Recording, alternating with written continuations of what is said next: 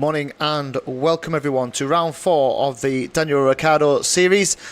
We're here in Northampton at the Wilton Mill circuit, a fairly new circuit in terms of British kart racing, built in 1991, just over 1,200 metres of tarmac for the drivers to navigate their way around here this weekend, and they've also got the added pressure of the wet weather conditions. It did have a little rain this morning. We had a little sprinkle as we were out on the track walk, and the circuit is still slightly damp, so we expect the drivers to be on the wet weather tyre. Earlier this morning I headed out onto this Wilton Mill circuit just to take a closer look at the challenges that await the drivers this weekend.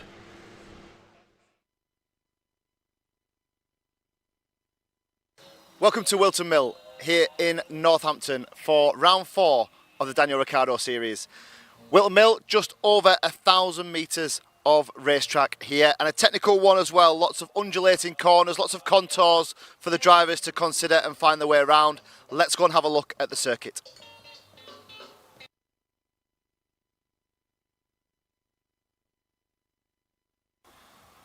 So the drivers take the long start-finish straight down into turn 1. It's a good 100 metres or so by the time they arrive onto this little chicane. You'll see a lot of drivers take the inside curb, where you can see the rubber here as the drivers have cut across to try and get the optimum line into the second part of this chicane at the start of the lap here at Wilton Mill. Don't expect loads of overtaking in here. There'll be a little bit on the first lap or so, but this isn't a really hard braking zone for the drivers. They'll carry as much speed as they possibly can through this first part of the turn to try and carry as much momentum as they can through the second section and up the hill.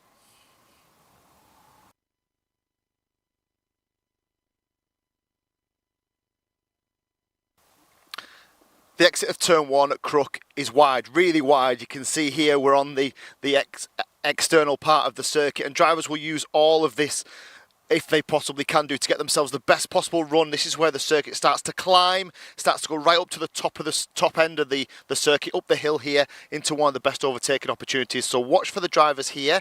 Also watch for the officials, because they will be on the drivers in terms of track limits. You see in Formula 1 at the moment, the track limit is the white line. So drivers that take themselves over the track limit, certainly with all 4 wheels, could in essence incur a penalty. So just watch that as well. So drivers trying to play a little bit of cat and mouse here, trying to get the best line. You can see from the rubber on the circuit the line that the drivers want to take, which is probably around about here, as they get the best line up towards the top of the hill there. But drivers have to be a little bit careful, and they have to take a little bit of speed off to make sure that they do catch that inside curb and probably end up just around about here on the exit of turn 1.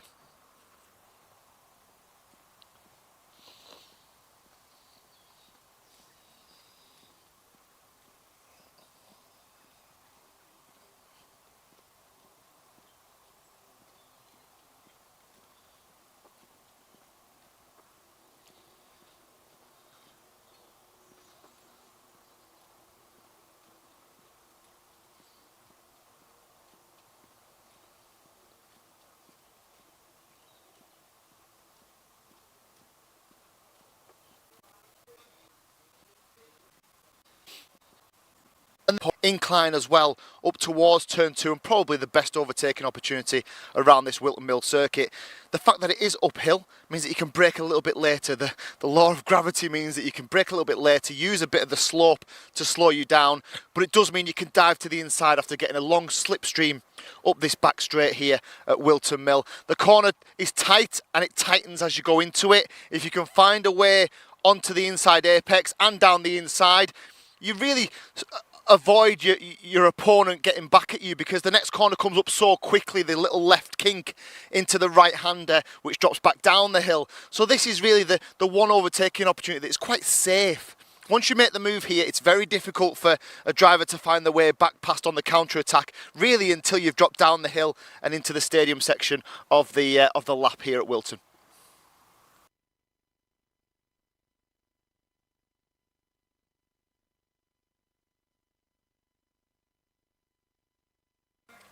And here at the top of the circuit, it's all about just holding on. It's about momentum. It's about not making mistakes with these little flat out corners, the little left, that we've just come through is flat. This looks a little bit tighter, but it's not really, certainly for the DRS 62s. The DRS 100s certainly absolutely flat out through here. You'll see them take the inside curb, and this is the point in which the circuit starts to slope away. So we've spent the first quarter, third of the lap going uphill, which means that we can brake a little bit later, we can be a little bit braver. Now all the circuit wants to come away from us, it wants to come down the hill, becomes a little bit more treacherous, certainly as the heavens have just opened as well. So expect the tyre choice to be very prevalent today so far, certainly if this weather stays as it is now. And this sort of corner in the wet becomes so much more difficult. You can almost feel it underfoot. It's very slippy because when rubber gets wet, it becomes very, very slippery indeed. So drivers have to be careful here. This is one of those corners where it can catch you out very quickly, and all of a sudden you end up on the curb, on the grass, and in even more trouble. So expect, as the circuit starts to slope away, drivers to be a little bit more careful. Not really an overtaking opportunity here. Certainly turns 3, 4 and 5. So the first of our drivers are on circuit, and our schedule for the day is live. We're also live on YouTube and Facebook today, throughout the day.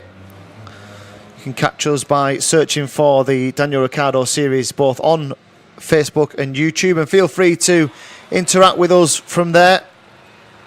Free to share the content with others and post your support of your favourite drivers who are competing in the Daniel Ricciardo Series 4th round here at Wilton Mill today. The first of our drivers on circuit is the DRS 62s, the youngest of our competitors this weekend, and they compete now in a qualifying session. This qualifying session will determine where they start on the grid for the first heat. The first heat for the DRS 62s is due off just around about 12:30 this afternoon, and we'll keep an eye on the times as they come through to complete the laps. As we said earlier, we have a spinner actually just in the yellow flag just into the first corner, but that's now been recovered and all the drivers are circling in the way they should do. So the drivers get 10 minutes here. They get 10 minutes to post their fastest possible time. The circuit conditions are, I think, damp, it's fair to say. I think all the drivers out there are on the wet weather tyre, the groove tyre. But it is a very slippery surface here at Wilton Mill. It's as we said, a fairly new surface in terms of the general age of kart tracks in the UK. Purpose built here in Northampton somewhat 20 years ago, or 30 years ago now it will be, 1991. So the drivers are just beginning their first flying laps, and we'll get a good indication of what sort of a lap time we can expect to be top of the timesheets here after these 10 minutes. Conor Scarisbrick is the early pace setter, 103.529. And Conor Scarisbrick, not only the early pace setter, but the early championship leader as well. We've completed 3 of the 6 rounds of this Daniel Ricciardo series for 2021. And Scarisbrick sits top of the tree at the moment, 641 points on his total to count. We say total to count because the drivers are able to effectively drop some of their worst scores throughout the season. They drop their 3 worst heats and their worst final. So once that's taken into account, 641 points gets Conor Scarisbrick to the top of the table. Jack Robinson is second in the drivers' standings, 632 points, so only 9 points behind Conor Scarisbrick. And due to the fact you get 65 points for winning a heat here, 9 points is very, very little advantage indeed. Harry Bartels third in the race for the DRS 62 2021 Championship. He's only a further 5 points behind Jack Robinson, and Oscar Walsh and Archie Pitts-Drake 4th and 5th. So Scarisbrick is still fastest man out on circuit at the moment. They've completed 3 laps or so.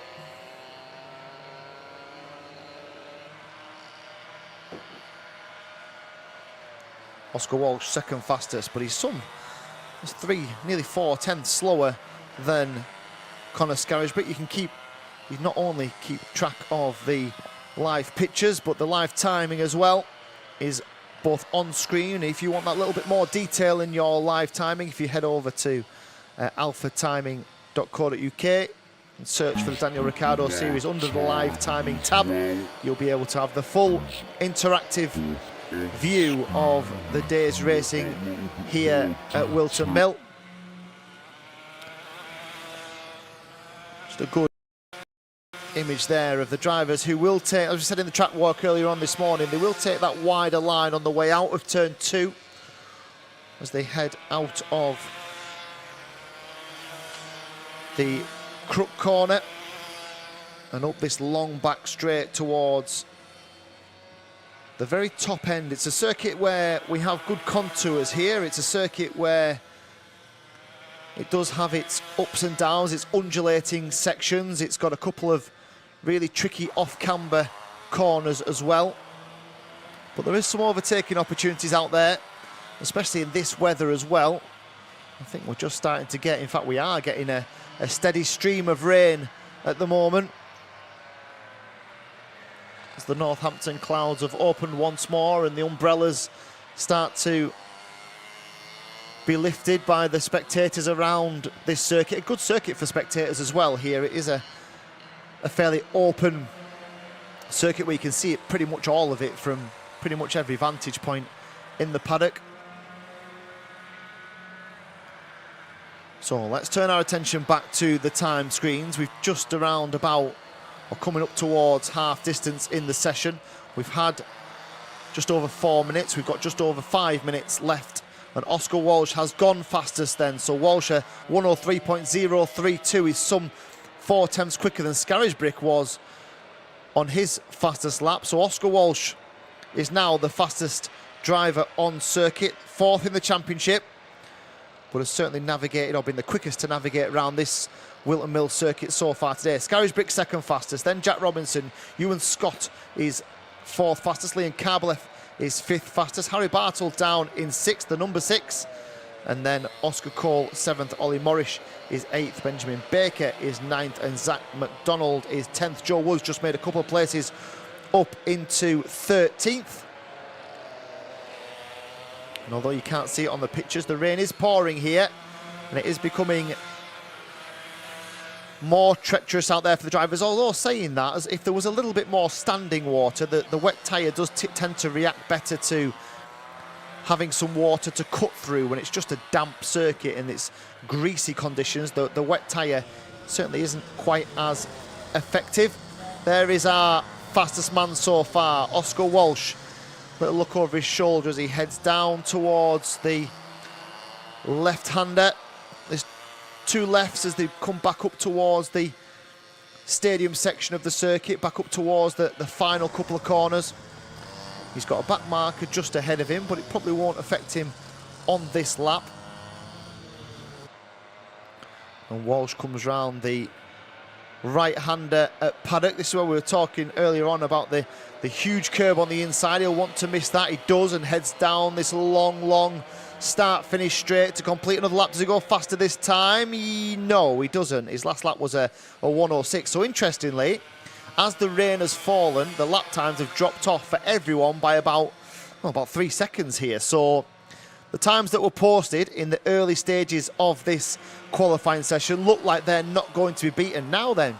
So this is an interesting call. Do the drivers then think, right, I'm circling 3 seconds slower than I was circling at the start of the session. What's the point of circling round here and putting time into the tyres? Although there will be a school of thought to suggest that the drivers probably need the experience of the different conditions, and the more laps they can put in the different conditions, the more they'll be prepared when it comes to the heats, the pre-final and the final later on today. Although what sort of conditions they will be in remains to be seen. Oscar Walsh then is still fastest. I don't think we'll see any changes to these times in the remaining minute and a half that we have of this session. So Walsh fastest, 63.032. Conor Scarisbrick around about half a second slower. Jack Robinson 3rd fastest. Ewan Scott, Liam Karbalev, Harry Bartle Oscar Cole, Ollie Morris, Benjamin Baker and Zach McDonald. They are the top 10 in that order, and nobody's anywhere near the pace that they were at the start of this session. So because of the rain, because it is still quite heavy out there at the moment, it's certainly meant that the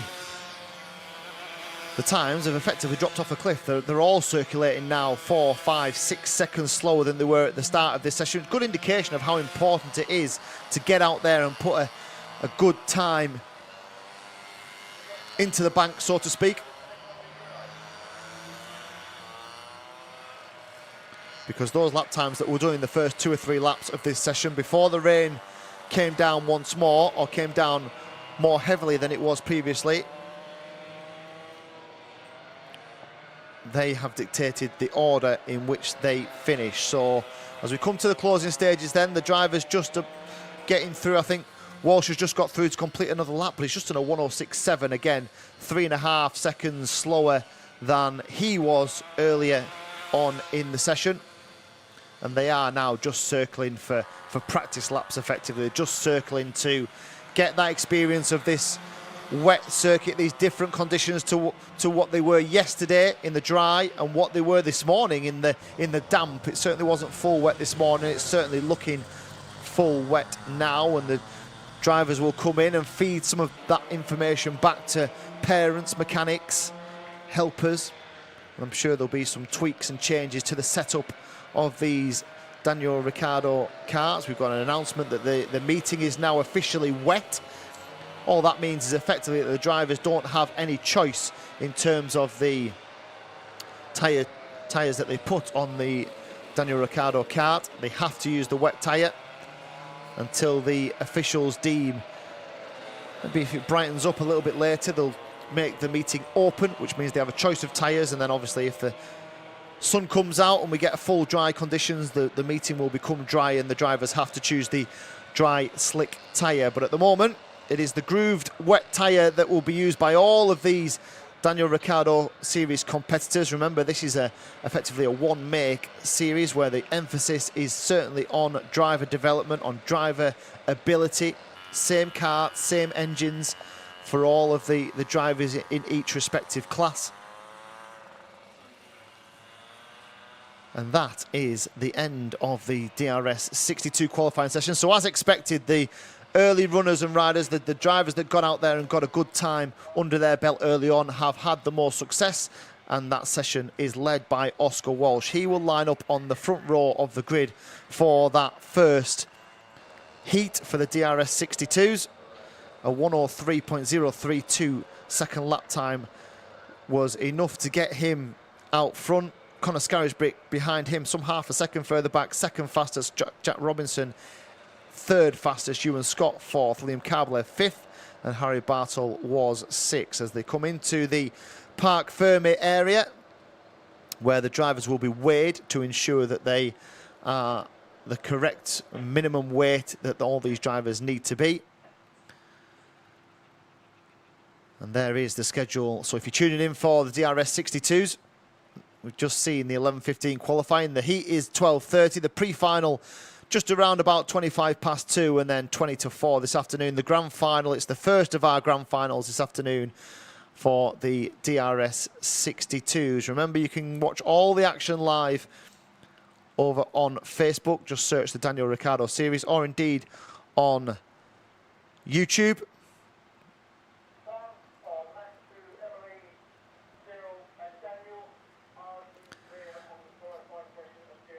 So let's head back to my walk around this Wilton Mill circuit this morning and tell you about the challenges that face these drivers here in Northampton.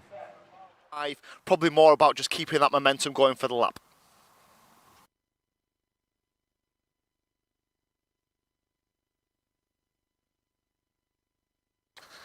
And the downhill continues into one of my favourite corners here at Wilton Mill. Nice and wide on the left for your entry. You get it as tucked in, as nice and tight to the apex as you possibly can. But this is quite a heavy break. This is quite a heavy stop on the way into this corner here. There is an overtaking opportunity as well for those who are brave and can dive down the inside, because there's a big open space on the way out of this little hairpin, this little 90 right here at Wilton Mill. And you can again run the risk, I suppose, of carrying that extra momentum. Just watch the track limits on the outside, and then as quickly as you can, you'll see the drivers shift over onto the right-hand side to get the best line into the double left.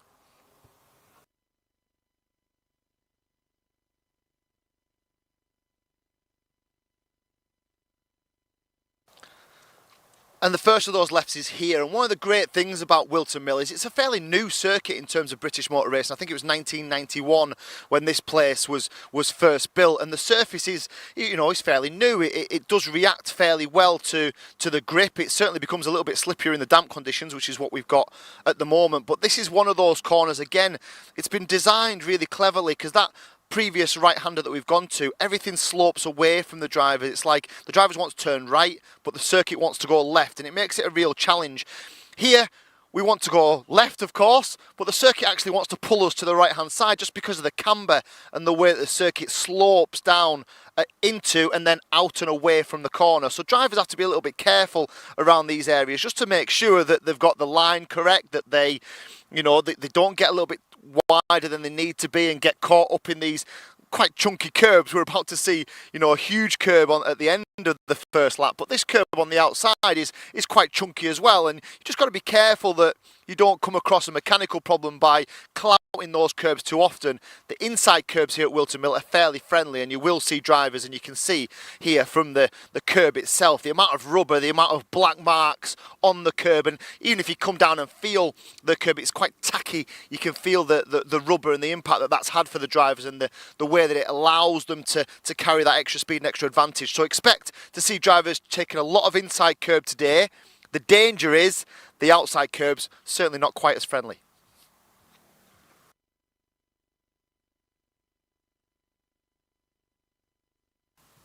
And the second left of the two is a little bit more open, or certainly you think it is when you're in a driver's position. If you think as a kart driver, you're down here almost, you know, at less than a metre up from the ground. So when I come into this corner, I think, oh, you know, it looks a little bit tighter, but looks to be a lot more room on the exit. And then as you get into the corner, you suddenly realise that it doesn't open up as much as you'd like it to. The previous corner has a big runoff area.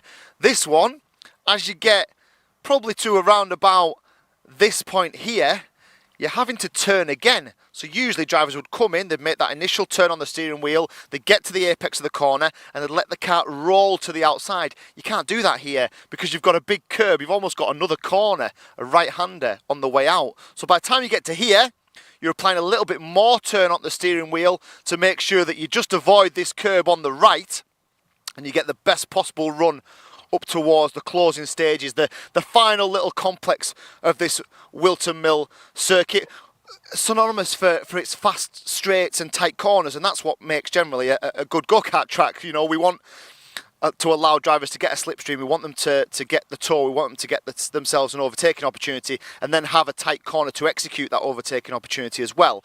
And that's what they get in the majority of the lap. But what I would say is by the time you get here, if you haven't done your overtaking, if you haven't done your moves, there isn't actually that much opportunity in the closing stages of the lap.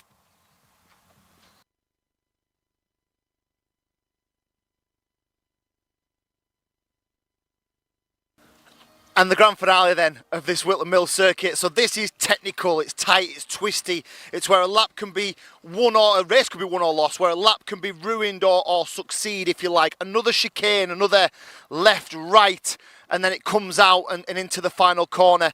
This again, loads of inside curb, but drivers won't want to go too quickly into here, because if you do, it throws you onto the right-hand side of the circuit, and drivers need to stay over to the left, almost where the pit lane entry here is on the left-hand side, because they need the best possible line into the right-hander. The reason they need the best possible line into here is because the last corner, the momentum you carry from the last corner, sets you up all the way down that main straight and into the chicane to the start of the new lap. So you really almost sacrifice a little bit of speed here to get the right line, to get the exit speed to take you on to the start of a new lap.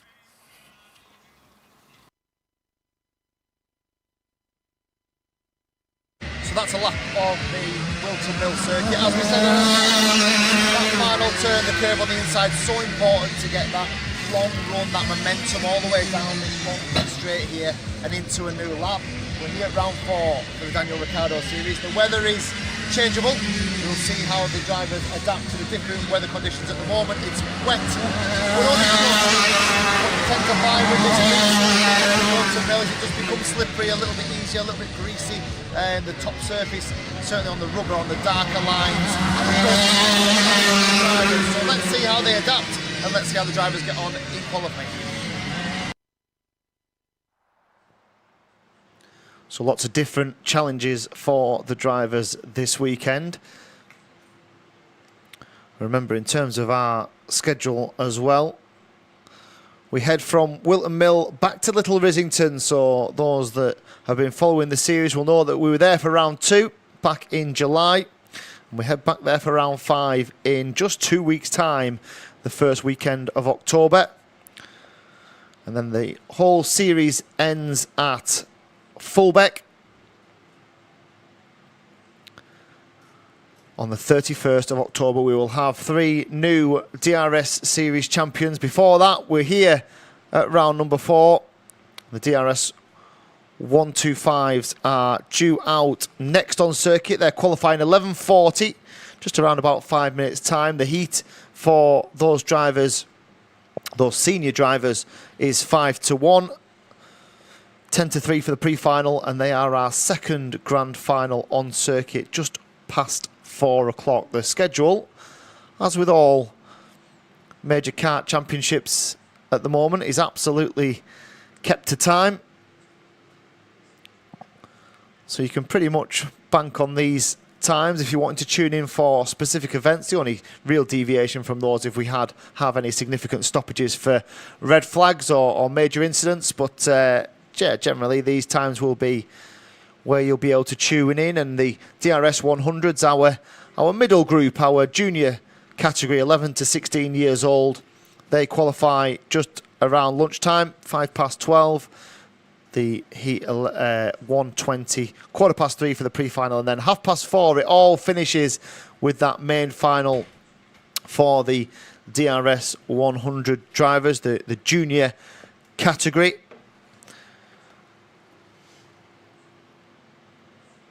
So the drivers will head out. It's just a good time to have a look at the championship standings as well for the DRS 125 drivers. The standings are led currently by Sam Faulkner.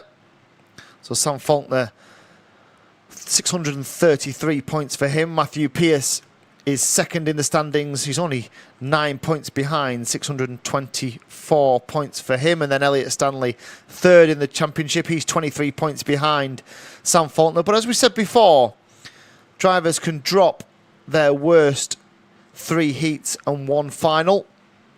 You get 65 points for winning a heat. You get 135 points for winning a final. So there's lots of points to be had.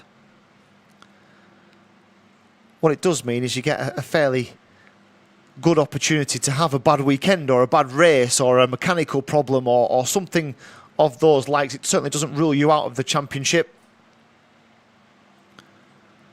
The DRS 125 drivers will just be trying to weigh up these conditions, just trying to work out the weather. The weather's a little bit brighter now. Just looking out of our window here, it's certainly brightened up a little bit. I think the rain has actually stopped. I don't think it's actually raining at the moment.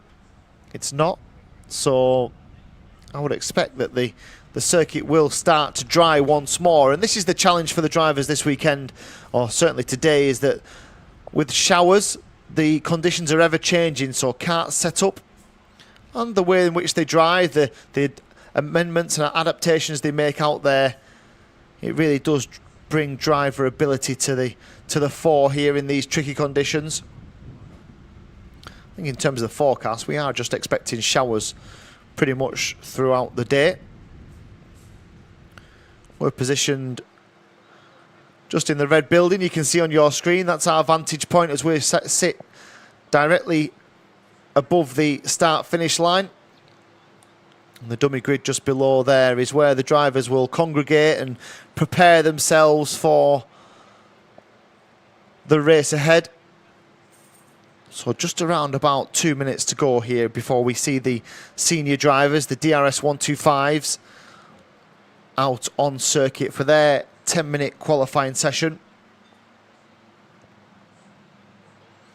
Just all being spoken to this morning, aren't they, at the moment, by one of the officials.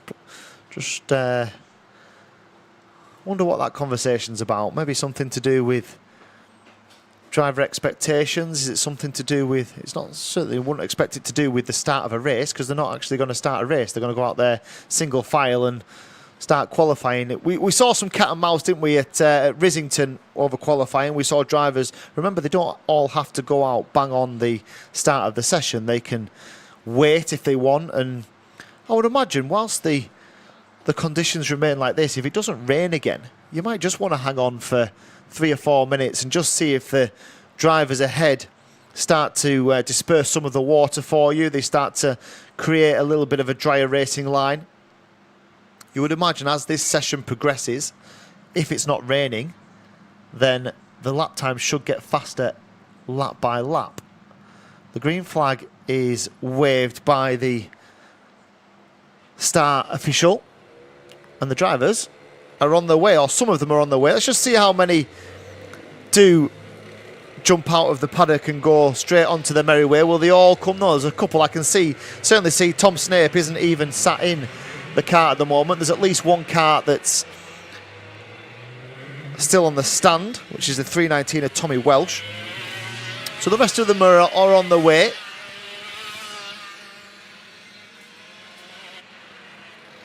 Let's just keep an eye on a couple of these drivers. What you will notice is that the racing line significantly changed in the wet weather, and what the drivers are trying to do there is they're trying to effectively avoid the rubber. They're trying to avoid the dry racing line, because the dry racing line is filled with this dark tarmac, this rubber that effectively comes off the tyres and lays itself down onto the circuit. Now, with anything that is rubber, it is effectively waterproof. You put water onto rubber and it usually just rolls off the top of it. Well, that exactly the same happens here in the wet conditions. The water effectively skims across the top of the rubber, making the rubber even slippier than the other areas of tarmac around the track. So you'll see the drivers just trying to avoid that dry racing line. They usually just go past it on the way into the corner, which gives them a better opportunity to turn the car into the corner. You'll see it there a little bit late, a little bit round the outside, these drivers, as they head up towards turn 3. So up towards the Christmas corner, which is where you're seeing now. The drivers tend to go around the outside. It gives them a little bit more traction.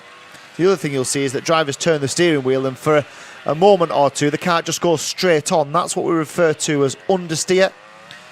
Effectively, the tyres are told to turn in a certain direction, but they have to wait a moment or two until they get that mechanical grip from the surface.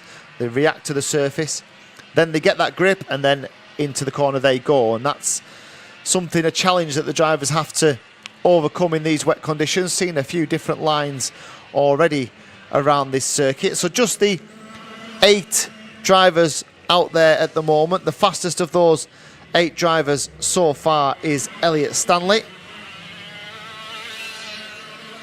And now Sam Faulkner. So Faulkner's completed his second flying lap and completed a 1:02.894, which is just around 0.3 of a second quicker than Elliot Stanley. Mark Lawrence is second fastest. We've got a couple more drivers just heading out onto circuit now, so we'll have a full complement in just a moment as Tommy Welsh has joined the session as well. We've had a quarter of the session's distance so far. And interestingly, the drivers have got one spinner at the top into Christmas corner as well. Here's a replay. Oh, just got it a little bit wide, didn't he? So what he did was he caught the rumble strip on the left-hand side of the corner, the right-hand side of your picture. There is absolutely no grip when you get out onto obviously the gravel and the grass. And you get off the tarmac in these wet conditions, you are effectively a passenger. That you have very little grip indeed. So then, are the drivers going quicker every lap? It does look that way, as Stanley's done a 62.607. That's the fastest lap, and he demotes Faulkner down to second. Lawrence is third, and Jack Rigg is fourth. Matthew Pearce just moves up into 4th with his personal best, and Tom Snape has moved up a couple of places into 6th as well. So 1 minute and 2 seconds is around about the time that we're after. And they're all congregating on the same part of the circuit as well, pretty much. The start-finish line is fairly quiet at the moment as we see them wrestle with the car. We've got another spinner as well on the way in. It's the 319 of Tommy Welsh. So Welsh, I think he was the one that did it a lap ago as well. It just shows you how slippery it is on the way in. He got the back end, certainly locked the back wheels up. The back end stepped out and he couldn't quite recover it. He has rejoins, but he's currently the slowest driver on circuit, 9th fastest so far. He's only completed 1 flying lap at the moment. So just needs to keep things neat and tidy and keep it on the island more than anything else. Nice and neat and tidy from Elliott Stanley there through the Christmas corner. He heads down towards these 2 right-handers and then down to Ashby, which is where he is now, and up the Kenny straight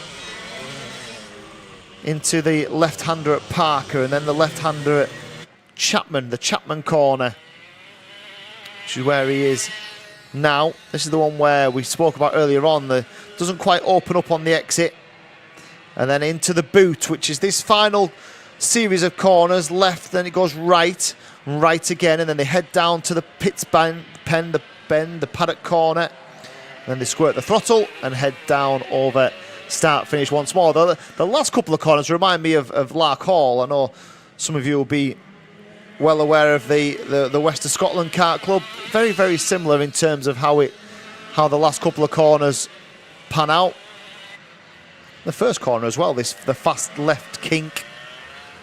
There'll be some quick entries into there when the start of these races later on too. We've got a spinner as well. In fact, we've got a spinner from Matthew Pearce. So Pearce probably pushing a little bit too quickly on the way in. Just look very, very slippery on the way into the pit corner. Here is Sam Faulkner then. So Faulkner's now fastest on circuit. Faulkner's just done a 61.4643. That's half a second quicker than everyone else. So Sam Faulkner's found a little bit of grip out there that nobody else has found. You can just see a little bit of spray being kicked up as well from these Daniel Ricciardo karts. And Faulkner has a very different line into the bootleg than the rest of the drivers. He takes a huge clump of inside curb, tries to cut the corner. He's a little bit wide on the exit. I wonder how lenient the officials will be today with track limits, just down to the pure slippiness of this circuit, as Faulkner makes a little error, does he? In fact, Faulkner's got a problem. So Faulkner is off and stationary. We've got a yellow flag into turn 1, which is where Faulkner has parked up. Now he's gloved straight off here, so I wonder if has he thrown a chain? Something terminal, certainly for Sam Faulkner. Let's have a look. A little bit sideways. Turns into the corner and then just loses drive. So, strange one. See if we can find out what has happened to Sam Faulkner. He is coming away from the car. It's parked it up on the inside. It's in a fairly safe place, so we probably don't need to have that yellow flag there anymore. Faulkner will trudge his way back to the paddock where he will, his team will recover that kart for him. Now then, so Faulkner then, fastest out there at the moment, but out of the session. The session has still got 2.5 minutes to go. So the likes of Mark Lawrence, Elliott Stanley, Matthew Pearce, Tom Snape all have a chance now to try and get on top of this session, whilst the current fastest man can do nothing about it, because Faulkner's parked up on the way out of turn 1 with some sort of technical problem. Now then, what have the likes of Mark Lawrence got? So Lawrence has done a 101.873. He's 2/10 slower than Faulkner, so he needs to find 2/10 around this Wilton Mill circuit. He's heading into the bootleg now. Much wider than Faulkner was. There's a big difference between the lines that these drivers have taken. He clips the curb on the inside. A little bit of understeer as he heads down the short straight before paddock corner. Into paddock corner now. A little bit of oversteer. What is the time as he crosses the line? Does he go faster? He does. Lawrence, a 101.472. He is now the fastest driver on circuit, and Faulkner's not just gone from first to second. Faulkner has gone from first to third, because Elliott Stanley, a 101.537 for him. So Lawrence, Stanley, Faulkner and Pierce now in fourth place. Jack Rigg is fifth, Tom Snape is sixth, Dave Burns seventh, but some 2 seconds off the pace compared to Mark Lawrence. Oliver Owen is the eighth fastest driver, and then Tommy Welsh, who has managed to get a couple of flying laps in, but not an awful lot. I'm not sure if he's still circulating either at the moment. So whatever the technical problem was for Sam Faulkner, it's led to him being demoted from the fastest driver. And we thought that this session, as this session went on, we thought that the circuit would get quicker. There's certainly a lot brighter, a lot more break in the clouds at the moment. And we are seeing the drivers go quicker, not with every lap, but certainly not far off, as Lawrence does another fastest lap for him, a 1 minute point 764. That's some 7/10ths quicker. Lawrence is flying out there at the moment. Certainly adapted to the conditions better than everybody else has. Takes the outside line through the Asbury corner.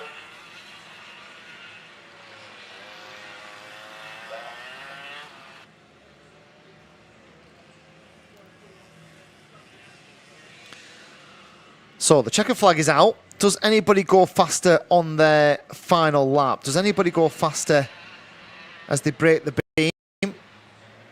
We're going to get Lawrence is going to come round now. Can he go even faster? Can he compound the misery for the ones ahead of him? He doesn't. No, it's still a 60.764. He's only just slower, only 100th of a second slower. What has the likes of Tom Snape got? He's coming round now to complete his fastest lap, his final lap. Does he go faster? Yes, Snape goes third. So Snape up to third on his last flying lap. What about Matthew Pierce? Pierce goes second. So there is quicker times to come at the end of this session. Lawrence then is fastest, but Matthew Pierce just about gets on the front row into second place. He is some 6/10ths quick slower than Mark Lawrence, who's been undoubtedly the class of the field in these wet conditions. Elliott Stanley into third, Tom Snape fourth, Sam Faulkner demoted all the way down to fifth. Now I wonder how quick he would have been able to go if he hadn't had that technical problem earlier on.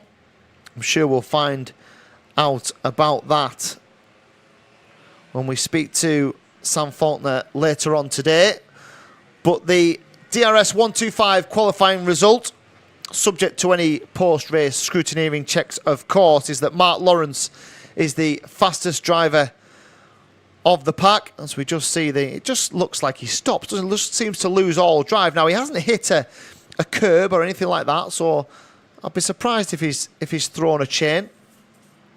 Could be anything. It could be something to do with the carburettor. It could be to do with it could be absolutely a whole host of things, but we will find out later on what the issue with Sam Faulkner was. So Lawrence fastest then, the number 230. Matthew Pierce, the number 2, second fastest. Elliott Stanley third. Tom Snape fourth. Sam Faulkner fifth. Jack Rigg was the 6th fastest driver. There's quite a big gap here between certainly the fastest driver, Lawrence, some 6/10ths quicker than everyone else, but then the gap between Pierce and Snape is Pierce, Snape, Faulkner, Stanley, all within a couple of tenths of each other, and then a further 6/10ths back to Jack Rigg, and then a further second or so back to Dave Burns. So we have got quite a big gap between some of our DRS 125 drivers.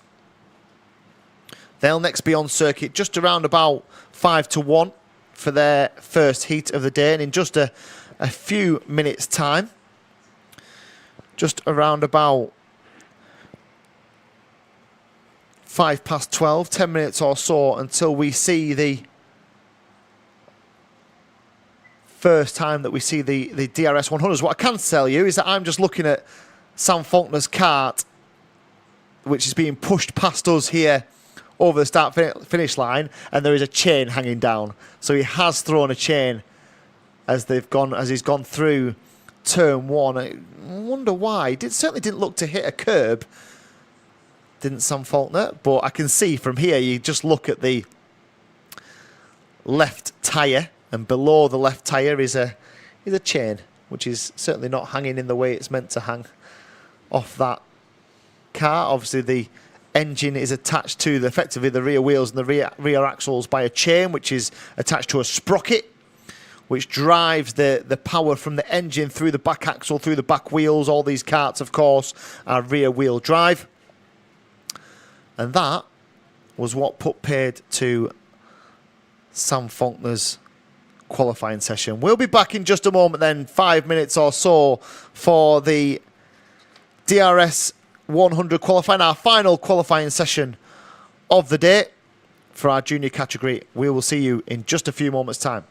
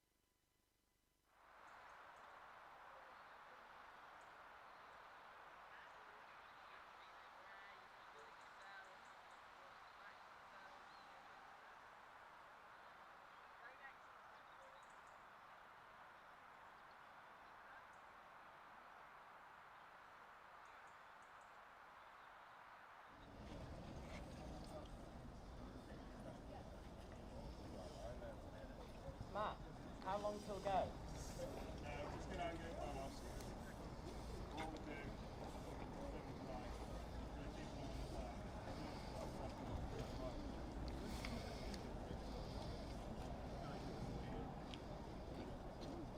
Approximately 8 minutes by my watch, but go by it is Megan, obviously.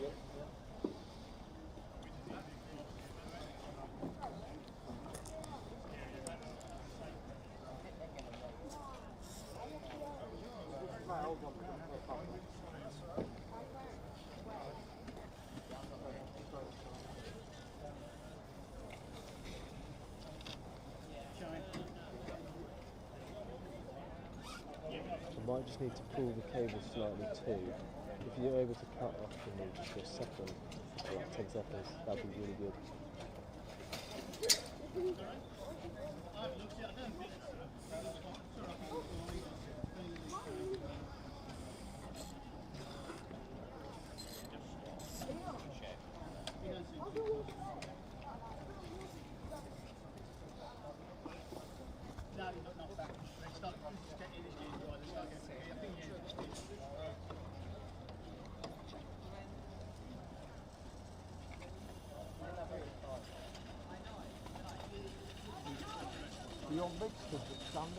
Sorry?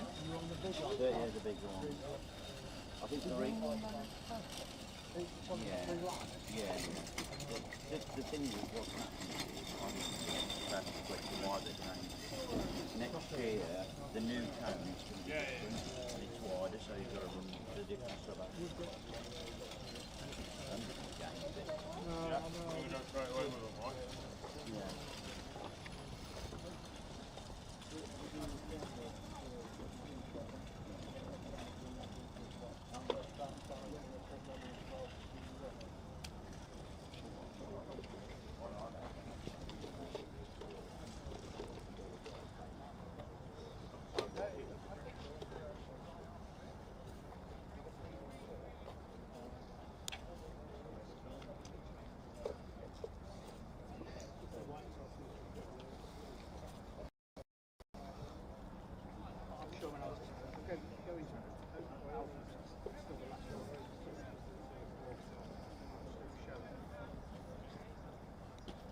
Unfortunately, got a few kids into wire still, so I can't go much further.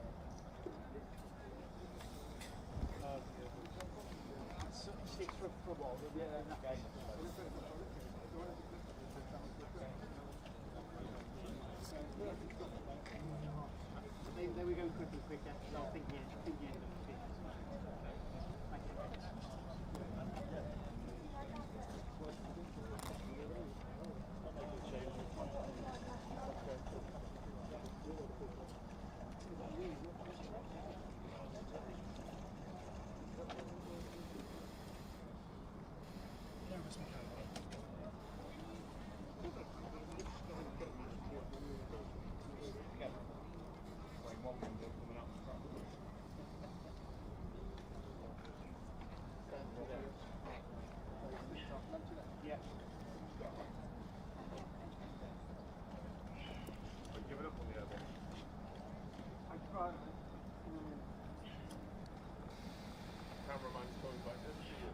Can I borrow that? No. You stressed me out now. That's right. I just said to Oscar, I was like, nervous mechanic, I was like, I got to double check that.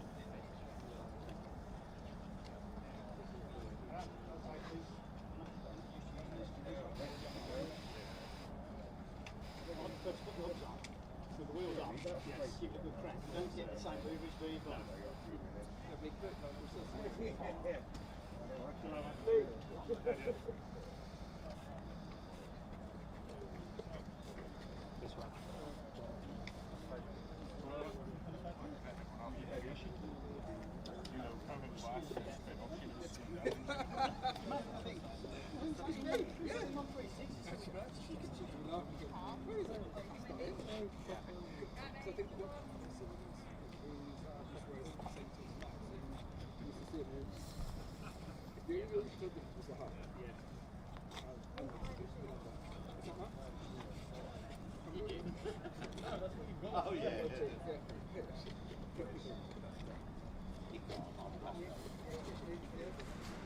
So welcome back to round 4 of the Daniel Ricciardo series here at Wilton Mill. Next on circuit is the DRS 100s, the junior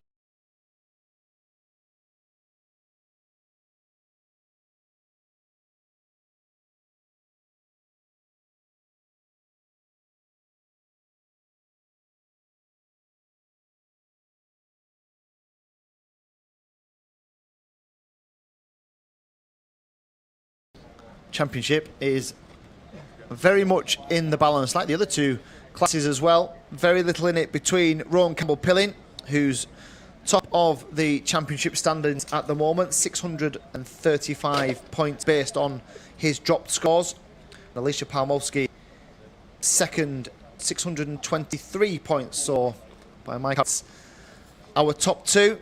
There's then a further 15 points back to Maximilian Salarski, driver who won the final at round 1. It feels like some time ago, doesn't it? Round 1 all the way back in June at Houghton Park. Fourth in the championship, Dylan Brierley. 599 points for Dylan. So even so, he's only 36 points or so behind championship leader Rowan Campbell-Pilling. Henry Foote 5th in the championship. Sherry-Ann Powell 6th in the championship. Gave one of the performances of the series so far, didn't she, at Little Rissington? Charlie Weir and Sam Halley-Hinksman. Sam Halley-Hinksman, who drove round the warm-up, the practice this morning with one side pod missing. So that was an interesting view. Took us back to the 1980s when karts didn't have side pods, they had side bars, and safety was certainly not the paramount that it is nowadays.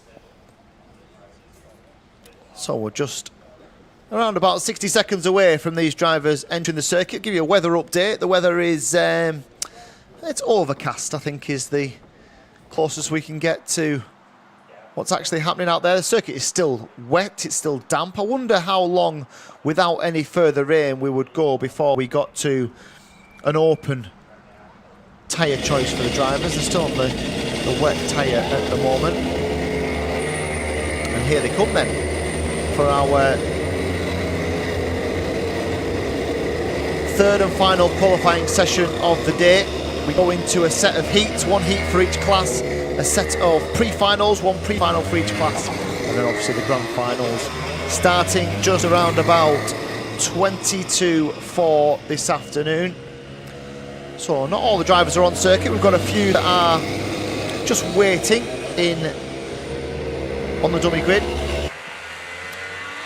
One of those is Sam Halley-Hinksman.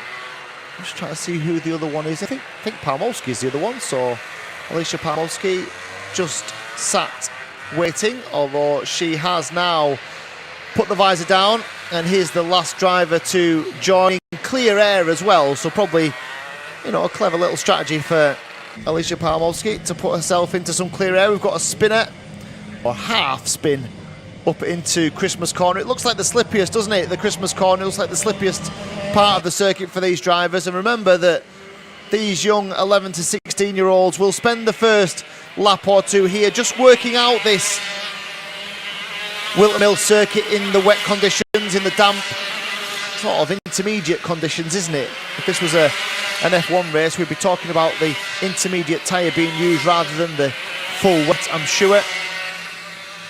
So let's see who the early movers are. We've got a couple of spinners out there at the moment. One of them is the 136 of Max Reed, and then there's another, I think the 149 of Jake Woodrow, who's just rejoined on the way into the bootleg corner. Oh, and just as we suggested it might be, the meeting is now declared open, so the drivers do have a tyre choice. I would imagine that nobody will be brave enough to go for the slicks as yet, but be interesting to see, certainly when we try and speak to some drivers on the dummy grid before the heat. I wonder what the tipping point will be for those dry tyres to come out. You can see at the moment we're nowhere near, because of the drivers are struggling enough to navigate their way around this Wilton Mill circuit on the wet tyre, never mind the dry one. We've got a technical flag as well for Bryn Calder. So Bryn Calder's got some sort of technical issue. I'm going to try and pick him up around this circuit, see if I can find him, and just see if I can identify what that technical problem is. So we're looking for the 103 of Bryn Calder. He's currently the 11th fastest driver on circuit. I can't see him. I wonder if he's already headed into the pits to get whatever problem he has repaired. It is a long lap here though at Wilton Mill, just over a minute, or just around a minute for these drivers. I can just see him now. He is actually coming in. He's got a rear bumper. So Bryn Calder's got a rear bumper that's come loose now. He'll get a technical. Will he get a technical flag again? He should do. So there he is. He's just coming over start finish line now, and the bumper's come off. So the rear bumper, the left side of the rear bumper has come loose. Now, interestingly, what's the official ruling here? So he's completing flying laps whilst under a technical flag. So he should have come in 2 laps ago. He hasn't done. Will the laps that he now puts in be removed? That's why I'm told they won't. So he's circling around at the moment with a bumper that's coming off anyway. So okay. So, I'm just reading we have a huge book of supplementary regulations here in sporting regulations. And 8.1.11 says at the end of the race, in part frame, a post-race scrutineering of any basic technical non-compliance issues like a missing front pod or bodywork will be awarded last place and the associated points. So there you go. So he won from that technical issue. Probably wasting his time at the moment circulating. He might as well come in and get it fixed. Well, that's my next point. In the olden days, I'm looking over at Sam, who's over here in our commentary position in race control. In the olden days, you used to be able to come in and get that fixed and go back out again, couldn't you? I'm assuming they're not allowed to do that now. So it's when things were slightly different in the 90s and the 2000s. So yeah, he will have to come in at some point. He'll get done for not obeying flags if he doesn't come in and get that replaced. But he's got a left side rear bumper issue. It's fallen off basically. It hasn't been tightened up properly. What you will tend to find is that dads, parents, helpers, mechanics, they will try and soften these karts to make them a little bit more flexible in the wet conditions, let them have a little bit more grip, a little bit more movement. So to do that, you effectively loosen off a lot of the component parts. When you do that, you run the risk of a component part falling off. So yeah, that's where we are at the moment. Let's have a look at the times then. We've had 4 minutes of this 10-minute qualifying session, and the early pace setter is indeed the championship leader. So Rowan Campbell-Pilling is the fastest driver on circuit at the moment. Dylan Briley is second fastest. There's just around about, well, there's nearly 0.4 of a second between the two of them. So it's quite a healthy advantage that Campbell-Pilling has in terms of time as Palmowski goes up to third. So first real piece of movement from Alicia Palmowski.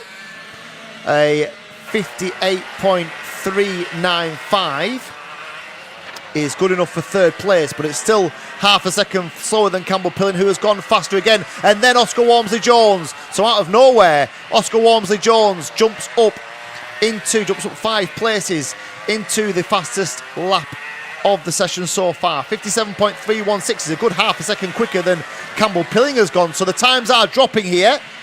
Just watch out for the end of this session, because I would expect for drivers to go quicker and quicker and quicker as the conditions get better and better and better. At the moment, Oscar Walmsley-Jones, the 128 kart, now fastest on circuit as Henry Foote moves up one, as Sherry-Ann Powell moves up one into 6th, and Daniel Weir moves up 6 places into 10th. So Walmsley-Jones, Campbell-Pilling, Dylan Briley is third fastest. Palmowski demoted to 4th. Freddie Cox is 5th, and Campbell-Pilling goes faster again. 57.2 now for Rowan Campbell-Pilling. He's the new fastest driver out there at the moment. Sam Halley-Hicksman is all the way down in 17th, but just on his fastest lap as well. So Brink Calder as well, up to 19th at 101.5. Let's have a look at the likes of Briley, Palmowski, Cox. Have they got something up their sleeve in the remaining 2.5 minutes here?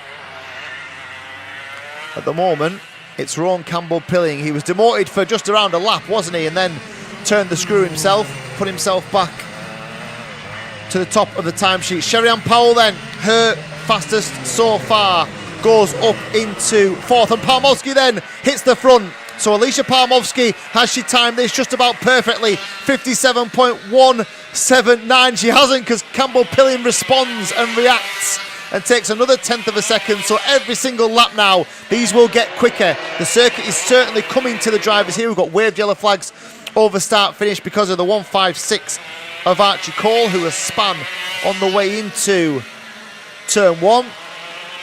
So Campbell-Pilling then 57 flat, 57.049. Oscar Walmsley-Jones up into 2nd now, and then Jamie Scott all the way up into 4th place from 11th fastest, and Halley-Hicksman up into 6th. It's all change at the top of these timesheets. We've got 90 seconds to go here, and absolutely anything can happen. Ethan Critchley up into 6th, his fastest lap so far. Powell goes faster again, 57.3. They're all in the 57s, aren't they? There's around about a second that covers the top 10.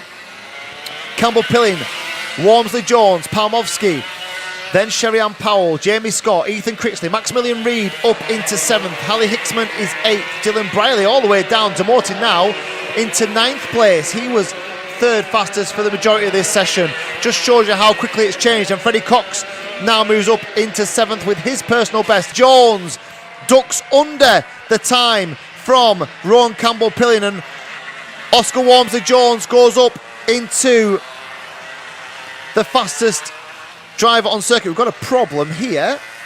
Where is that? Oh, we've got full course yellow. Now then, we've gone full course yellow because there's an incident involving the 147 of Sherry-Ann Powell. It involves a couple of back markers as well, a couple of the rookie drivers, the 155 of Kai Newman and the 149 of Jake Rudrow. So the 3 of those have come to blows somewhere on circuit. I'm trying to find out where they are. They must be into turn 1, are they?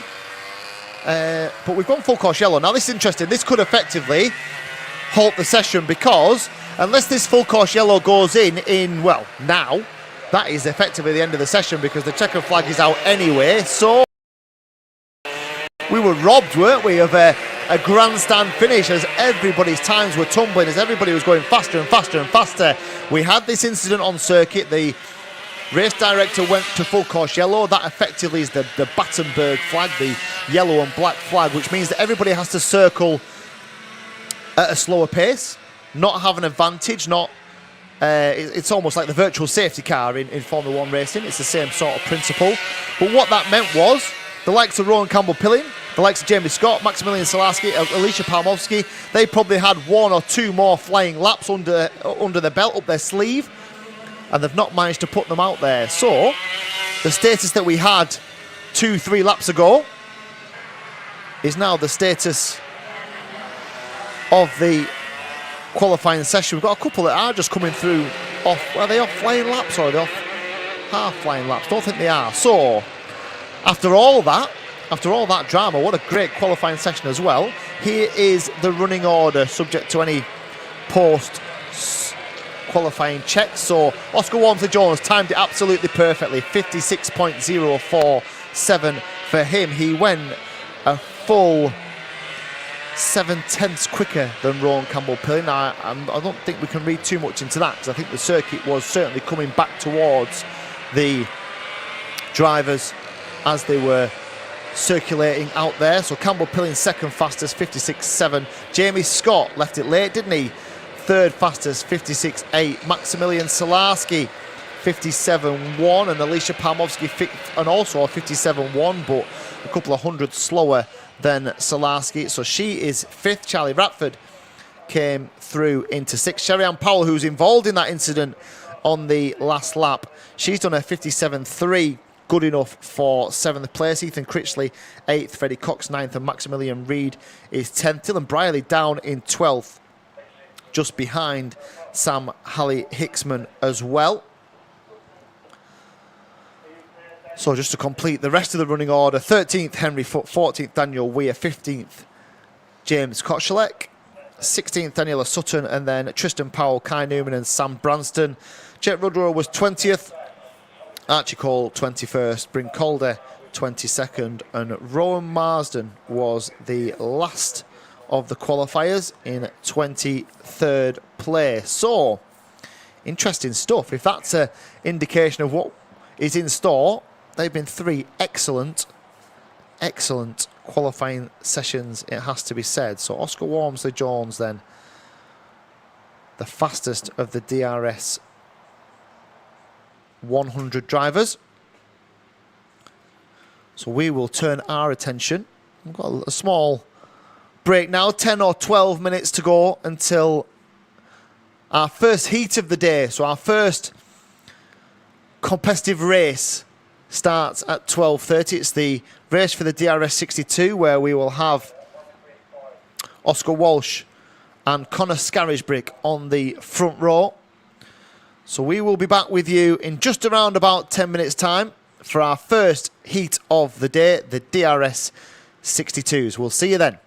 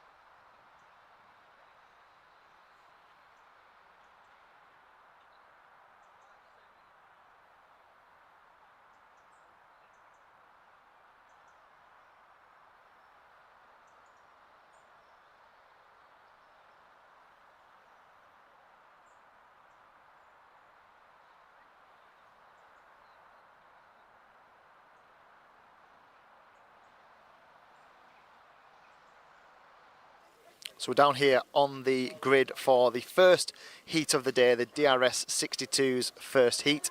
It's a hive of activity at the moment. Drivers just getting themselves onto the grid, mechanics getting carts off trolleys, making sure that everything in terms of the last preparations is all as it should be. The conditions are interesting at the moment because they're all on the wet tyre. It is an open... Oh, I was going to say they're all on the wet tyre, but let's just head over here because they're not all on the wet tyre. We've got one over here on the slick tyre, and not only on the slick tyre but on brand new slick tyres as well, so it's going to take a little bit of bedding in. So we've got the 135 of Nat Johnson, who starts on the outside of the 5th row on the slick tyre. Then we've got another one on the inside of the 6th row, the 104 of Zach McDonald. So two drivers that have taken the plunge, if you like, and decided that the slick tyre is for them. I'm just going to try and have a quick chat with Nat now and just try and get the rationale behind that decision. Nat, if we can just borrow you for a second. You've decided to go for the slick tyre. What's the thinking behind that? Well, I think we're just going to go a bit steady for the first few laps, but when we get some heat into them, I think it might work.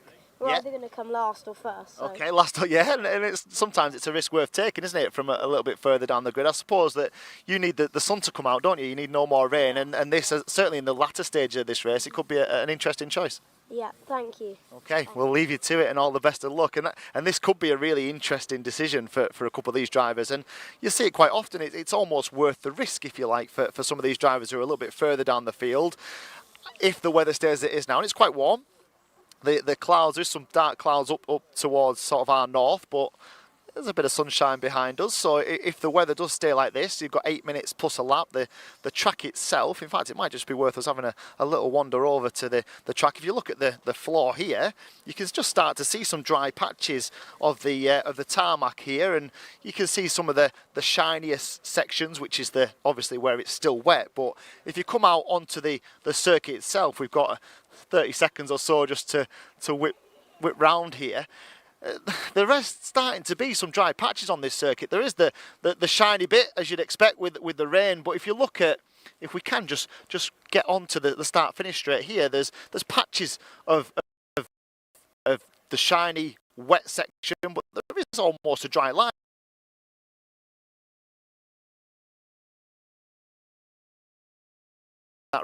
Gone for the slick tyre, or it could be very, very treacherous for a couple of laps. But let's just keep an eye on those two as the race develops and unfolds in the 8 minutes that these drivers have got. We'll be back in just a moment with the first heat of the day for the DRS 62s.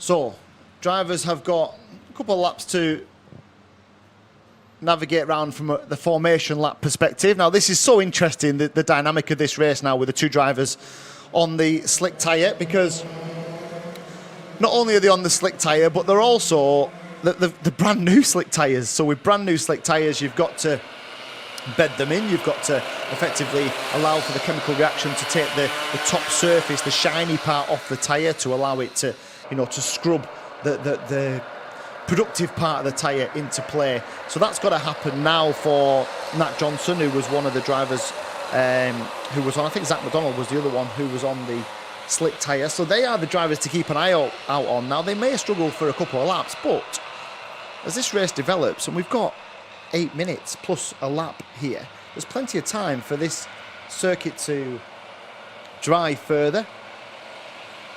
Plenty of time for these tyres to come good. And what will happen if you do get a definitive dry line around this circuit, they will be significantly faster than the drivers on the wet tyre. So the majority of the field here have played it safe, but there are two little jokers in the pack here. I'm just watching Nat Johnston now as he weaves his way and tries to generate some heat into those tyres. It could be an absolute masterstroke, this. Let's see what happens in the next 8 minutes. Round they come. Will they go first time? Walsh and Scarisbrick at the front row. They're fairly well formed. I think that Walsh has got the best of the starts as they head down into the first corner. He has. He comes through and out of turn 1 in the lead as they head up towards the Christmas corner. This tricky little right-hander, slightly off camber, and then they all filter down. I'm just trying to see now where those drivers on the slick tyre have come. We'll keep an eye on them as they come round the first corner as well. So it is indeed Oscar Walsh who leads this race. Scarisbrick is tucked up behind in second as they come through the left-hander and head out towards the bootleg. This little left-right kink. There's a change there as well for, I think Jack Robinson's just moved up into third place. He's involved in a battle, I think, with Ewan Scott. Here come the leaders to cross the line for the first time, and it is Walsh who leads. Scarisbrick is second. Bartle then up into third, then Ewan Scott. So what happened to Jack Robinson? He dropped a couple of places on that last lap. Nat Johnston and Zach McDonald 11th and 12th at the moment, but they're still more or less in touch. We've got a yellow flag as well on the way into turn 1, but we'll stay with our leaders.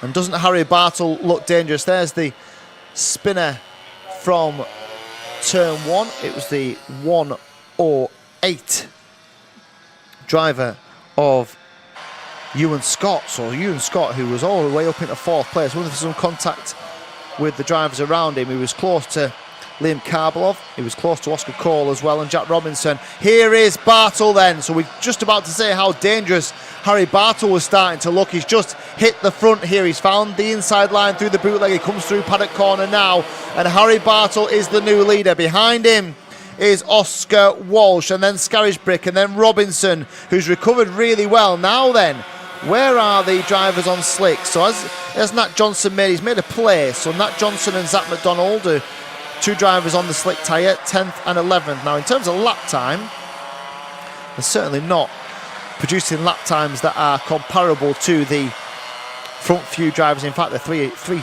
seconds or so slower than the race leader, who is pulling away at the front here. So whatever Harry Bartle has done with the setup, however they've prepared that kart for these conditions, I would imagine they probably stiffened things up a little bit, because they've got the wet tyre for the traction, but you probably want to take a little bit of flex out of the car itself, and that looks to be, if that is the case, the right move for Bartle. And he's also mastered the conditions very well, hasn't he? He's finding a way, the quickest way to get around this Wilton Mill circuit. The other driver on the move is Jack Robinson. Robinson up into second place now. Now he got the pace to get after Harry Bartle. Now keep a look at Nat Johnston. Nat Johnston's just gone around about around about a second and a half faster than he went on his previous lap. I just wonder if those slick tyres are starting to come towards. We've got a warning for Cruz Dalton, who's down in 15th place at the moment. Ewan Scott is also down there. He's just trying to recover Ewan Scott. Here is the battle for second place with Robinson and Walsh and Scarisbrick. So at the moment, from a championship perspective as well, Harry Bartle, third in the championship, wasn't actually at Clay Pigeon for round 3, so has had to drop those scores. But a heat win here would certainly help him on his way to clawing back some of that deficit to Jack Robinson and to championship leader Scarisbrick. And Scarisbrick is going backwards at the moment. 5th place for Connor Scarisbrick at the moment. And here comes Zach McDonald. So McDonald, a 58.7 last time, is up into 7th place. So keep an eye on McDonald, keep an eye on Nat Johnson, 104 and 135. They are the two drivers on the slick tyre. And what will be happening is pretty much every driver in the paddock, including the DRS 125 drivers who are next on circuit, they will be keeping a very watchful eye here on what happens with these tyres, which drivers go significantly quicker on the dry tyre. Where is Harry Bartle? What has happened there? So Bartle has gone from 1st to 3rd, and he had a big lead as well, so he must have been off somewhere. We'll try and get a replay if we possibly can, but something has happened with Harry Bartle, and he's dropped from 1st to 3rd. He must have just dropped a wheel onto maybe a wet part of the circuit or made a little error somewhere. It certainly doesn't look like it's anything mechanical.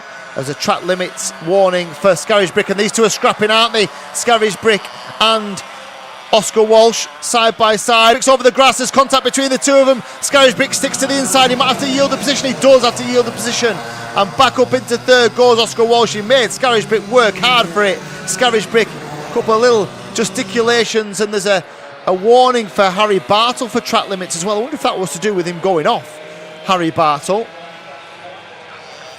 I'm going to have to, well, certainly another driver that will pick up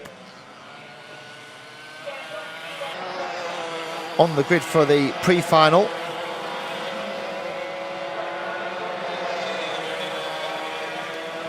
So at the moment, and there's more comings together. They're having a proper ding-dong, aren't they? Scarisbrick and Oscar Walsh. They're now down to 5th and 6th. Where is Zach McDonald? Up into 7th, 56.9. Right then. So here is the best possible indicator for the DRS 125 drivers. Johnston and McDonald are now lapping at the same pace as the leader. So this is probably your tipping point for the slick tyre. It's probably just about now. We've got contact warnings for Oscar Walsh and Conor Scarisbrick, who've been having a proper ding-dong between themselves in 5th and 6th.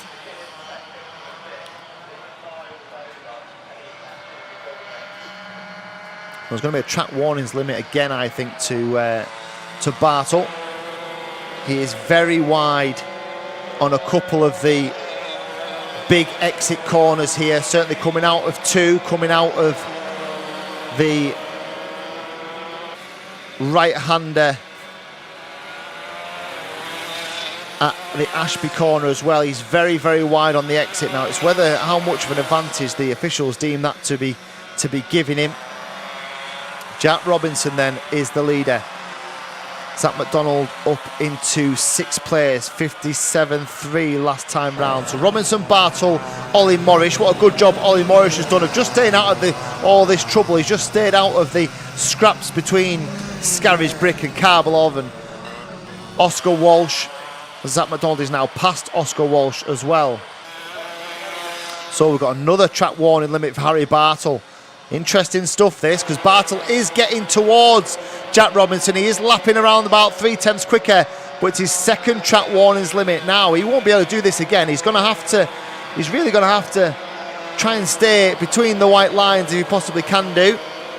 It's probably worth us trying to track Harry Bartle, the number 6, for a lap if we possibly can do, just to see exactly where he's gaining that advantage and whether it is to do with the track limits.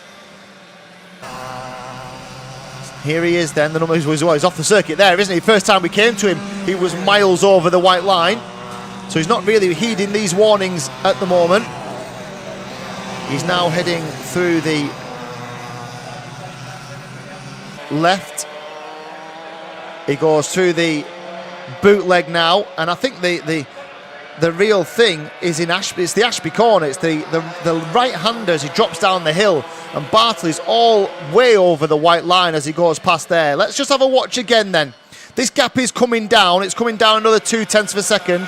He's just about keeps 2 wheels as he comes out of turn 2, but that isn't the corner we're talking about. We're talking about the Ashby corner, which they're going to come to in a moment. He's heading now through the right-hander. Now it's this next corner. Here they go into the Ashby. How much does he go over the white line now? Yeah, miles. he's over it again. So I'm sorry, but Harry Bartle can't have much complaints here if he gets a penalty for crossing the white line, because he's done it over 3 or 4 laps that we've watched, and he's had 2 warnings for doing it. So I don't think there's really much defence for Harry Bartle at the moment. And it certainly is gaining him an advantage as he reels in Jack Robinson. Over the line they come. He's not going to get there. Robinson it is then who wins the first heat. Harry Bartle finishes in second place. We've probably not heard the last of that one. What a good drive from Ollie Morris. Kept himself out of all the trouble and has come home in third. Liam Karlov will come home, the number 55, in fifth. And then this scrap between Connor Scarisbrick, Zach McDonald and Oscar Walsh for 5th, 6th and 7th. Interesting the lap times then. So Zach McDonald did a 56.6 last time round. That's comparable to the drivers ahead. Nat Johnston came home in 8th place, 56.8 for him.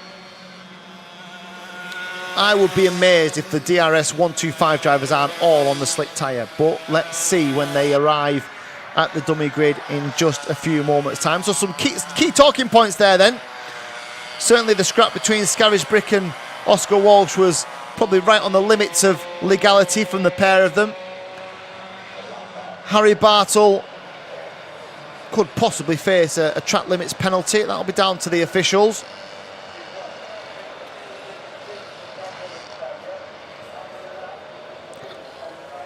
And the other big talking point is obviously the circuit. The circuit is drying.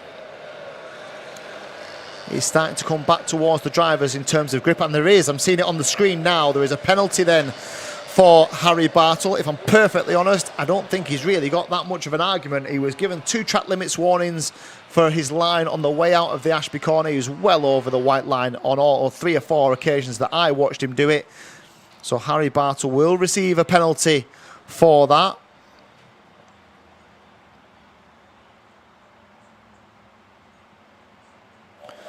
Wow, breathless first race, first heat of the day, won by Jack Robinson. Another set of maximum points in the bag for him, which will certainly support his mission to close the gap between himself and Connor Scarisbrick.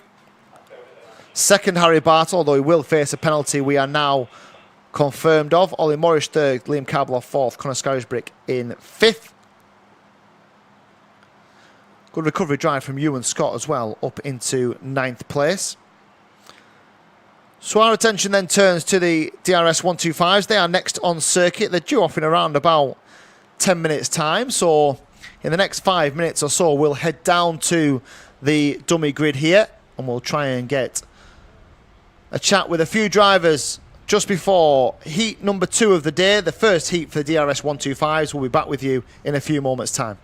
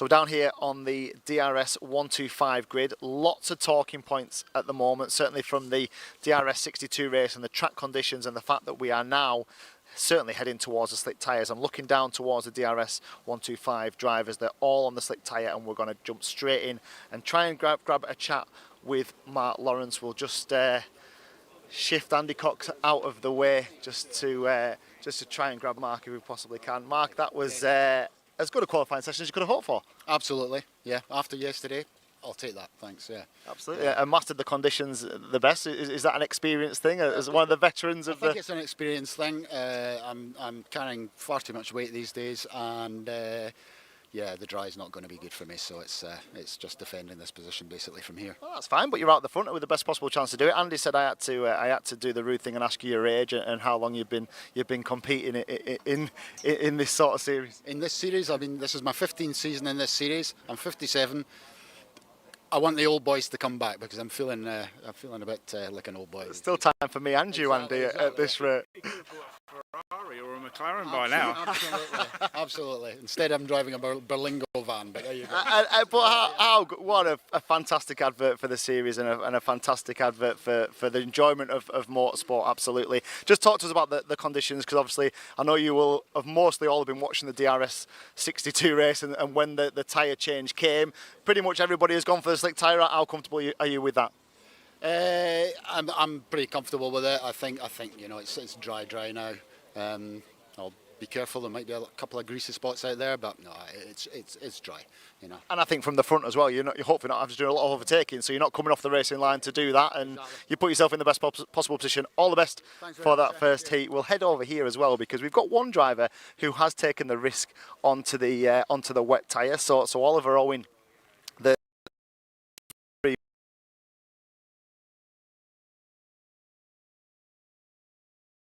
Talk to us about this decision. Talk to us about the reason that you've gone for the wet tyre. Well, we're just going for it to see what happens because it's still greasy out there, and we're not sure about the weather, so there's got to be someone that does it. You're looking at the clouds like me, and I suppose you're taking the same risk that a couple of the DRS 62s went, where you might as well have a go. You might as well see what happens. If we do get a bit of a shower, there's some fairly ominous looking clouds around still, so I suppose you've got to try and be as smooth as you can and keep as little heat into these tyres as possible. Yeah, and also in the final, I'll have an extra race on everyone else, so... Absolutely, almost sacrificing a heat, aren't you, to have that more life in the tyres when it comes down to it later on. We wish you all the best. Some interesting strategies, some interesting tactics. Just shows you the breadth of the competition and the breadth of the things you need to consider as a driver in this series. I just want to try and grab a very quick chat, if I can, with Sam Faulkner. He's just chatting to the pole man at the moment. Sam looked to me like a chain. Yeah, who's responsible for a chain coming off? Probably me, I imagine. But I'm not sure how, because it was a left-hander. So yeah, well, that's what I said. It said you hadn't hit a curb or anything like that. It just seemed to lose drive. I was hitting curbs going around the track, but I don't really know. But the problem was in that session, wherever the last lap was going to be quickest. So yeah. So missing 4 minutes of it didn't really help. But yeah, it's still okay. So a little bit of work to do, but yeah, a few to navigate the way around, and a different complexion now with a slick tyre.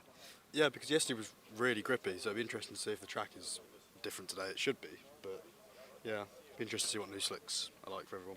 Yep. All the best. So some interesting movement from a little bit further down the grid as well. Expect the likes of Sam Faulkner to try and want to fight his way through this field, and this could be a very interesting race indeed. If this is the first two are anything to go by, we're in for a cracker of a day's racing. We'll be back in just a few moments with the first heat for the DRS 125s.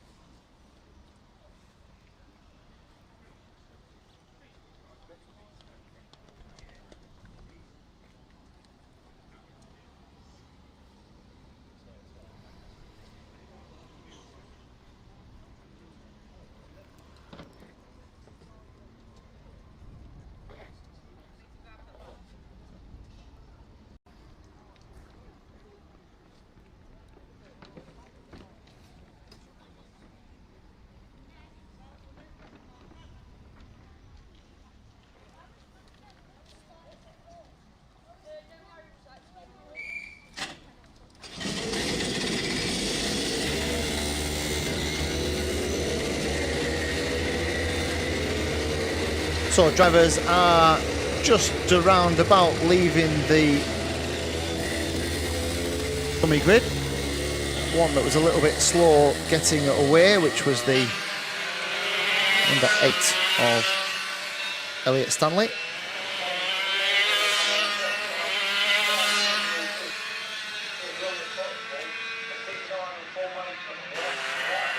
So really interesting, obviously a wet qualifying, a dry first race.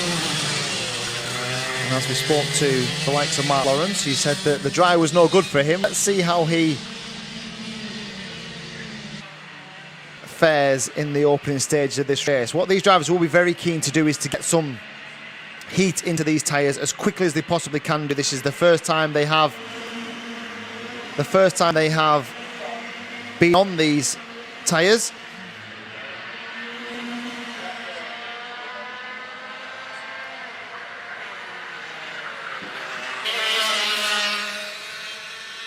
So they'll get a couple of formation laps to get some heat into the tyres to allow themselves to make all operating temperatures the way that they should be. So Sam Faulkner, the championship leader, but he starts on the inside of the third row here.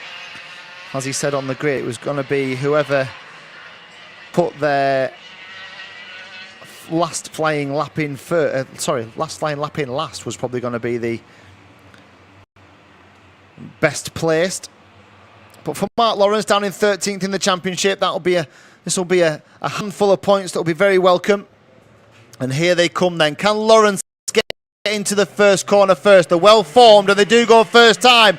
Lawrence, I think, has got the jump, although around the outside tries to go Matthew Pearce. It is Lawrence who leads them. They all squirm onto the rumble strip on the exit and head up the hill for the first time into the right-hander at Christmas Corner. And the other driver to keep an eye on here is the 318 of Oliver Owen. He's the only driver on the wet tyres. I would suggest that they're probably not working for him already. He's at the back of the field, but he's still got a kart between him and last place, which is Tommy Welsh.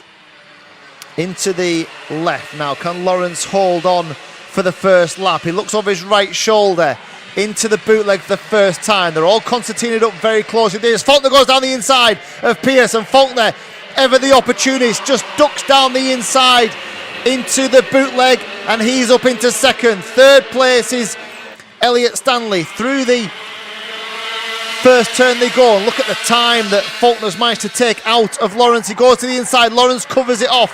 See, Lawrence is going to back all these karts up now, and he's got the absolute right to do it. Faulkner a little bit wide a little bit sideways, but Lawrence is very sideways and makes a mistake coming through the right-hander of the Ashby corner, and Lawrence has given that lead up to Sam Faulkner. Faulkner now then stretches his legs at the front, and Lawrence just holding back the advances of the likes of Stanley, Snape, Pearce, Dave Burns is in there as well. This gaggle of karts in the battle for second, third, fourth, fifth, sixth and seventh. The 316 of Jake Rigg is there as well. I'm just looking back to see what has happened to Oliver Owen. He is 8th, so Oliver Owen on those wet tyres. Sunshine at the moment is exactly what he didn't want to happen, as the leader is through the Ashby corner. Here is the new second place man, which is Matthew Pearce. So Pearce into second through the double apex left-hander. Third place is now the 5 of Tom Snape. Into the bootleg they go, and then into paddock corner comes Faulkner. What a good job he's done in just being patient for the first lap or two.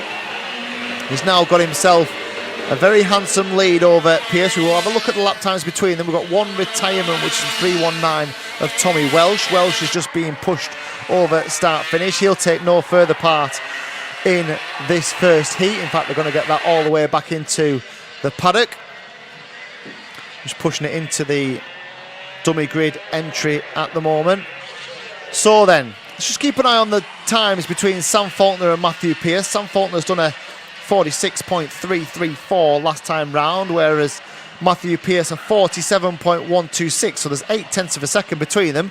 This is probably the first lap they've both had clear air. Let's see what the difference is between the front two now. Over start finish goes Faulkner, 46.3, 46.8 for Pearce, so he's still giving away half a second or so. The gap on the road is 3 seconds, so no real issue for Faulkner at the moment. There's a warning for the two. Warning for Faulkner, track limits. Now, this is interesting, isn't it? Because it happened to Bartle and he got a penalty in the DRS 62. That is the first warning for Sam Faulkner for track limits. Is it due down to the Ashby corner again? We'll have a look next time round. This battle continues for second, third and fourth. It's still led by Pearce. It's still Elliot Stanley in behind him, and then Tom Snape behind them. So there goes the leader to complete another lap. Second, third and fourth are through as well. And then it's the 197 of Dave Burns. Cal Watt is 6th. Jack Rigg is 7th. Oliver Owen has just crossed the line now. So Oliver Owen's wet tyres are costing him just around about 2 seconds a lap at the moment. So it's a risk, but probably a risk worth taking if he didn't feel, certainly on the dry tyres, or he certainly feels that later on in the day, certainly for the final later on, he's going to have the freshest tyres by around about 10 minutes. So that might stand him in good stead, and we'll keep an eye on that, especially in a small field as well. Could put him in a really good place come 4 o'clock this afternoon. Faulkner then leads and is through to complete another lap. No change in this battle for second, third and fourth. Pearce, Stanley and Snape. Lap times between first and second are, well, there's 4/10 or so in it. A 46.1 for Faulkner, a 46.5 for Matthew Pearce. So Sam Faulkner certainly blazing a trail at the moment. He's very wide again, isn't he? Very, very wide through the Ashby corner.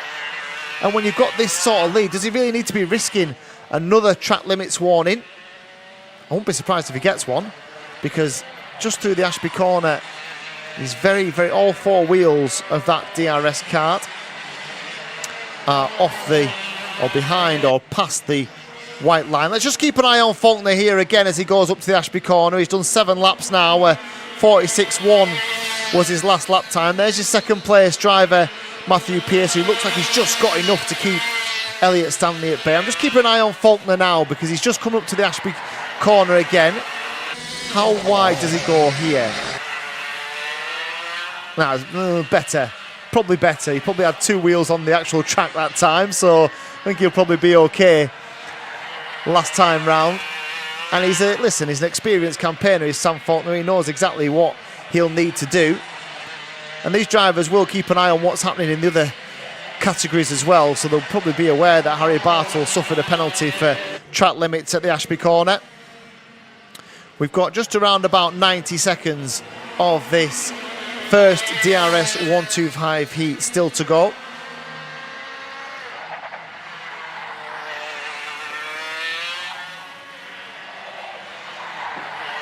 And Faulkner it is who leads. Here he is now. This is the corner of...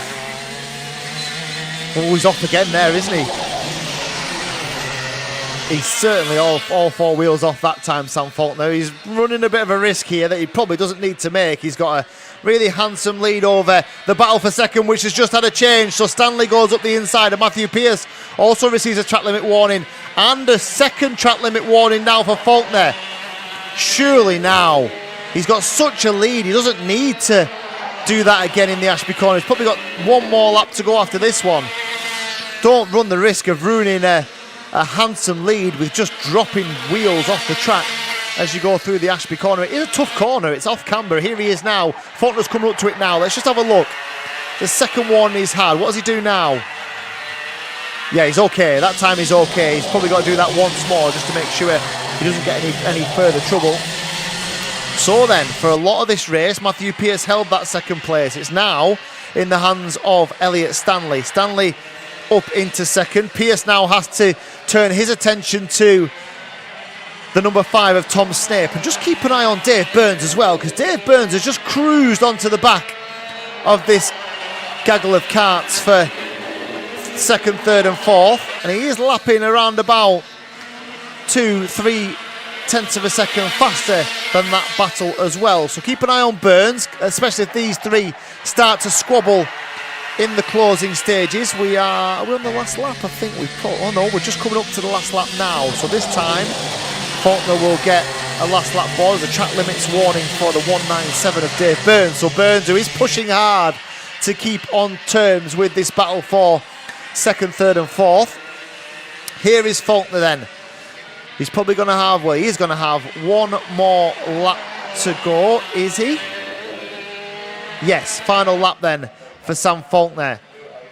Just keep an eye on him as he goes through the Ashby corner as well. He's had 2 track warnings limits, doesn't need to do anything silly now. He can cruise round and still win this race. Battle for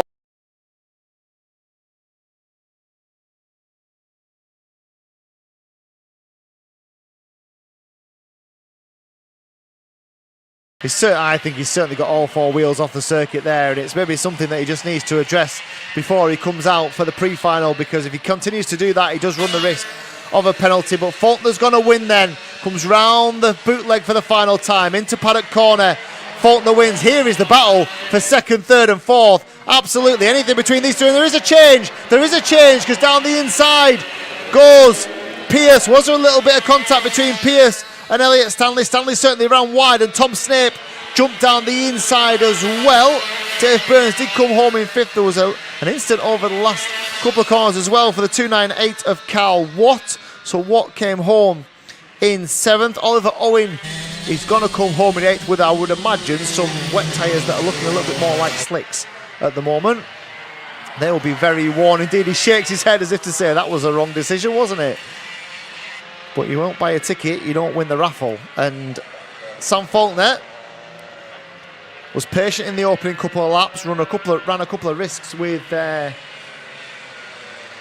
track limits, and we've got Matthew Pearce under investigation as well. So the officials are going to have a look at that move on the final couple of corners that involved Pearce, Snape and Stanley. Stanley demoted down from 2nd to 4th. Some very close racing indeed. So the officials will look at that. We will see what the outcome is in the near future. What we've got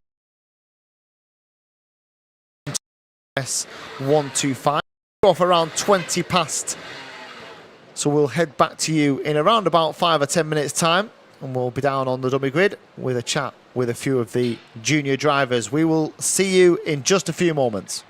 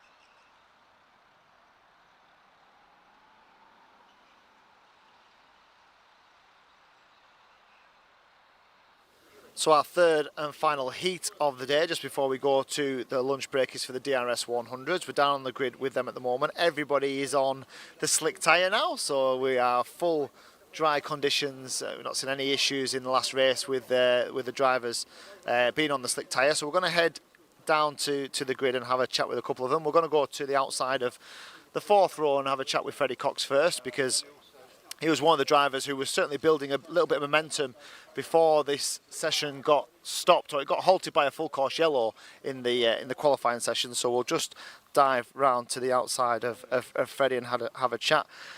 Freddie, interesting qualifying, because everybody seemed to be going faster, and then the full course yellow came out and it sort of stopped everyone's session, didn't it?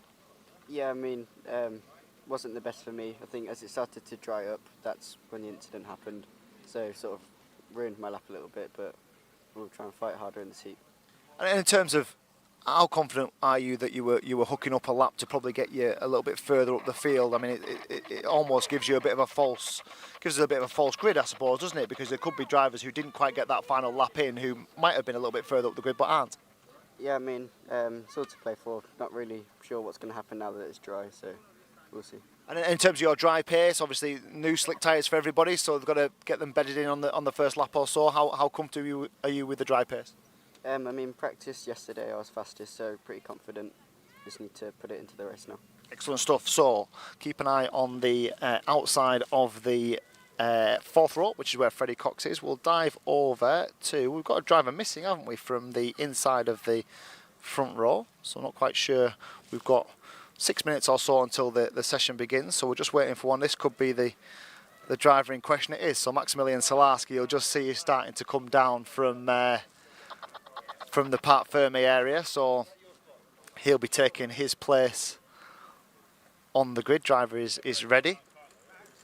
Again, a new set of Vega tyres on all these. You can see the shiny surface. We'll just grab a quick look at Sherian Powell's front tyre here. You can see the shiny surface here, which is effectively what donates a brand new tyre. The tyre then gets goes through a chemical reaction. It goes through a chemical phase. When they start to put the energy through it, it then looks obviously worn. It starts to work. It starts to give you the optimum grip that the drivers require. But what I can tell you is when the drivers go out initially on these tyres, on these brand new tyres, it's like driving on ice. It's particularly slippery indeed. We're just going to duck over and speak to Charlie Ratford. So Charlie starts on the inside of the third row. Charlie, I was just talking to Freddie Cox there about how it was a bit of a stop-start session because drivers who were just starting to get a bit of momentum going then lost maybe a couple of laps because of the full course yellow.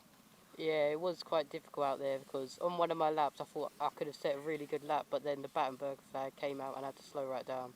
And I suppose that almost might give us a bit of a topsy-turvy grid here. So I suppose it leads to potentially what could be a really good race. Everyone's on new slick tyres. The circuit's now dry, so maybe drivers who were quick in the wet might not be as quick in the dry. How are you seeing this? Are you seeing it as a little bit of an exploratory couple of laps and see what everyone's pace is like? How comfortable are you with your dry pace?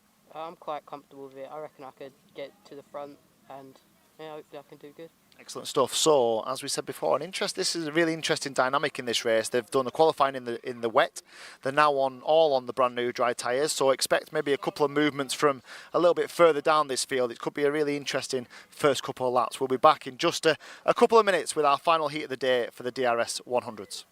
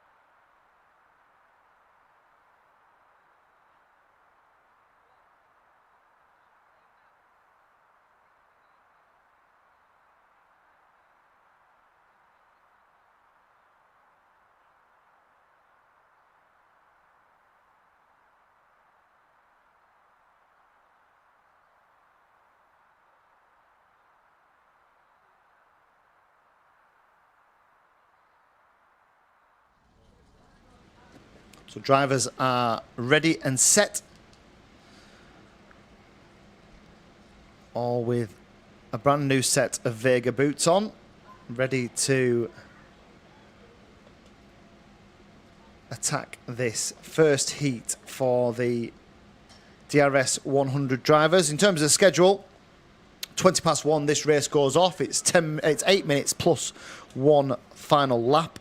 We then have a break between 13:31, 1:30 and 2:25, which is when the DRS 62 pre-final will commence. That's also 8 minutes plus a lap, and then we're in from around about 20 to 4 for our 3 main finals. All of the DRS competitors complete a qualifying session, a heat, a pre-final and a final in an action-packed day of racing. And the weather, for those interested in the weather check, is pretty good at the moment. The sun is shining, but it's certainly a lot better than it was earlier on today. I don't think the forecast is actually too bad. It's meant to be mostly cloudy and overcast from here, but I'm certainly not seeing any additional rain in the immediate future. As the dummy grid official blows her whistle and signifies for the drivers to start their engines, and they will then wait for her to wave the green flag. And we are off. Right, one problem, or a slight problem for the 135 of Maximilian Salarski. Seems to have fixed whatever problem. He was late to the grid as well, wasn't he, in the olden days? Again, talking like I'm in my 50s and 60s. But previously there used to be a real clamp down on coming late to the grid. They used to shut the grid.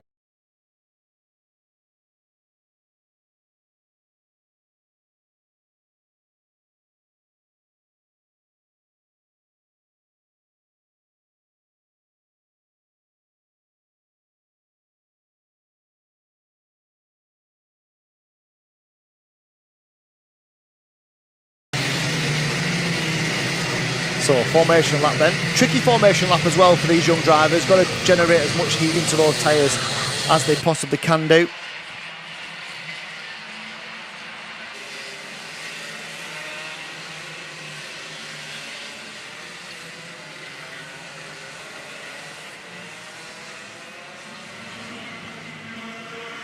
So they'll have a couple of laps to get the heat into those tyres. Doesn't take first couple of laps, because we've maybe got drivers who were ready to post their fastest time in the last 2 minutes of that session, and the qualifying session was halted rather abruptly by an incident involving Sherry-Ann Powell and a couple of the rookie drivers. Archie Cole was one of them, and Jake Woodrow. So maybe a couple of drivers who could have been higher up but they're not higher up the grid, and therefore we could see some movement here in the early stages. Let's have a look. They're far too fast this time round to go first a second time of asking. So we will get another formation lap.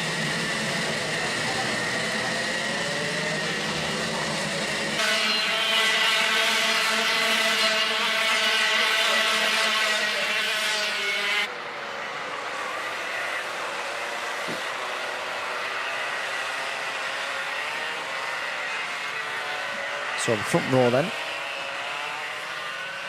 Oscar Walmsley-Jones and Rome Campbell-Pilling on the front row. Maximilian Salarski just tucked in behind in third on the grid.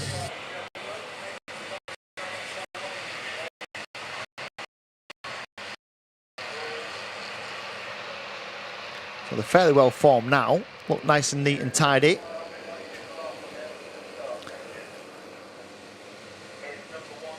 Outside of the second row is Alicia Pawlowski. We'll try and grab a chat with her before the pre-final. It's a birthday on Tuesday. 15 years old is Alicia. Many happy returns to her for next week. Right then. Walmsley-Jones and Campbell-Pilling. It looks like Campbell-Pilling's got the drop. He has. He just cuts right across the front of Oscar Walmsley-Jones, which is more than entitled to do. And I think Pamowski has got through as well, has she, into second place. They head up the hill, false start. false start flag is activated. The green flag with the yellow chevron means that the drivers have to reform. Could usually take them a little while to reform as well. I didn't think there was much wrong with it really. It was maybe Campbell Pilling just got the drop, maybe just had too much of an advantage over the poleman Oscar Walmsley-Jones. Remember, Oscar Walmsley-Jones has the right to dictate the pace all the way up to the line. So if the driver on the outside breaks formation and gathers an advantage, they often put them back into a restart, which is where we are now. Now, let's see if we can do the same again, because Rowan Campbell-Pilling will be after doing exactly the same again. I can tell you that for a fact. He will want to get the drop on Oscar Walmsley-Jones. Will he? No, he hasn't this time. And the other driver to lose out is Palmowski, because she had got all the way up into second place as well. Oh, we'll false start again. Are we false start again? Yeah, we'll false start again. Oh, not quite sure. What are they too fast? Is that? I'm trying to work out what the. Look pretty good to me. I'm not sure that Oscar Walmsley-Jones has realised, or he has now. Have they realised? I'm not sure they have. They look to be still circulating at a good pace to me. Walmsley-Jones is racing here. He hasn't seen, or hasn't? Oh, he has now. He has now as they come out of the double left and they all slow down. And we're going to have another go. I wonder what point they red flag this, because after a couple of false starts, there's usually a stoppage and a ticking off for the front two. I can only assume they're too fast. I can only assume that the officials deem it to be too fast. It looked okay to me. But we will see. Andy Cox is down there now. The clerk of the course is there as well. They're being told to slow down. They're being told to go to the line together. Pilling looking right across, and there's where I think that's messy, but are we go? We are go. Campbell Pilling, does he get down the inside? He does. So Campbell Pilling nicks down the inside onto the second part of turn one, and he now hits the front. Palmowski, I think, is up into third place, and Walmsley-Jones is second. Down the hill they come then to the Osprey. Oh, and Palmowski down the inside. Can she make it stick? Walmsley-Jones alongside. There's a little bit of contact between the two of them. Palmowski has scored the long way around the outside and may lose that third place as well. Does she? Ooh, yes, she does. So she loses that third place to the 135, and she immediately takes it back from Maximilian Salarski. So they're scrapping these two. Salarski's back down the inside into paddock. It's very, very close. Palmowski gets a little touch on the outside, gets a little rub. And we are now full course yellow. Well, it's all happening, isn't it, at the start of this DRS 100 race? We are full course yellow, which means the drivers have to slow down. We've got an incident. We've got a cart stranded on the way through the Christmas corner. So the drivers will slow down, line of stern. They will continue round. The drivers at the back of the field will be given the chance to come and catch up with the rest of the pack. It was a frantic first few corners, first lap or so. We had a Palmowski down the inside of Oscar Walmsley-Jones at the right-hander at the Ashby corner. Tried to take that second place, didn't make it stick then. Came under pressure from Salarski, and the two of them had a good old ding-dong all the way around to the start-finish line. So Palmowski is back down to fourth. Salarski is third, Walmsley-Jones is second. While all that was happening, Rowan Campbell-Pilling was like, thank you very much, and was just starting to ease away at the front of the field. He's now had to back the pack up now. The trick here is to try and get the best possible jump, to try and hit the gas at a point where you can just put a little gap between yourself and the drivers behind. They'll all be on tender hooks here. The senses will be alert. They'll all be ready to see the green flag. Will they get the green flag at the start-finish line this time round? I think they probably will. The track is clear. So Campbell-Pilling will come off this last corner. Is he hitting it now? No, he slows down. Comes round to the start. Now he looks to the green flag. He waits and waits, and then he goes. He's done it quite well, Campbell-Pilling. He waited and waited, and then he dictated when he's got himself just enough of a gap between him and Oscar Walmsley-Jones, and Salarski dives to the inside. Him and Walmsley-Jones side by side up into Christmas Corner. They come down to Ashby now for the second time in this race, and Salarski has to hold line of stern behind Oscar Walmsley-Jones. He's got Palmovsky just in behind. Behind them is Charlie Ratford, and then Freddie Cox is behind him, and Ratford and Cox are squabbling over. Go through the right hander of the bootleg down towards the right hander of Paddock Corner, and Campbell Pilling leads. He's got a good advantage now of some 0.8 of a second between himself and Oscar Walmsley-Jones. Salarski, Palmovsky, Cox, Brierley. Good recovery drive so far from Dylan Brierley up into 6th place. We have got a technical for the 149. Who is that? So the 149 of Jake Woodrow. So a technical pump for him. I'm just trying to see him as he comes round, see if I can identify what the issue is for the rest of them. And there's an investigation on 136 as well. So the 136 of Max Reed. Max Reed is currently down in 12th place. Here is the battle for the 4th place. Walmsley-Jones, Palmovsky, who has now got past Maximilian Salarski. Brierley is up one more as well at the expense of Freddie Cox. Cox 6th, Ratford 7th. He's the top rookie so far. Cherian Powell is 8th, and Sam Halley-Hicksman is 9th. Ethan Critchley 10th, and then behind him Daniel Ware. Maximilian Reed, the driver who just got the under investigation warning previously, he's now in 12th. Here is the leader then. Gap between Campbell Pilling and Walmsley-Jones is just around about 1.1 seconds. He's lapping Campbell Pilling around about 4/10 a lap quicker at the moment. Palmovsky and Salarski 3rd and 4th. That's the battle at the moment as Brierley is up into 5th. And Brierley sets the fastest lap of the race so far, 47.014 for Dylan Brierley.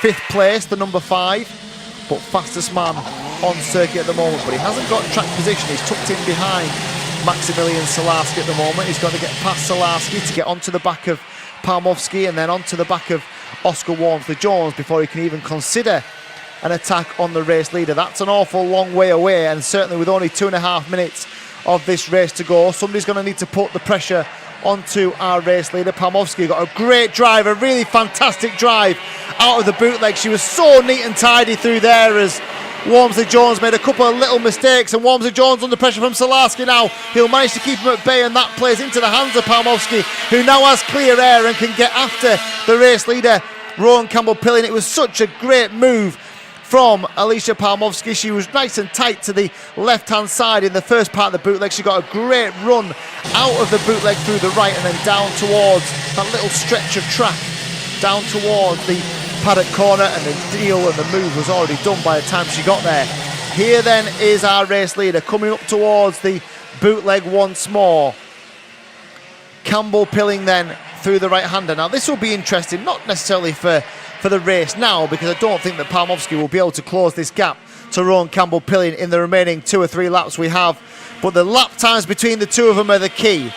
Has Campbell-Pilling got the pace in the bag to extend away from Alicia Palmovsky? There's about 1/10 of a second in terms of lap time between them at the moment. The 1:08 of Campbell-Pilling. The number 2, the vice champion from last year, Alicia Palmovsky, in 2nd place. She missed the Rissington round of the championship. She was at the Grand Prix at Silverstone, so she missed that round. She can drop that round, so the scores won't necessarily count for her.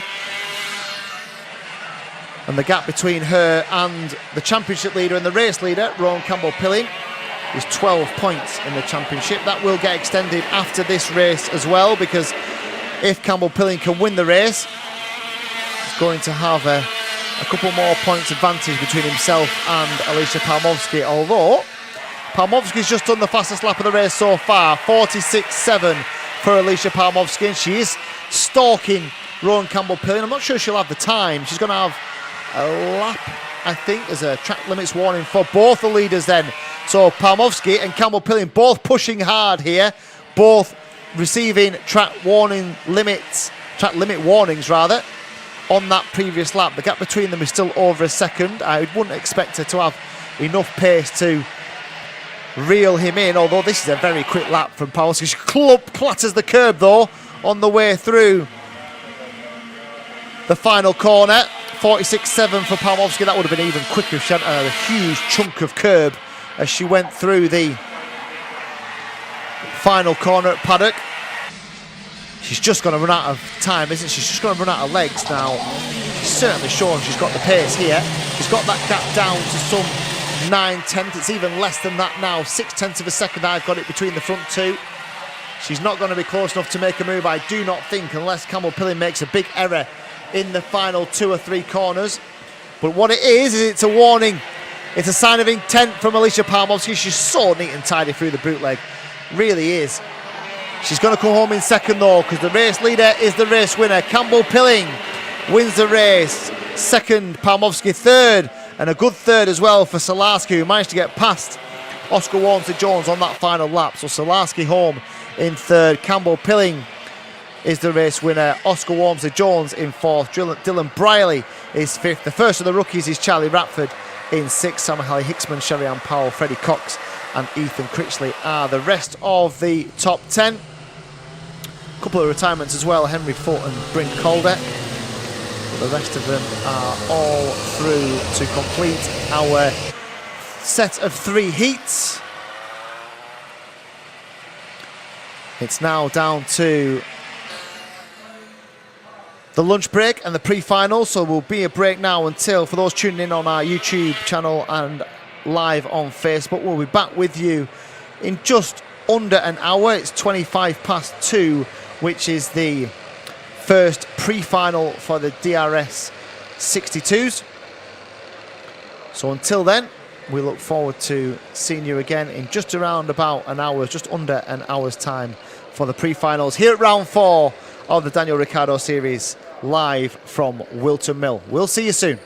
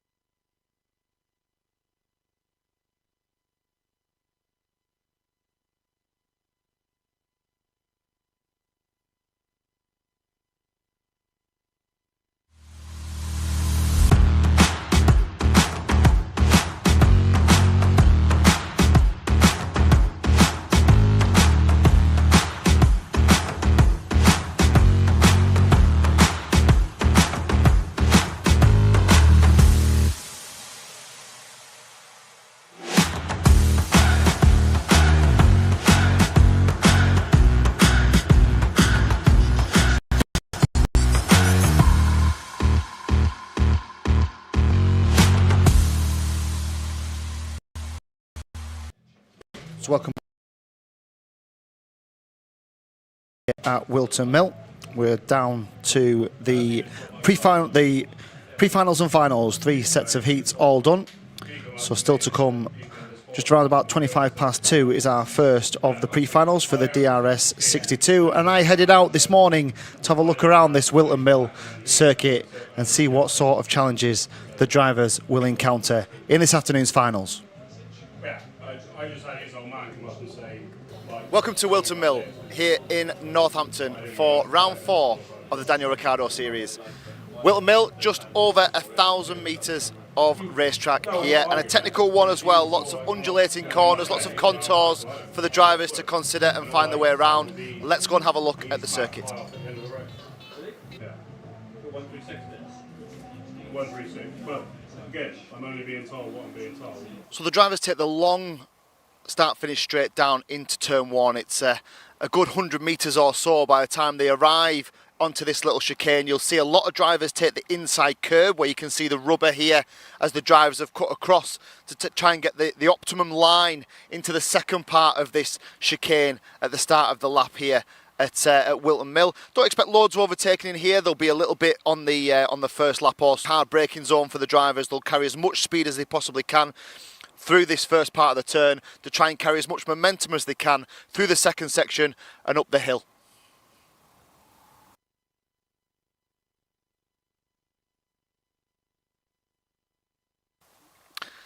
The exit of turn 1 at Crook is wide, really wide. You can see here we're on the external part of the circuit, and drivers will use all of this if they possibly can do to get themselves the best possible run. This is where the circuit starts to climb, starts to go right up to the top end of the circuit, up the hill here into one of the best overtaking opportunities. So watch for the drivers here.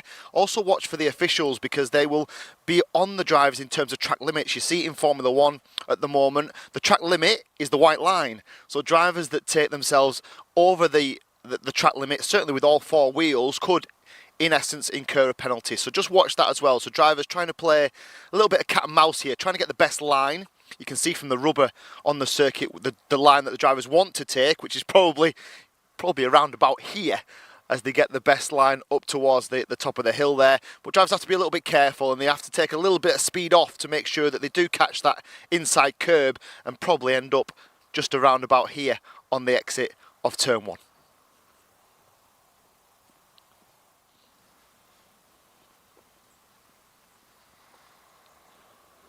And the reason that exit from turn 1 is so important is you climb all the way up this hill. It's quite a steep incline as well up towards turn 2, and probably the best overtaking opportunity around this Wilton Mill circuit. The fact that it is uphill means that you can brake a little bit later. The law of gravity means that you can brake a little bit later, use a bit of the slope to slow you down, but it does mean you can dive to the inside after getting a long slipstream up this back straight here at Wilton Mill. The corner is tight and it tightens as you go into it. If you can find a way onto the inside apex and down the inside, you really avoid your opponent getting back at you, because the next corner comes up so quickly, the little left kink into the right-hander, which drops back down the hill. So this is really the one overtaking opportunity that is quite safe. Once you make the move here, it's very difficult for a driver to find their way back past on the counter-attack, really until you've dropped down the hill and into the stadium section of the lap here at Wilton.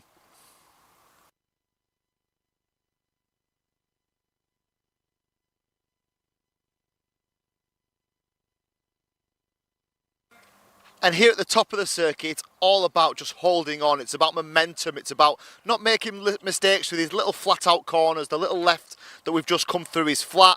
This looks a little bit tighter, but it's not really, certainly for the DRS 62s, the DRS 100s, certainly absolutely flat out through here. You'll see them take the inside curb. And this is the point in which the circuit starts to slope away. So we've spent the first third of the lap going uphill, which means that we can brake a little bit later, we can be a little bit braver. Now all the circuit wants to come away from us, it wants to come down the hill, becomes a little bit more treacherous, certainly as the heavens have just opened as well. So expect the tyre choice to be very prevalent today so far, certainly if this weather stays as it is now. And this sort of corner in the wet becomes so much more difficult. You can almost feel it underfoot. It's very slippy, because when rubber gets wet, it becomes very, very slippery indeed. So drivers have to be careful here. This is one of those corners where it can catch you out very quickly, and all of a sudden you end up on the curb, on the grass, and in even more trouble. So expect as the circuit starts to slope away, drivers to be a little bit more careful.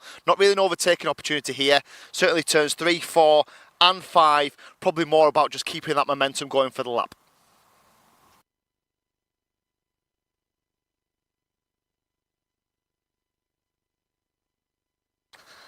And the downhill continues into one of my favourite corners here at Wilton Mill. Nice and wide on the left for your entry. You get it as tucked in, as nice and tight to the apex as you possibly can. But this is quite a heavy brake. This is quite a heavy stop on the way into this corner here. There is an overtaking opportunity as well for those who are brave and can dive down the inside, because there's a big open space on the way out of this little hairpin, this little 90 right here at Wilton Mill. And you can again run the risk, I suppose, of carrying that extra momentum. Just watch the track limits on the outside, and then as quickly as you can, you'll see the drivers shift over onto the right-hand side to get the best line into the double left.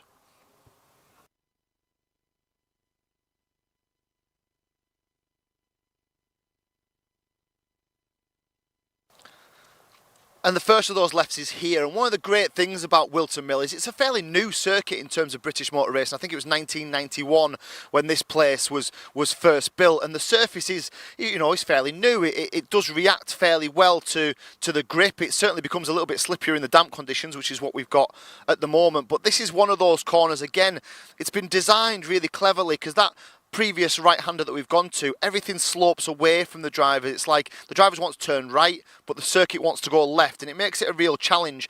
Here, we want to go left, of course, but the circuit actually wants to pull us to the right-hand side just because of the camber and the way that the circuit slopes down into and then out and away from the corner. So drivers have to be a little bit careful around these areas just to make sure that they've got the line correct, that they don't get a little bit wider than they need to be and get caught up in these quite chunky curbs. We're about to see, you know, a huge curb at the end of the first lap, but this curb on the outside is quite chunky as well, and you just got to be careful that you don't come across a mechanical problem by clouting those curbs too often. The inside curbs here at Wilton Mill are fairly friendly, and you will see drivers, and you can see here from the curb itself, the amount of rubber, the amount of black marks on the curb, and even if you come down and feel the curb, it's quite tacky. You can feel the rubber and the impact that that's had for the drivers, and the way that it allows them to carry that extra speed and extra advantage. So expect to see drivers taking a lot of inside curb today. The danger is the outside curbs, certainly not quite as friendly.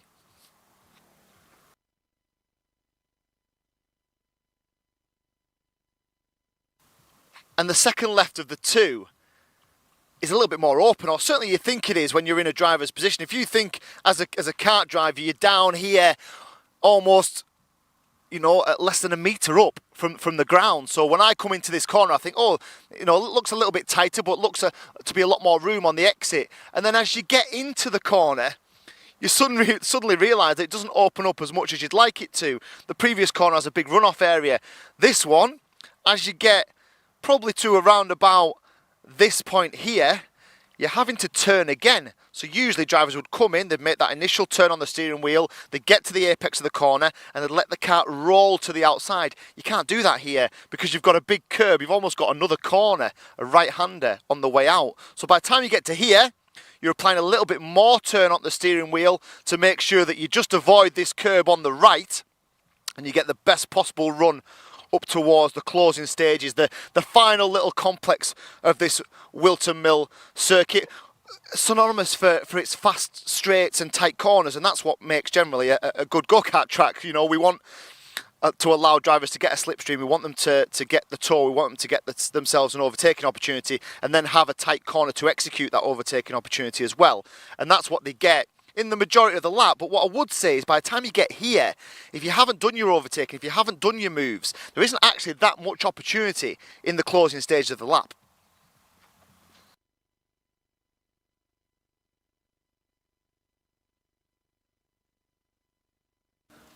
And the grand finale then of this Whilton Mill circuit. So this is technical, it's tight, it's twisty. It's where a lap can be won, or a race could be won or lost, where a lap can be ruined or succeed, if you like. Another chicane, another left, right, and then it comes out and into the final corner. This again, loads of inside curb, but drivers won't want to go too quickly into here, because if you do, it throws you onto the right hand side of the circuit, and drivers need to stay over to the left, almost where the pit lane entry here is on the left hand side, because they need the best possible line into the right hander. The reason they need the best possible line into here is because the last corner, the momentum you carry from the last corner, sets you up all the way down that main straight and into the chicane to the start of the new lap. So you really almost sacrifice a little bit of speed here to get the right line, to get the you want to the start of a new lap.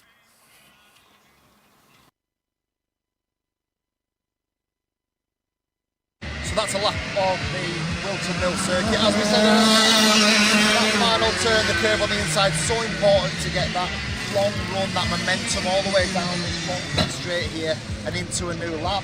We're here at round 4 for the Daniel Ricciardo series. The weather is changeable. We'll see how the drivers adapt to the different weather conditions. At the moment it's wet. We're only tend to buy with this Wilton Mill. It just becomes slippery, a little bit easier, a little bit greasy, and the top surface, certainly on the rubber, on the darker lines. So let's see how they adapt, and let's see how the drivers get on in qualifying.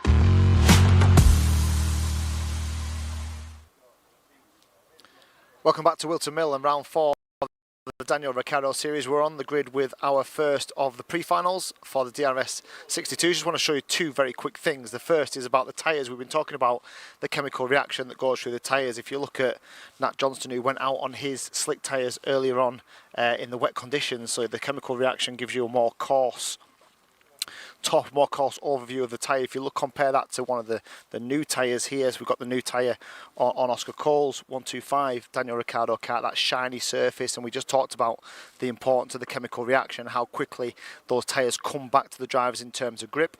We also just want to have a quick chat with Ollie Morris, who's on the front row of the grid, number 113, and what a good job he did in staying out of trouble when everyone else fell over each other. Ollie did a great job in just keeping out of trouble, really, didn't you? And all of a sudden found yourself on the front row for the pre-final. Yeah, first time I've ever really been up this high. I'm a bit nervous, but trying my best, I guess. Yeah, absolutely, and I'm sure you'll find, in my experience, that nerves will very quickly disappear, and once you're out there and you're doing it, is it just a case of, getting through those first couple of corners and settling into the race?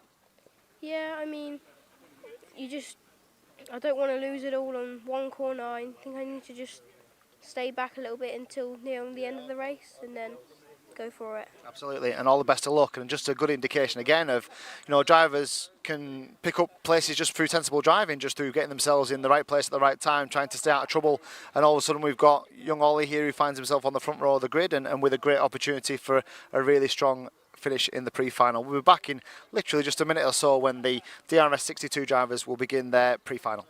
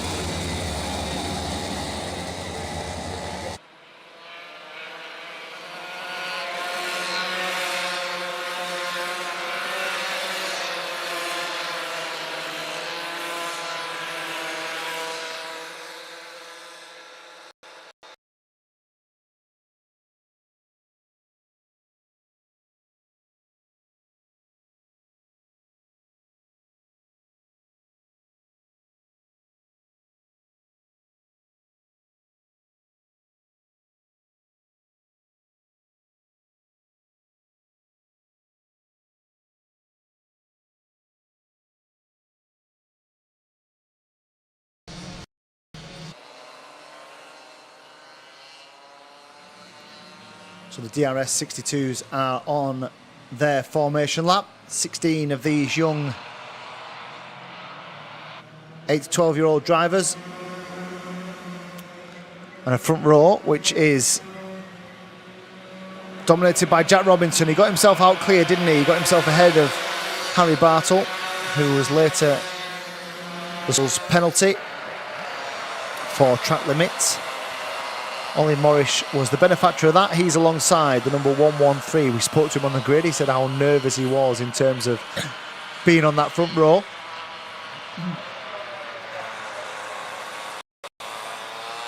So Robinson and Morris, then Liam Karbalov, and then Conor Scarisbrick, the championship leader, is on the outside of the second row. Remember, the first heat this morning for the DRS 62s were in the wet conditions. They are quite quick here. In fact, they're very quick here. And we've got two at the back of the field that are just struggling to keep up with the pace of this formation lap. So they are going to be sent round once more.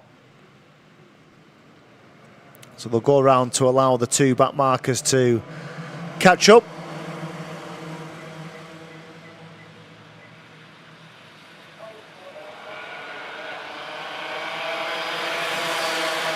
Around Crook Corner, which is turn 1 here, turn 1 and 2, up the hill towards the Christmas Corner, which is where they are now.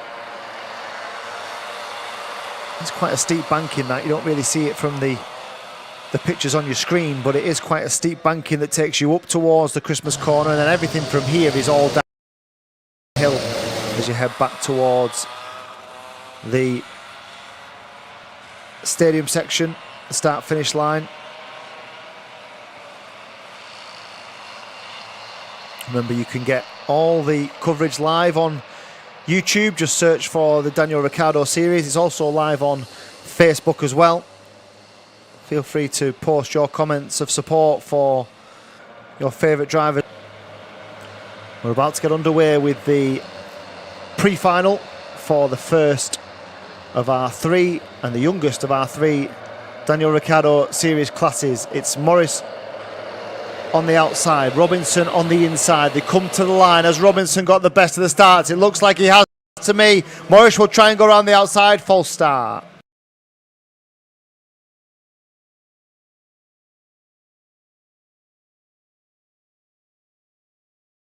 False starts. I wonder if they're probably a little bit quick as they went over the start-finish line. They were certainly in line. I don't think anybody had really broken formation, but faster than the start official would have liked them to be.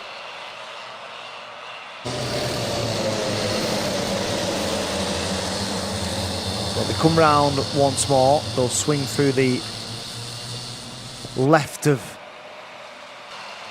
Chapman Corner, which is where they are now. And then this back straight into the boot.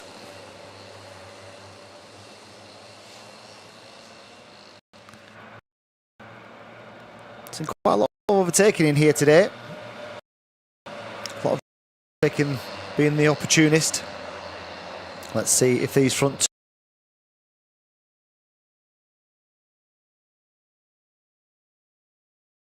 outside the 113.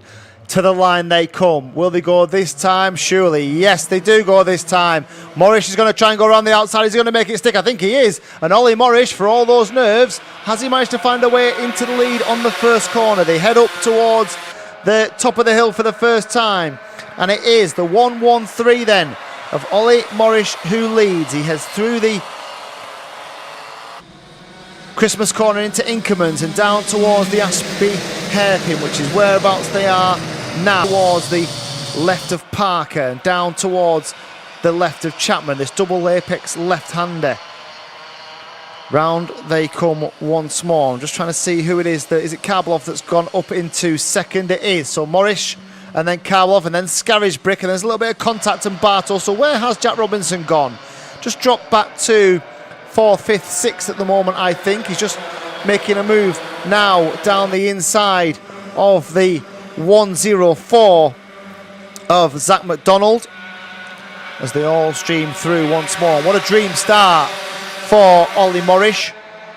as he heads up towards the Christmas corner once more, round the top bend and into Inkerman's, this very fast right-hander, flat out for these DRS 62 cars. Down inside goes Scarisbrick. Has he made it stick this time? He has made it stick this time.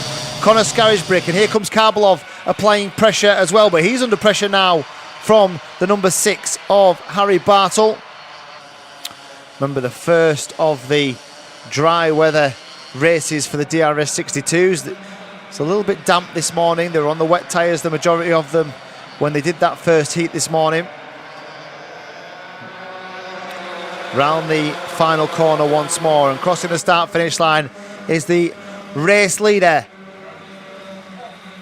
and the championship leader, Connor Scarisbrick. He heads through to complete another lap. It's 8 minutes plus a lap of this race still remaining, and here comes Bartle down the inside, although he gets the door firmly slammed in his face by Ollie Morris. Says no thank you, I've got eyes on Connor Scarisbrick ahead. Good defensive work there from Ollie Morris. Yeah, certainly did have the line and had the right to close the door on Harry Bartle, who just wasn't all the way along the inside, was he, as they went into Christmas corner a lap or so ago. But he's right back on terms with him now as they go into the boot through the right-hander down this short straight towards Paddock, and Morris is still there or thereabouts with Scarisbrick, isn't he? He's just about there and in touch as they fling left and then right and then up the hill towards Christmas corner once more. Bartle's got the run this time, as he. Morris then shuts the door again, and again just got eyes for Connor Scarisbrick ahead has Ollie Morris.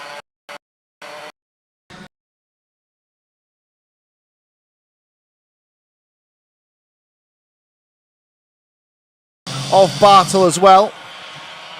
And here he comes down the inside. Robinson then takes that third place away from Bartle, and Bartle snaps right back at him on the undercut and retakes third place away from Jack Robinson. First and second in the championship, these two.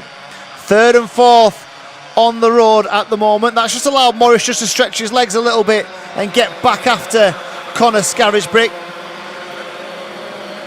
Over start finish they come once more. We've had just around about half distance of this race. A warning for the 118 for track limits. That's Oliver Harrison, who is down in 13th place at the moment, and a warning for Oscar Cole as well, the 125 down in 9th at the moment. So Walsh 5th, Ewan Scott is 6th, Karbalov's dropped right down to 7th place. Zach McDonald is 8th and Oscar Cole 9th, and Nat Johnston is into 10th. He was one of those drivers who will have more wear on his tyres than the rest, because he used his tyres this morning in the rather damp first heat. Warning for 125, so Oscar Cole a warning this time round. In 9th place. Over the line come the leaders. Now, has Ollie Morris got the pace to get back on terms with Connor Scarisbrick? The gap between them is around 3/10. He took a 10th out of him last lap.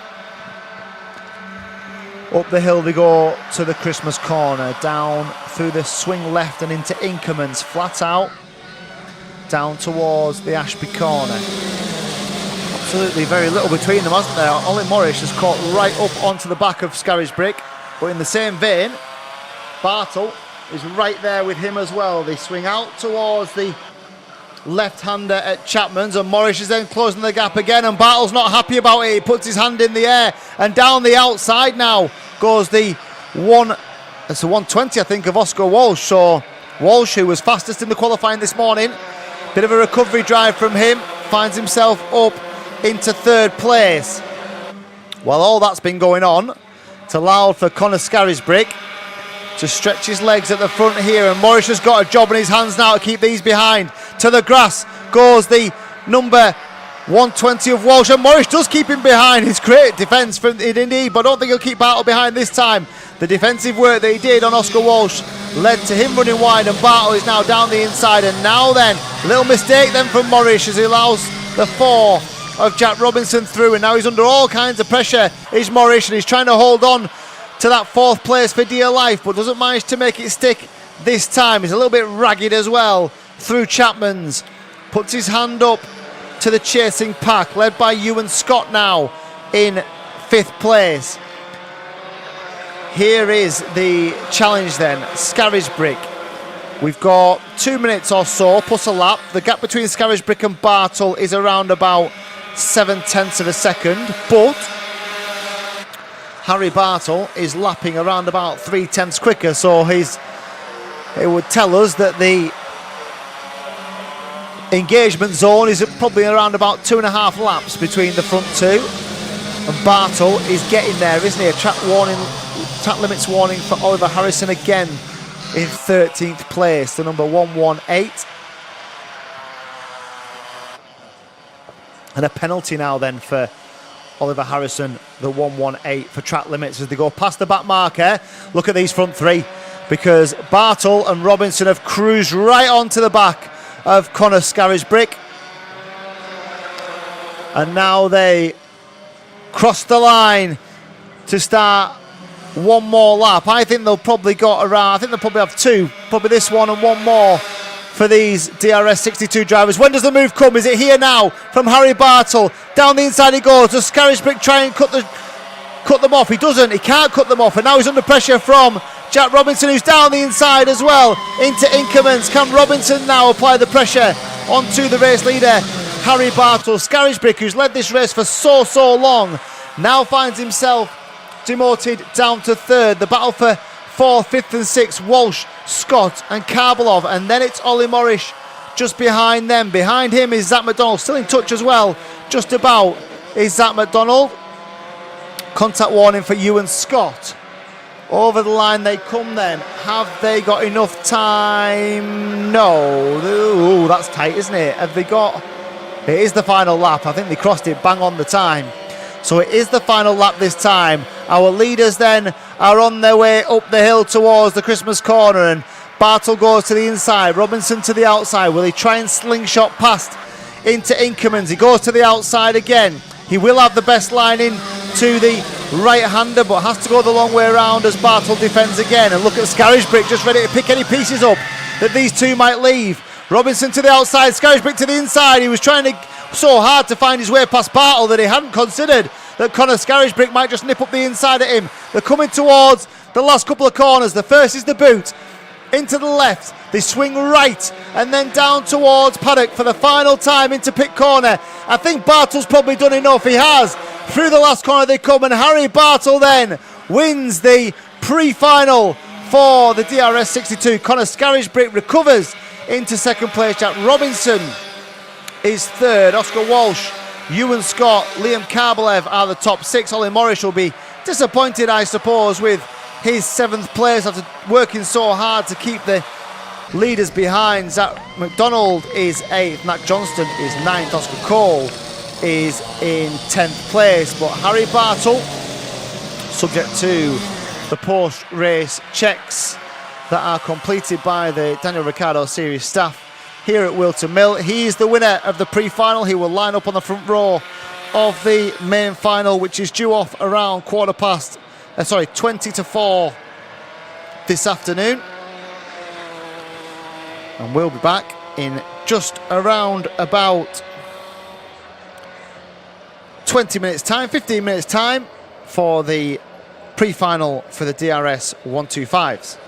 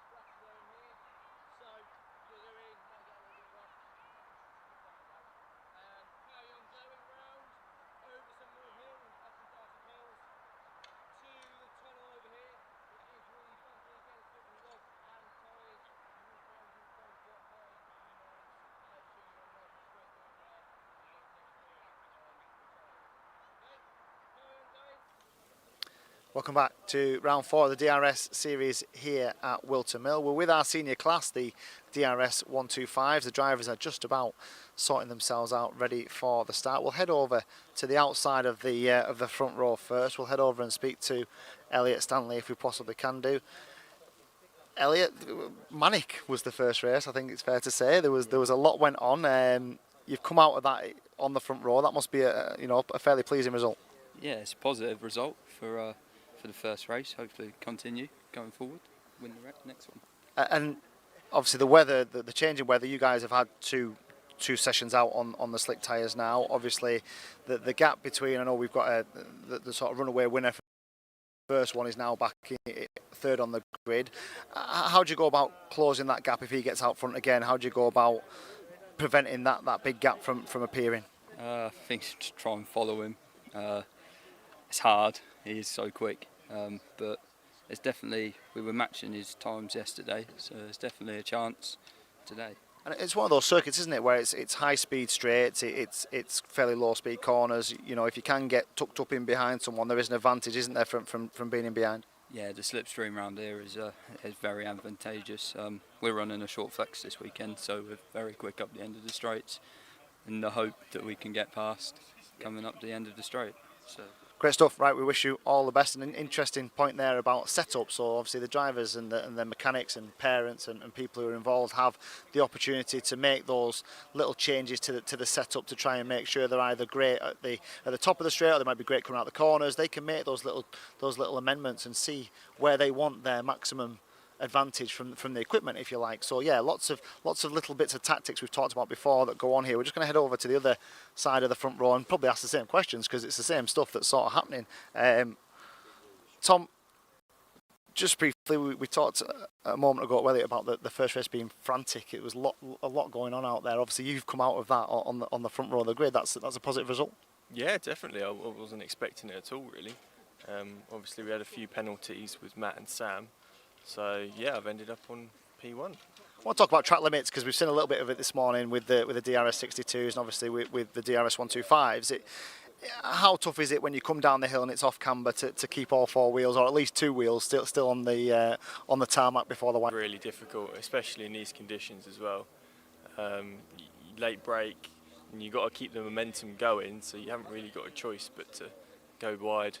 I suppose that's the argument, isn't it? You're trying to push, you're trying to get everything out of the kart that you can, and to push sometimes it takes you past those track limits. In terms of this race, what's the strategy? Is it a key of getting yourself out front, getting your head down, let them squabble in behind you and try and get that little advantage early on? Yeah, well, I'm at the front, so I've got the advantage of having a clear track, so no collisions or anything happening in front of me. So yeah, just head down, flat out, really. Good. We wish you all the best. So again, we talked about strategy, we talked about setup, we talked about the different options that these guys have. The other thing is the strategy of the race itself. So drivers off the front row will want to try and hit the front early. They'll want to try and get that clear air, because races can very much be won in the first 2 laps of the race. If you're out front and you've pulled a gap and these guys are all falling over each other, yeah, you put yourself in a great position to let them do all the running from that. And that's pretty much what Sam Faulkner did in the first race. He bided his time on lap 1 and 2. He found a way past. He pulled a big gap, and everybody else behind started to fall over. It's in races. So obviously we've got Sam who won that first race and had a penalty from there. So he's now on the inside of the front row. So keep an eye on the 283. Keep an eye on the number 2 of Matthew Pearce as well. We've got a lot of competitive drivers in this DRS 125 category. And really, it's very, very difficult to predict in these early stages as well. So we'll be back in a few moments' time with hopefully a repetition of what's been some very close racing so far with the DRS 125s. We'll see you soon.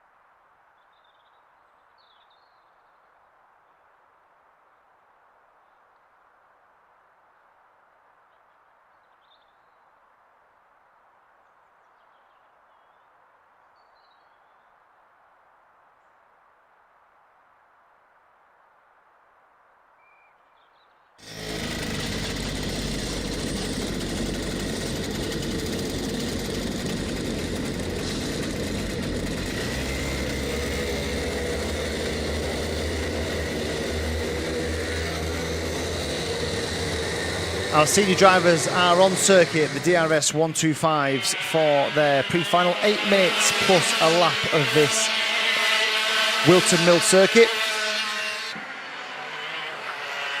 And they're led out this time by Tom Snape.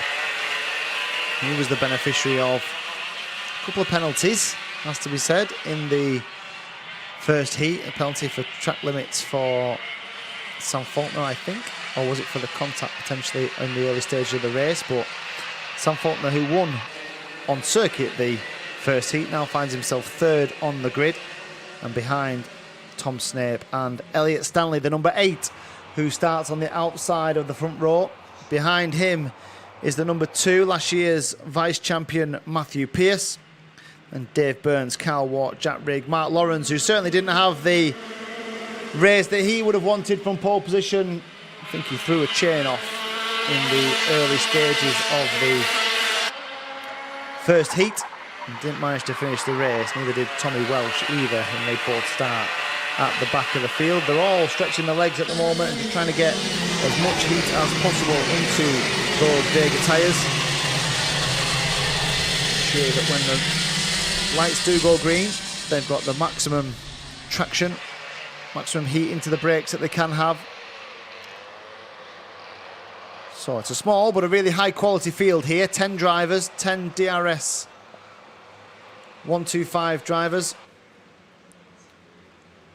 So Snape and Stanley, first and second, going into the first corner. Keep an eye on Faulkner, championship leader, 283 on the outside, on the inside of the second row.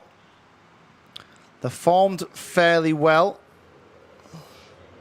Here we go then. Lights are on red. Looks pretty good. It is good, and they're away first time. And Faulkner jumps straight into second behind Tom Snape, who makes the most of his pole position. Is under pressure from Faulkner as well as they go up the hill for the first time. He closes the door on Sam Faulkner, and round the outside of Faulkner goes the 2 of Matthew Pearce into Inkermans and down towards the right-hander for the first time. A little bit of understeer from Tom Snape as he just manages to get enough heat into tyre, or wrestles with the heat in the front tyres.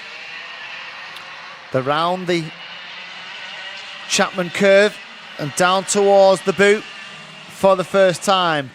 A little bit tidier from Faulkner than Snape, a little bit loose, a little bit wide from Tom Snape, and he's under some pressure here as they cross the line for the end of the first lap. Elliot Stanley is in third place. Matthew Pearce and Dave Burns, Carl Watt, Oliver Owen, who will be on these slick tyres for the first time. As here comes Faulkner down the inside, leaves it late, and through as well goes Elliot Stanley. So it's first to second and third into second as they went through the Christmas corner.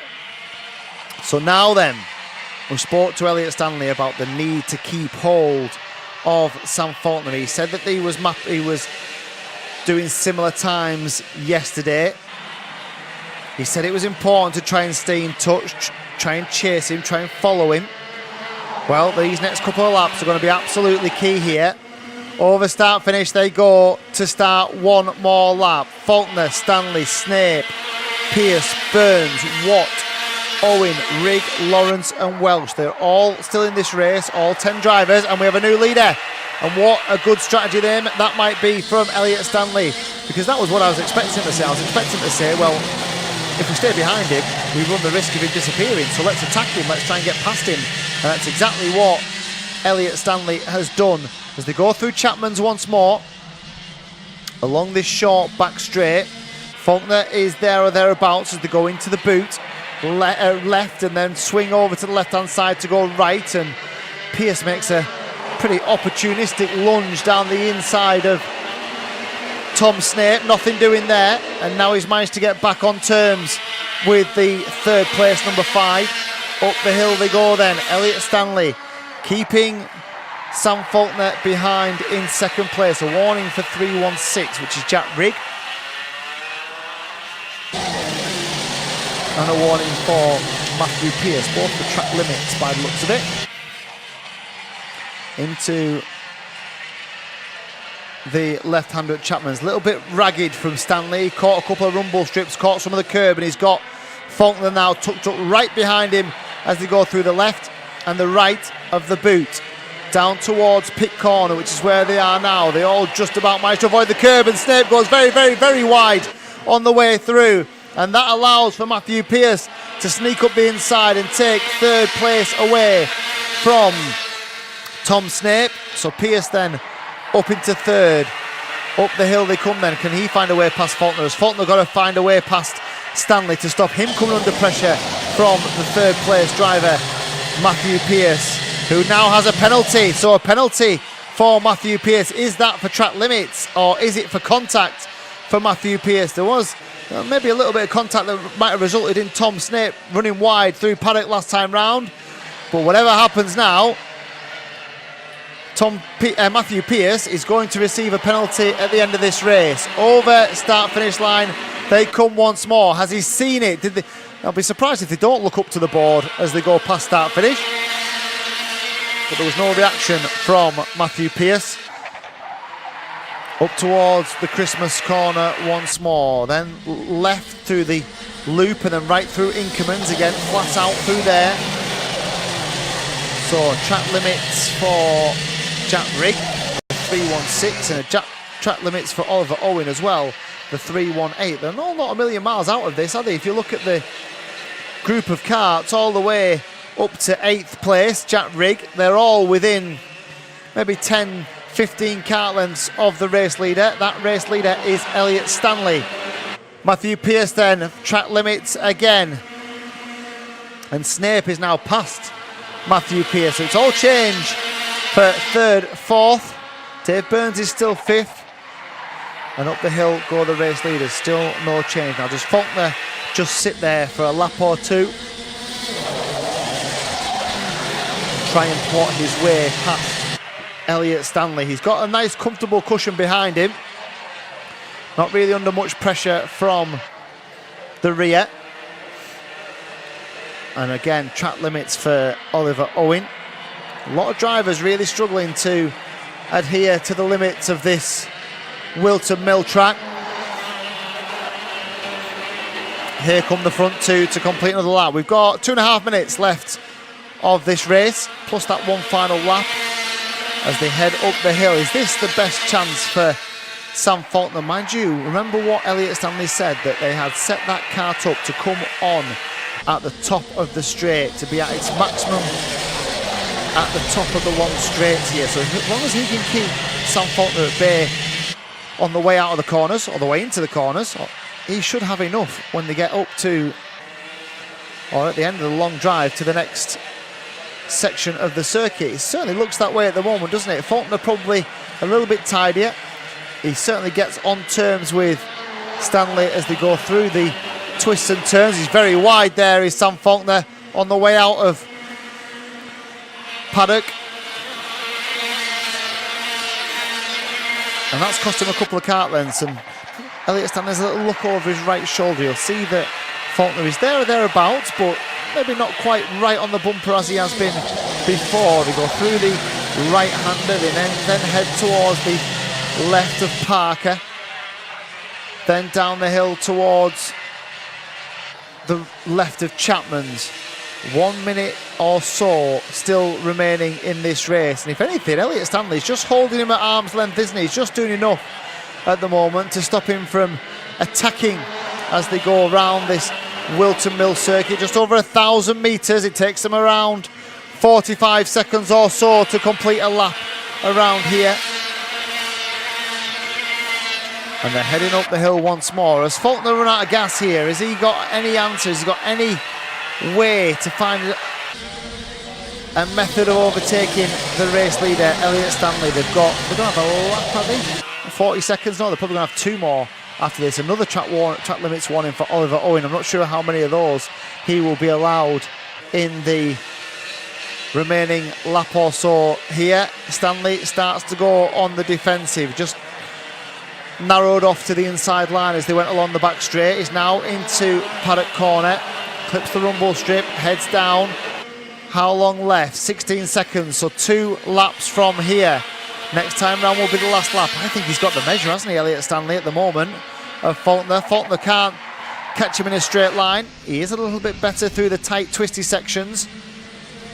But then Elliot Stanley extends his advantage, stretches his legs on the way out, and certainly top-end speed from Elliot Stanley has kept Sam Faulkner at bay. Snape is a further 4 or 5 kart lengths back, as is Matthew Pearce in 4th. Burns further back in 5th. Then a gap to Carl Watt and Oliver Owen. Here are the leaders then. 1 lap to go. Has Sam Faulkner got anything up his sleeve? Can he find a way? He's a little bit closer than he was last time round as they go up the hill. Can he get a toe up the hill? He can, but not close enough to make a move. He's going to run out of corners here. He's very quick through Inkermans. He's quick down into this right-hander as well. This is where he took a lot of the curb. A lot of the rumble strip was exceeding the track limits in the heat this morning. Has he got anything into the boot? That may be his only opportunity here. But again, Elliot Stanley has done enough just to keep him at bay. No pressure now, really, on Elliot Stanley. Just navigate these last couple of corners.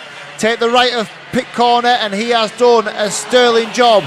Elliot Stanley then comes home to win the pre-final for the DRS 125. Sam Faulkner finishing in 2nd. Tom Snape is 3rd.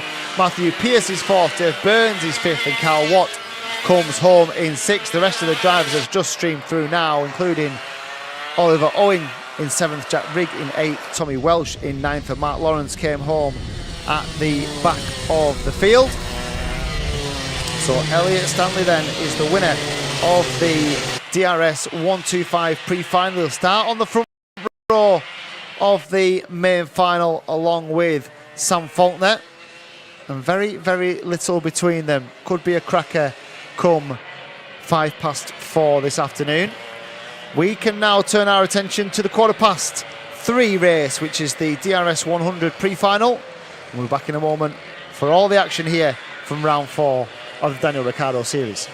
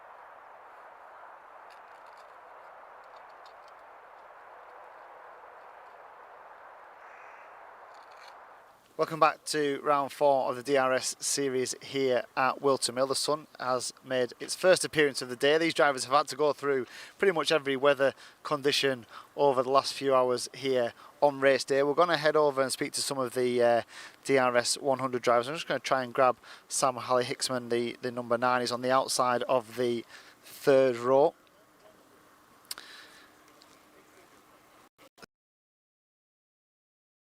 Off this, I'll try not to touch it. It falls off. And this sidepod's not going to fall off if I go too close to it, is it? No, it isn't. So, mixed day so far, I suppose. You're on the outside of row 3. How confident are you can make forward progress from here? Well, we had, I think it was 2 or 3 false starts last time, and all 3 of them, or 2, whatever it was, we had properly nice starts. Got up into maybe 4 positions from where we started. And then on the actual start, it wasn't as good as the original one, but we still gained places, so I'm pretty confident with where we can go from here. And you've had pretty much every weather condition this weekend, haven't you? Obviously, we're sort of back to where we were yesterday in terms of testing. How confident are you with your dry weather pace? Well, in the final session, we were basically joint first. The top 3 were about 300 apart. It was minute differences. And then there was only a few guys in the other session going much quicker. So we're more or less there on the pace.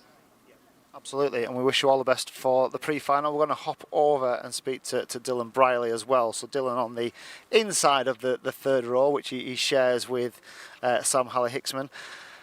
Dylan, you were probably the victim of the qualifying session getting cut short by the Battenberg flag and the fact that nobody else could put a decent time in, because you were just starting to build a bit of momentum, weren't you? Yeah, the track was drying and I had a spin the lap before the Battenberg, so I couldn't really get in a lap on the dry track. And that makes it tough, I suppose, because everything has a knock-on effect, doesn't it? The knock-on effect is that your starting position for the first heat isn't where you want it to be, and you're sort of playing catch-up. But you're nearly there, aren't you? You're up in the top 5 now, and is it a good opportunity to make some more forward progress? Yeah, just try and move forward as much as we can. Get some overtakes in. Absolutely. We'll wish you all the best, Dylan, and that's pretty much it from the DRS 100s. As I say, we will speak to the front 2 before the main final later on this afternoon. Again, so close the racing between these guys. There's very, very little to choose between your front 3. What I'm very interested in is Alicia Palmowski, who really came good towards the end of that first heat. She really started to close the gap on Rowan Campbell-Pilling, put in fast lap after fast lap.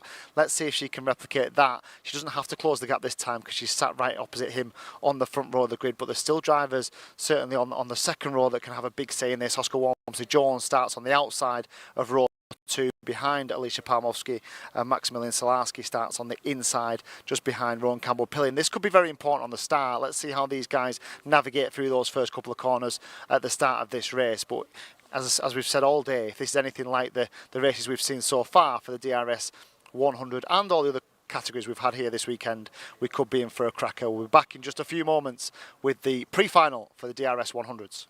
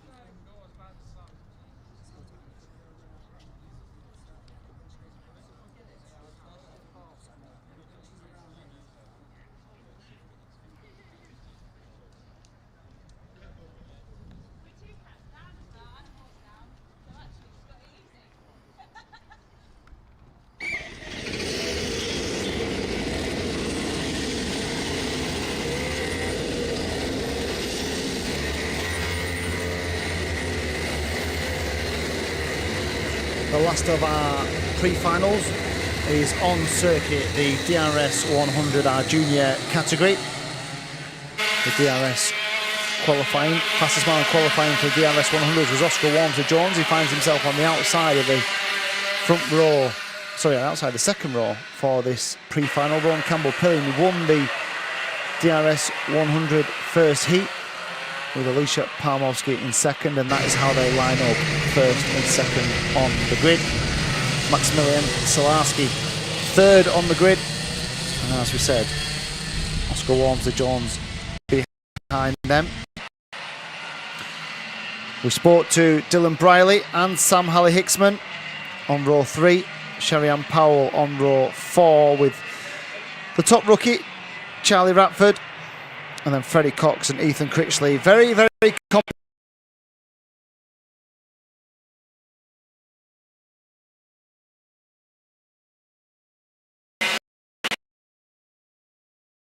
As we said, a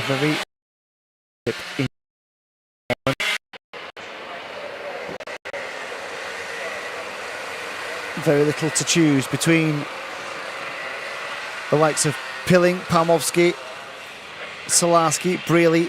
Henry Foot's having a bad day, isn't he? He's all the way down today on the outside of 9th row, 18th place for him.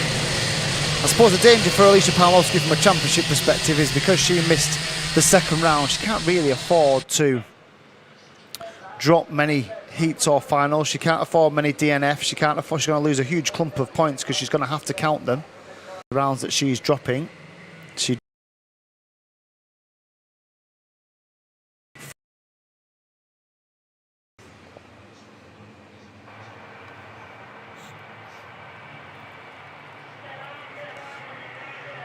So they're going to go around one more time for one more formation lap. Not quite ready just yet. We've got one driver just coming out of the pit lane as well. It's the 103 of Bryn Calder. So Bryn Calder actually 8th in the championship, but he's right on the back row. They are second to last row here. Certainly not had the day that he's been used to from a performance perspective or a results perspective at Wilton Mill.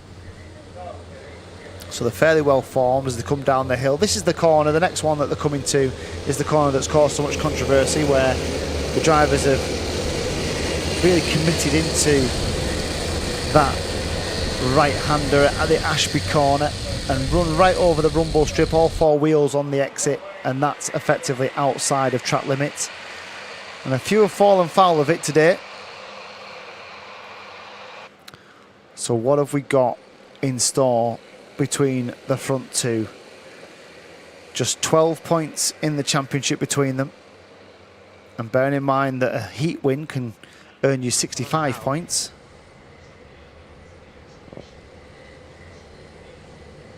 There is a lot to play for here.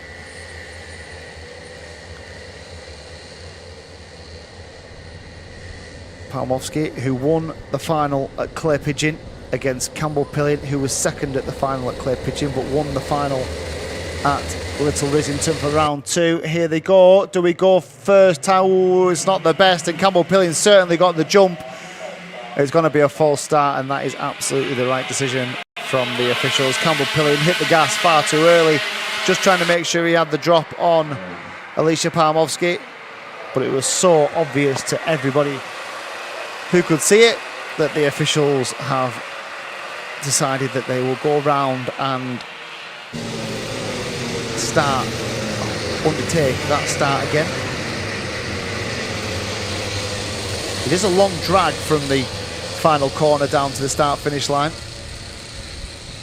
A couple of drivers just getting a little bit trigger happy with the accelerator.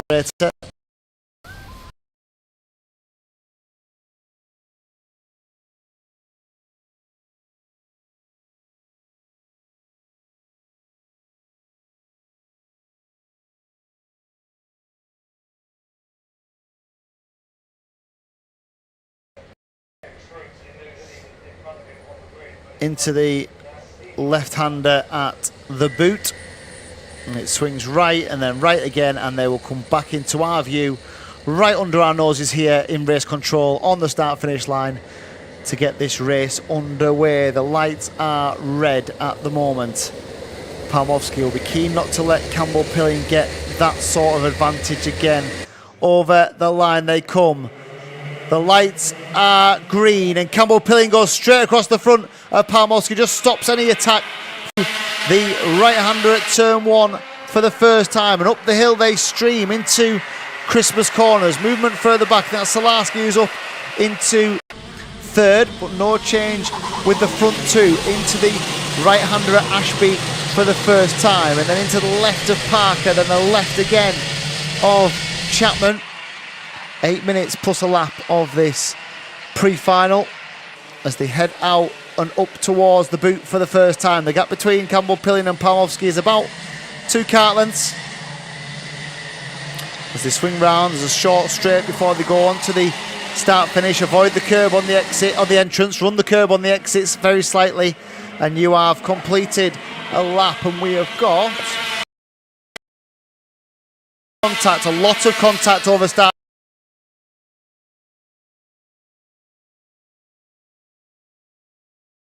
Drivers, one fire, we're going to go red, so red flag. So we've a red flag. We've at least one driver who, we've got lots of, an awful lot of debris around the place. So an instant over start finish. I don't think there's anybody that's requiring medical attention. I think all the drivers I can see are out of their karts, and as they should be, which is good news. Just looking down the field now, 152 is that of Ethan Critchley. That looks like a retirement for him. There's certainly a chain off. And there was obviously a big instant over start finish as we were looking back towards the leaders and the midfield, and it involved the likes of Freddie Cox. 152 of Ethan Critchley. There was a couple more drivers involved as well. I think they've all managed to get round. I think the other one was the 153. So Jamie Scott was involved as well. So might take a little bit of picking the bones out of.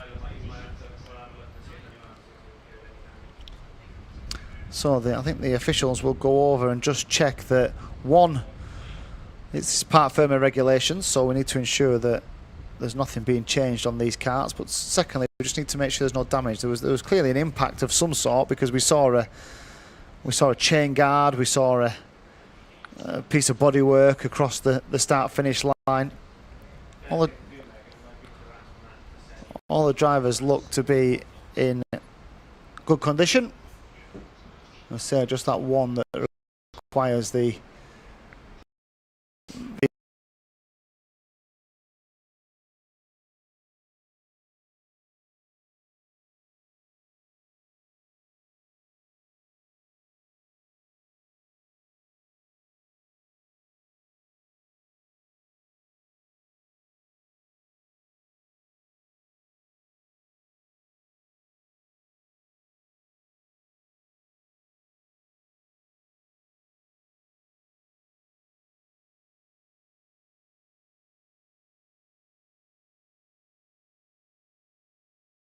regrid and go again, reliably informed by the man who knows. So we will start this pre-final all over again. Might as well just drive them round. Just drive them round here and we'll go off. Oh, that's exactly what they're going to do. Like a lip reader, mind reader. So they are going to drive them round. They're going to stop them on start finish. They'll come under the attention of the dummy grid marshal, who will put them in where they're going to be. They've just done it. So they should all be able to filter themselves into where they should be. And they're being sent over in the right order as well. So this should be fairly sharp. It's fairly quick. We've got scrutineer coming over as well, just to ensure that everything is as it should be from a safety perspective. Certainly the drivers and the karts that were involved in the incident over start finish. Does Critchley get to rejoin? Have we seen him? Has he come back round or not? I'm not seen Ethan Critchley come back onto the circuit. So whether that is just a terminal retirement due to the damage that has been caused remains to be seen.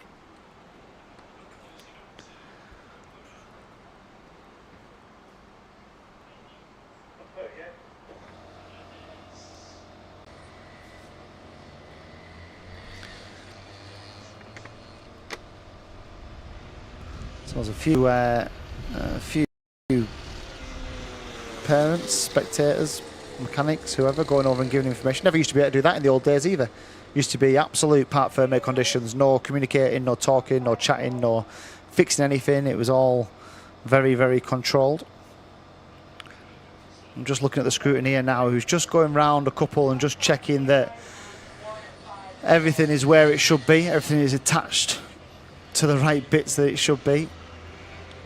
There's a lot of them as well, a lot of them to check through.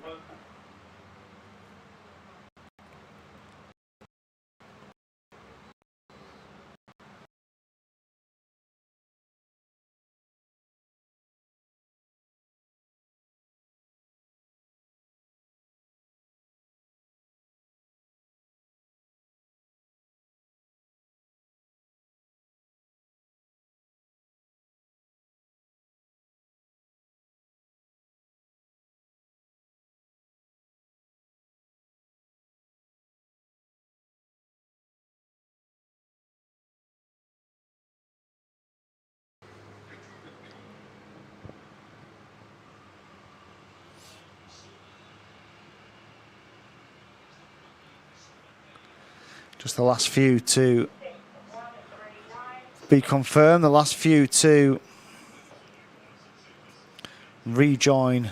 I think they're probably the ones that need to be checked over, aren't they, in terms of the ones that were involved in the incident. Those that are at the, just rejoining the field now. For the front, they just need to reset themselves, think about how they, think about probably the previous start and the bits that they wanted to be able to do that they maybe couldn't do, or the bits that were executed in the way they wanted to execute them.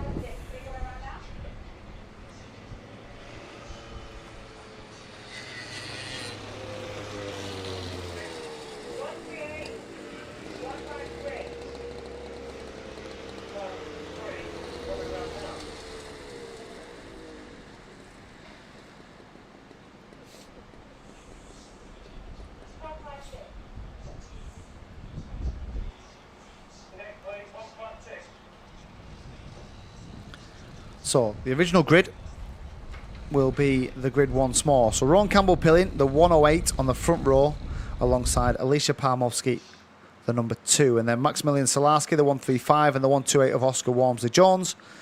Dylan Briley on the inside of the third row with Sam Halley-Hicksman alongside him. And then Sherry-Ann Powell and Charlie Radford on row 4. Row 5 is Freddie Cox and Ethan Critchley, so they were 2 that were involved in that incident. Is Ethan Critchley back out there? Let's have a look. Oh, there's a problem for. Is there a problem for Freddie Cox as well? So I'm not seeing. I am not seeing the 152 of Ethan Critchley. I'm not sure he's going to rejoin. It looks like there's an issue with the 144 of Freddie Cox as well. So that's being pushed back towards Parc Fermé. So have they got to regrid them now? It shouldn't. They won't be just moving one up. Surely they have to regrid them.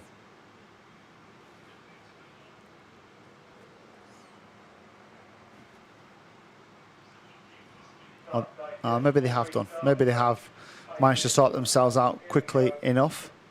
I think we're about to get restarted, are we? We're just waiting for the scrutiny. You can just see him there on your picture, just double checking that everything is as it should be, that those karts that were involved in the contact.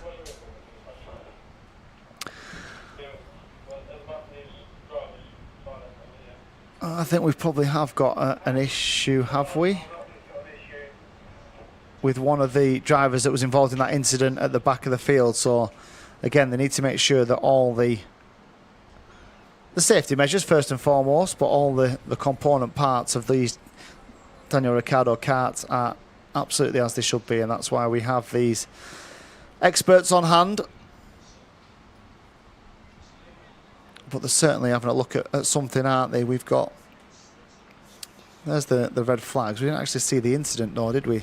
Coming over start-finish.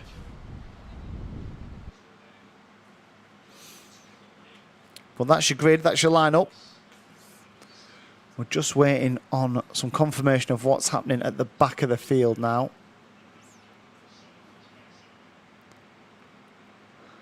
Kai Newman is the 155. That's the one that they were stood around having a look at.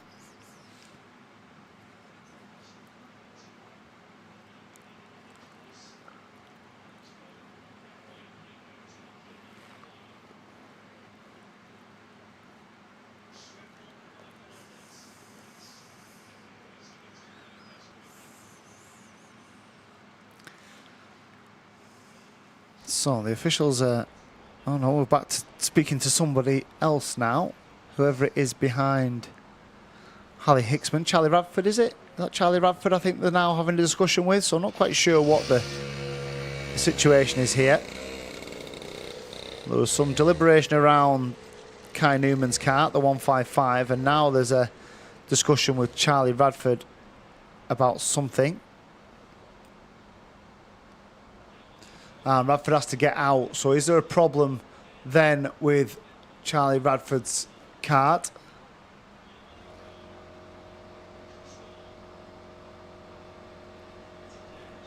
Here comes the scrutineer.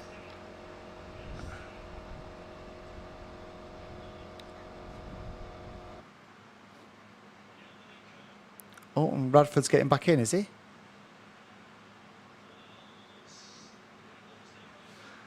I'm just trying to tell you what we can see here because there's no official confirmation of the current situation. Radford, there's something clearly amiss with Charlie Radford's machinery because he's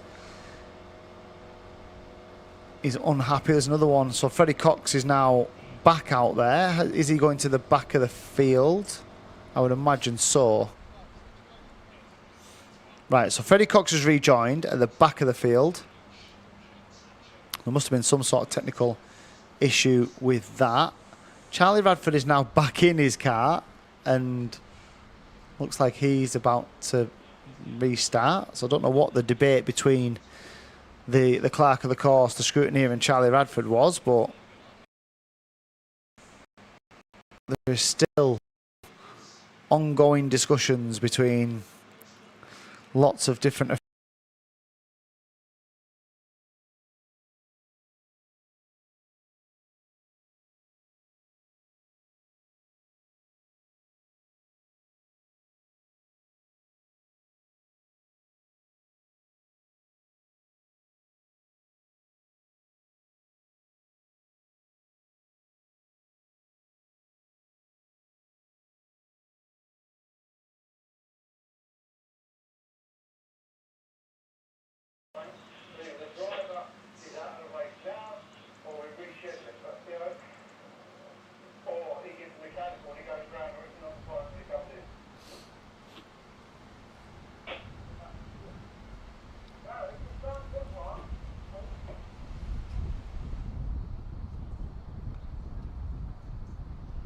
So they're just looking down.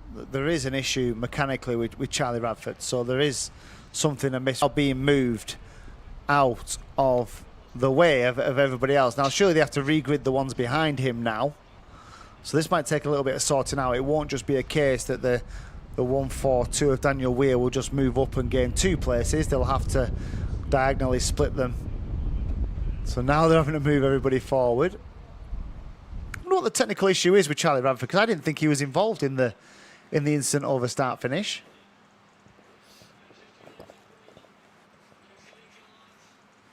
I can't quite see from my vantage point anything glaringly obvious that's hanging off or not attached or causing a real issue, but obviously the officials are very close to it, so they will have seen something. So right then. So now we're on to our probably our third regrid of the DRS 100s. So Radford is being pushed backwards now, so I'm assuming he's not going to the back of the grid. I'm assuming they've got to take that and fix it. Freddie Cox has had some running repairs and is now at the back of the grid. Oh, they're just... front NASA panel. That's what it is.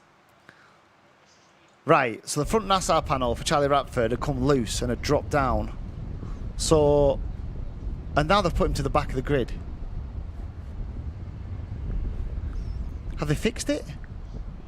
I wonder if they're allowing him to fix it, but the penalty for fixing it is that he goes to the back of the grid. It looks that way, doesn't it? It looks like that's what's happening. Radford is still stood, but he's about to... Oh, they have fixed it. Chuck a cable tie on it, get it fixed, but now he's had to go at the back of the grid. So, got a couple of really handy drivers at the back of this field, so keep an eye out for these two. Keep an eye out for Charlie Radford. Keep an eye out for Freddie Cox, because they are coming from the back of the field. So the technical issue looked to be that the front nose cone, front NASA panel for Charlie Radford had come loose. It had effectively dropped a little bit. Now that's obviously a technical infringement, so therefore he needed to have it repaired. To get it repaired, he needed to go to the back of the grid, which is a which applies some consistency, because that's exactly what Freddie Cox had to do as well. So we've had 2 or 3 goals at this, haven't we? Let's see if we can get the DRS 100 pre-final underway once more. They're just going to get 1 lap to sort out themselves for formation. Coming round now through Chapman's. So the battle between Rowan Campbell-Pillin and Alicia Palmowski will resume again, and don't rule out the likes of Salarski and Walmsley-Jones and Briley and Sherry-Ann Powell, and even down to Sam Halley-Hicksman. Don't rule out any of those drivers in this. Start could be key once more. We had a couple of goals at the start, didn't we? Let's see if we can get it right for the 3rd time of asking. Here they come up to the line then. They're fairly well bunched, fairly well organised, and Campbell-Pillin has got the best of Spartan. Look at Salarski. Salarski tries to pick the pocket of Alicia Palmowski, and has he managed to do it? He has, and Palmowski's lost another place as well to Oscar Walmsley-Jones. So it's a horror start for Alicia Palmowski, down into 4th place. The problem now is she was the one that we thought had the pace to get on terms with Rowan Campbell-Pillin. But Rowan Campbell-Pillin is 3 karts away from her at the front of the field. He's now got Maximilian Salarski in behind him. The gap between them is just around about 2 kart lengths through this first half a lap. Down they go, and here down the inside comes the 5 of Briley. So what a good start from Dylan Briley up into 2nd place. Has he got the pace then to get on terms with Rowan Campbell-Pillin? Over the line they go, with 8 minutes plus that 1 final lap to do here. Up the hill, and let's keep an eye on Salarski and Briley 2nd and 3rd, because I'm not sure it suits either of them to get into a battle with each other and slow each other down. Surely they need to push along and try and get on terms with the race leader. I tell you who's having none of that, Alicia Palmowski, because she's down the inside of Salarski and up into 3rd place. So Campbell-Pillin, Briley, Palmowski, and here is the move from Alicia Palmowski. Lifts the inside rear wheel.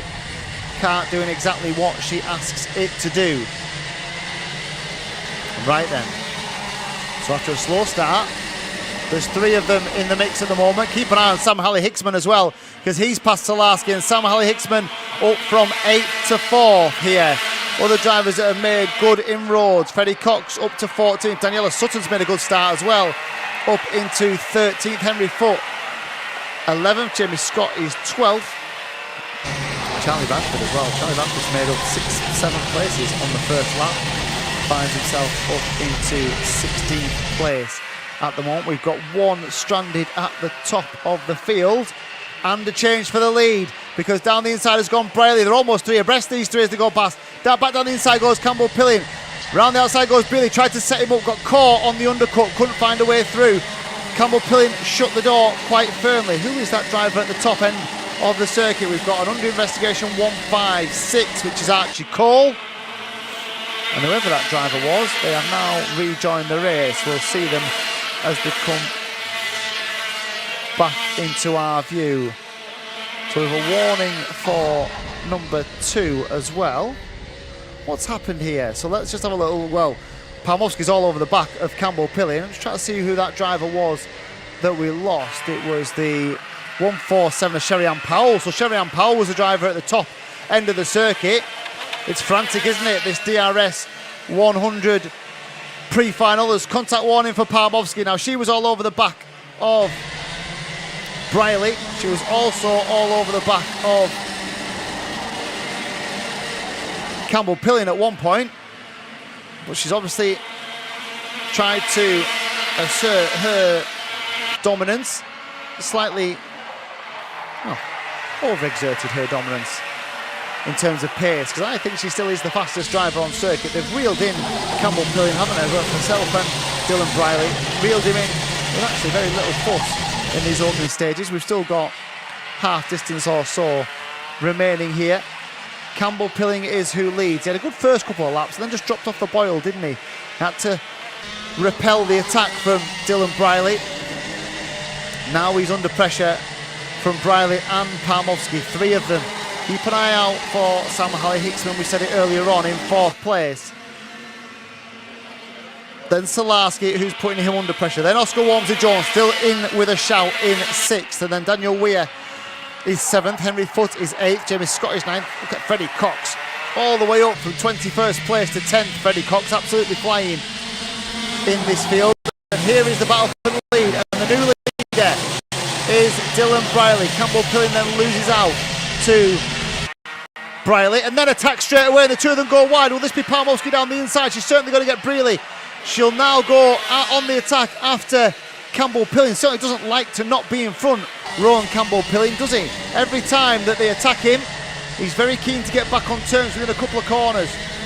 Round the pit corner they go, and Palmowski clatters the curb on the inside of paddock. She did it in the heat as well earlier on. Just a little bit of an inaccuracy from Alicia Palmowski. Absolutely crunched the curb on the inside, and now she goes for the lead down the inside. Will she be able to hold it on left and then into the right of Inkerman? She has held on just about from Ron Campbell Pilling, who now goes to the outside. Look at Salarski right on the back of these 4 now as well, as they continue to scrap and battle. We've got track limit warnings for half the grid at the moment. Sherry-Ann Powell is one of them. She's probably on a charge from the back of the field. Here is the move from Alicia Palmowski. Goes very deep into the corner, but just about manages to hold on. There's contact, there's contact, there's contact. One involves Braley, there was somebody else as well. I think it was Salarski on Braley. There's another driver that is yet to rejoin, but it was certainly Dylan Braley who was the one who lost out the more. I think Daniel Weir was involved as well in that contact as they went through the boot. So 135 is Salarski, so that'll be well, it's a penalty, yeah, so that's contact. So that it was Salarski who's hit the back then of Dylan Braley, and he's just dumped Braley effectively out of the race. Braley's rejoined, but he's rejoined down in 15th place. So now then, well, there was 5 or 6 of them, now there's 2. So here is the contact then, let's have a look at it. Oh, just tags the back of him, doesn't he? Salarski just catches, does he just catch the back of him as they go through the first part of the boot? And because the karts are so light, they're under that much stress. They're so light as they go through the corner. Just took a little touch from behind and it span round Dylan Braley, and he will be absolutely fuming with that, I am sure. Maximiliano Solarski will receive a penalty. How severe that is remains to be seen. He's in third place at the moment, so probably the beneficiary of that will be Sam Halley-Hicksman, who's probably going to go from at least fourth to third. And behind him is Oscar Walmsley-Jones, and then the 138 of Henry Foote. What a good job, and look who's behind them. So just behind them is Freddie Cox. So Freddie Cox all the way from the back of the field. What a good drive that is, up into fourth at the moment. He crosses the line now. Right, what's the gap between Palmowski and Campbell-Pilling? 0.3 of a second separates them. Palmowski has a look over her right shoulder. She'll see that he's certainly not 0.3 away now, is he? There's probably a tenth or two between them. We've got 30 seconds, so they will get round before the timing has ended. So there'll be 2 more laps after this one, I would imagine. Well, a couple of lap markers can get involved here. Shanahan Powell's one of them. The 139 of Rowan Marsden is the other. Palmowski, she's so good, isn't she, out of the right-hander at Chapman's. And if anything, you're almost splitting this lap into 2 sections, because from here, Campbell-Pilling just starts to reel her back in, and as soon as they get from the top of the hill back down the hill, that's all Alicia Palmowski. She's much better as they come through the 2 left-handers and then back towards the paddock corner, and she's just stretching her legs. You see Campbell-Pilling come a little bit closer now as they get to the top end of the circuit. Are they going to come across this back marker? Oh, yeah, there is a blue flag out for the back marker. Track limits for Oscar Walmsley-Jones as well.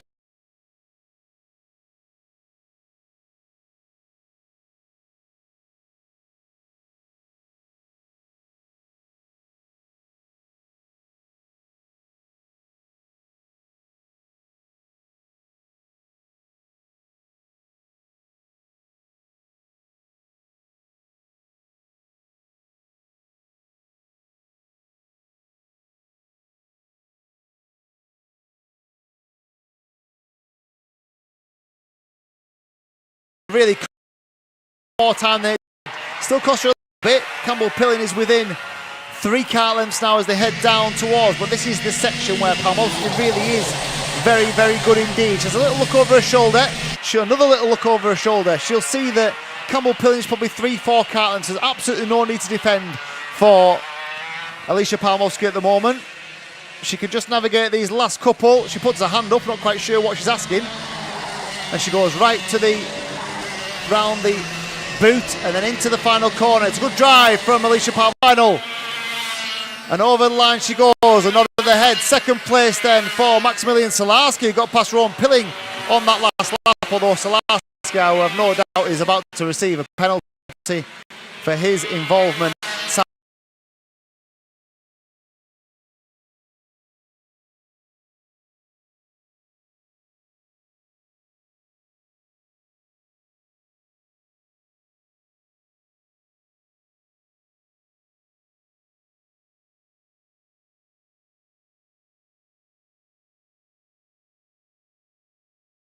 Back in the bag for him in 6th, and Oscar Walmsley-Jones is 7th. Jamie Scott is 8th. James Koshalek is in 9th. Bryn Calder is 10th. Where did Dylan Briley finish? 13th in the end. Where did Sherry-Ann Powell finish after her off? Back in 19th place. So, interesting stuff.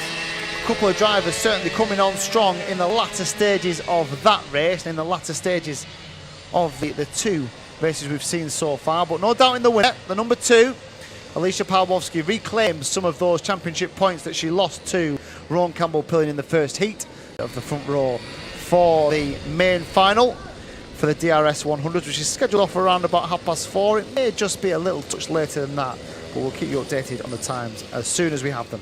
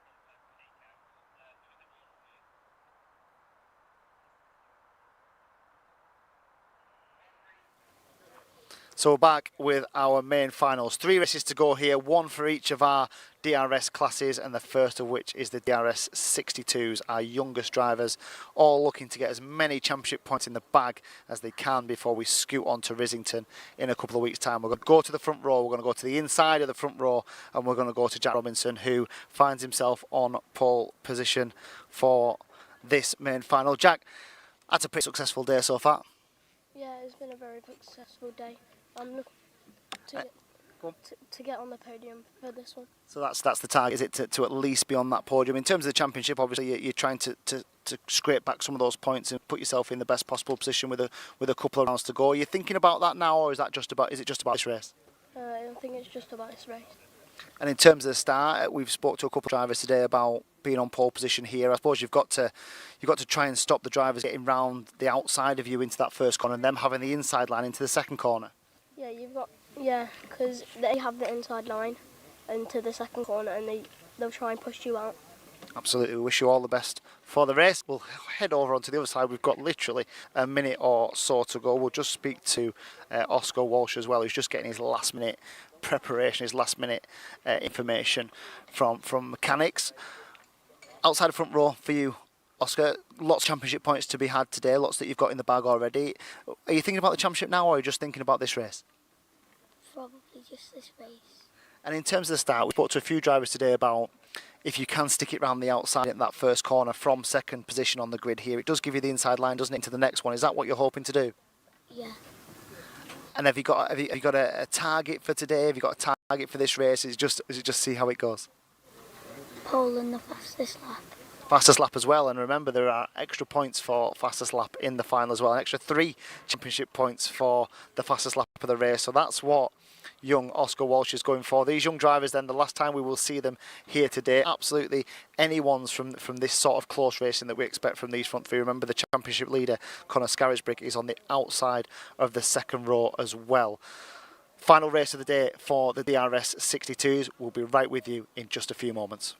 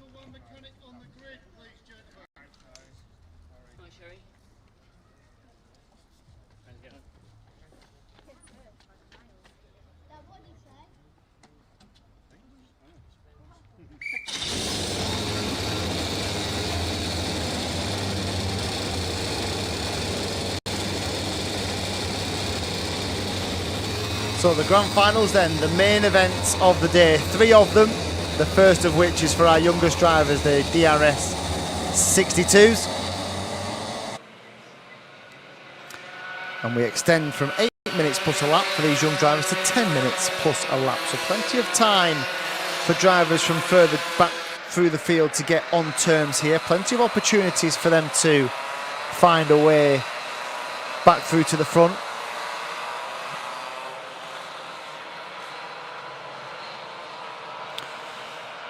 One of the most interesting things about today is that in every session that we've had so far today, we've had a different winner. So nobody's qualified the fastest and won a race. Every single time these drivers have been on circuit, we've had a different winner, which is testament to the type of racing this is, testament to the series and why it was developed and why it's in operation, that it is a case of the equipment being the same. It's down to the driver ability, it's down to setup, it's down to learning all those small parts that are put together to be successful in motorsport generally, not just kart racing. A real breeding ground for the next generation of motorsport stars in the UK. And will we have another winner now? So fastest in qualifying was Oscar Walsh for the DRS 62s. Winner of the first heat was Jack Robinson, pole position for this one. Winner of the pre-final was Harry Bartle. He starts third on this grid. Championship leader starts fourth, Connor Scarisbrick. Right then. You could make an argument for 4 or 5 here. You really could. This could be a cracker. They're coming round on the back straight. They're going to head into the boot, into pit corner, and we will hopefully get our first of the main finals underway. Run around about 15 minutes late for those that are tuning in because of the red flag for the DRS 100 race earlier on today. So that's where we are at the moment. Here are the DRS 62s to start their final, and they are underway. Bartle's got a good run into the first corner. I think he's managed to get into, no, he's back to third, and Bartle goes wide. It was good defence from Oscar Walsh. Jack Robinson has made the most of his pole position. He is into the Christmas corner. He actually defended the Christmas corner. He didn't need to. He had enough of a gap not to need to defend that corner, and that's allowed for the rest of the field to swarm all over the back of him. Scarisbrick has a look at Bartle, can't find a way through. Walsh then tucked in behind the current leader.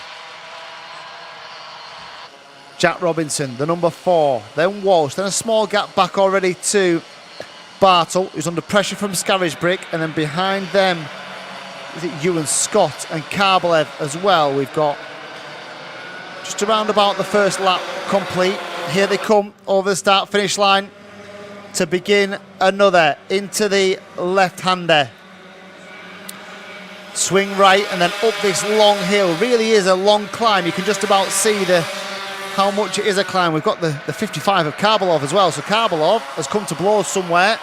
He's now at the back of the field. It will be a recovery job for him. So the leaders, no change just yet. Remember, we're live this afternoon on YouTube. We're live on Facebook as well. And there is a 5 or 6 kart battle at the moment for the lead of this DRS 62 Grand Final. Round start finish they go. To complete one more lap, they duck down to the left. It's Robinson. Closely followed by Walsh and Bartle and Scarisbrick and Scott, and then Zach McDonald, who's in 6th place at the moment. Benjamin Baker is 7th. Oscar Cole is in 8th. Joe Wood has made up 1 place to go up into 9th, and Nat Johnson holds on to 10th spot at the moment. Karbalev back in 16th. Off the pace at the moment, but certainly has the pace to make up a few places. Here then come the leaders once more, and we have a new leader, and not just a new leader, but Robinson has gone from 1st to 4th in the blink of an eye, as often happens with DRS 62 racing. Here are the leaders then. Walsh, Bartle, Scarisbrick, Robinson, Scott, McDonald, 6 of them absolutely together as they head up the hill once more. We've got a warning for 55, so Karbalev's having an interesting afternoon, isn't he? He gets another warning for contact. I would imagine more born out of frustration than anything else, but our leader is this youngster. He wanted fastest lap, he said. He wanted the extra points for fastest lap. I'm sure he would trade those for a race win. The fastest lap of the race so far belongs to Connor Scarisbrick, a 0.385. And Scarisbrick, Bartle's going to hit the front, is he? He's going to try and go around the outside. Is Walsh? Will he make it stick? He does make it stick. Good defence from Walsh, but now Bartle has the inside line into the pit corner. Will Walsh be able to go around the outside? No, he has to relinquish the lead, and he's going to be swallowed up if he's not careful by the pack that are all in behind him. Led now by Jack Robinson, Scarisbrick behind him, then Ewan Scott, and McDonald follows in 6th. Up the hill once more, and there go down the inside goes Connor Scarisbrick on Robinson. And there was the move for the lead. He saw Walsh just try and stick it round the outside and hold on to the place. He didn't manage it in the end, but he's still there or thereabouts with Harry Bartle. The DRS 62s then. Close championship. Just 9 points separate Scarisbrick and Robinson. He's probably already taken those points back today. Jack Robinson started on the front of the grid. Harry Bartle, don't rule him out in touch of the championship either. He missed Clay Pigeon a few weeks back, so he will have to drop those scores, but his scores are very good. He was the winner at Houghton Park for the first race. He was 3rd when we went to Little Rissington the first time round. It was Scarisbrick who won at Rissington and then won again at Clay Pigeon. He's currently in 3rd place. Track limits warning for the 135 of Nat Johnston. So Johnston, who's currently in 7th place. Ollie Morrish is 8th. Remember, he was alongside on the front row for the pre-final. Currently finds himself in a battle with the likes of Nat Johnston. In fact, he's made that place up, Ollie Morrish. Ollie Morrish passed and up into 7th place. Joe Wood is behind them. Benjamin Baker is in 10th. Liam Carbloff's made a couple of places up to 13th at the expense of Cruz Dalton and Daxton Groves. Here are your leaders then. We've got just around about 4 minutes to go here, plus that one final lap. And they've spaced out ever so slightly. Bartle still leads. He's still got Oscar Walsh within close attention, a cart length or so as they go through the left and then down to the second left of Chapman's. They'll spit themselves out. They'll run the rumble strip and the curb on the right hand side. They'll head down the back straight towards the shoe. Left, right, and then right again. Double apex. Run themselves down towards Paddock Corner and they swing through Paddock now. A little bit of rumble strip on the exit. And still, the leaders continue. Fastest lap of the race so far. Well, he's got what he wanted then, hasn't he, Oscar Walsh? Because he wanted that fastest lap. That's what he's got. Oscar Walsh, fastest man on circuit. 52.797 for Oscar Walsh. The number 120 in 2nd place at the moment. 3rd, still Connor Scarisbrick, Jack Robinson. The two of them pretty much together. Scarisbrick just trying to close this gap to Oscar Walsh. They will close the gap if the front two start to battle, but Bartle, if anything, just slightly ahead, isn't he? Just made the most of this last lap or so. Put a couple of really consistent corners in. Scarisbrick gets a warning for track limits. Pushing is Connor Scarisbrick at the moment.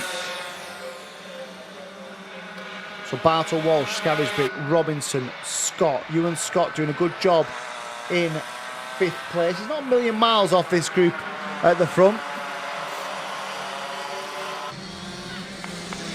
Zach McDonald behind there. Ollie Morris is 7th and Nat Johnston is 8th and Benjamin Baker is 9th and Joe Wood is down a place because he's lost one to Benjamin Baker.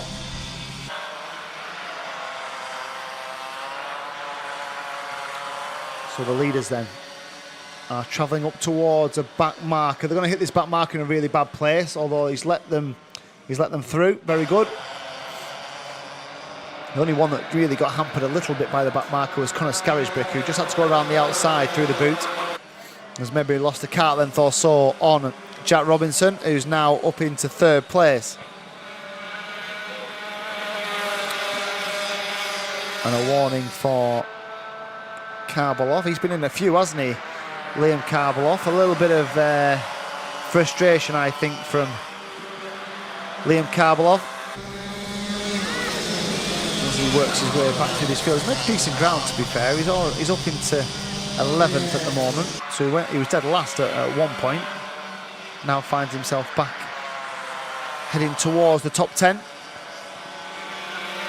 So let's go back to our leaders then, who are heading down towards the boot. How long have we got left? Just a minute and 15 seconds. So if anything, probably the fastest man on circuit is Jack Robinson at the moment. Robinson is closed up onto Oscar Walsh. He needs to find a way past Oscar Walsh if he's going to give himself time. And by when I mean time, he might have a lap and a half maximum to get past or get on terms with the race leader. Will he have a look into Christmas corner? He's close enough. He's close enough. No, decides against it as they went into. And if anything, Oscar Walsh has just come back a little bit at Harry Bartle. Will Robinson push Walsh back towards the race leader? They're still within a couple of kart lengths, but they're certainly not within striking distance at the moment. And Walsh and Robinson are either going to have to work together, or Robinson will bite the bullet and find his own way past and have his own assault on Harry Bartle in these closing stages.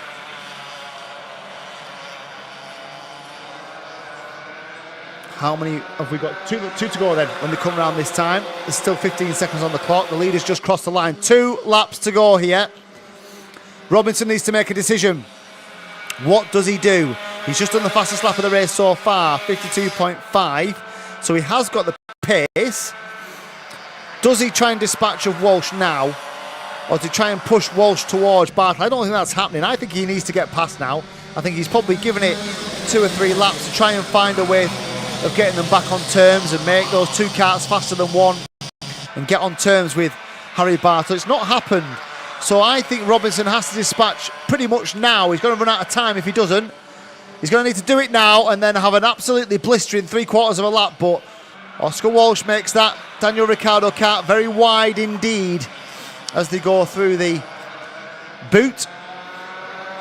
And then round paddock. 1 more lap to go. Is this in the bag for Harry Bartle? There is a couple of kart lengths. Now, the worst thing Bartle could do now is defend. He doesn't need to. He's got about a kart length's advantage. He doesn't need to defend. They can't attack him from there. Although I say that, and Oscar Walsh closes right up at the top of the Christmas corner and then loses all that time on the way out. So now Bartle really doesn't need to defend, and he knows it. Has a little look over his right shoulder. He will see that he has 4, 5, 6 kart lengths of an advantage here. He's done all his hard work in the early stages, and Harry Bartle has just got to get through 3 more corners here.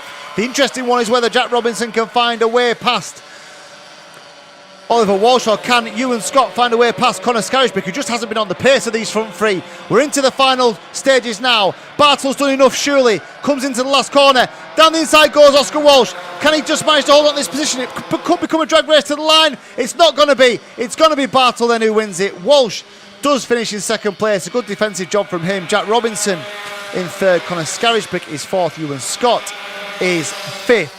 Zach McDonald is 6th. Ollie Morris is in 7th place. Harry Bartle then follows up his Houghton Park win with a Wilton Mill win to add to his championship tally, and it will do his championship tally no harm at all. 2nd place for Oscar Walsh, 3rd for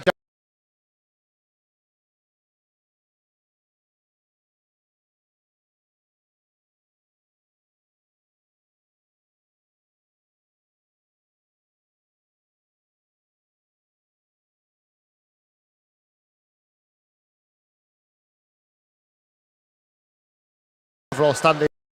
A good result for Ewan Scott in the end. He was pacey as well, Ewan Scott, towards the final stages. Liam Karbalov, good mention for him as well. He came home in 9th place. Good recovery drive from him. Nat Johnston was 8th and Benjamin Baker was 10th. In a few moments time we'll be down on the grid with the DRS 125s for their main final.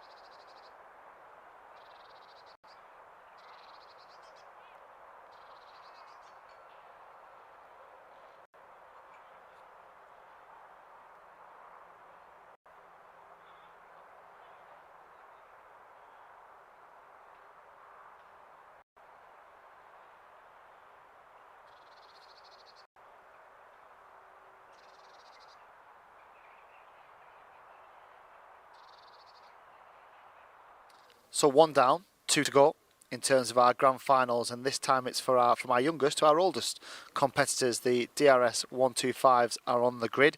We'll try and grab a chat.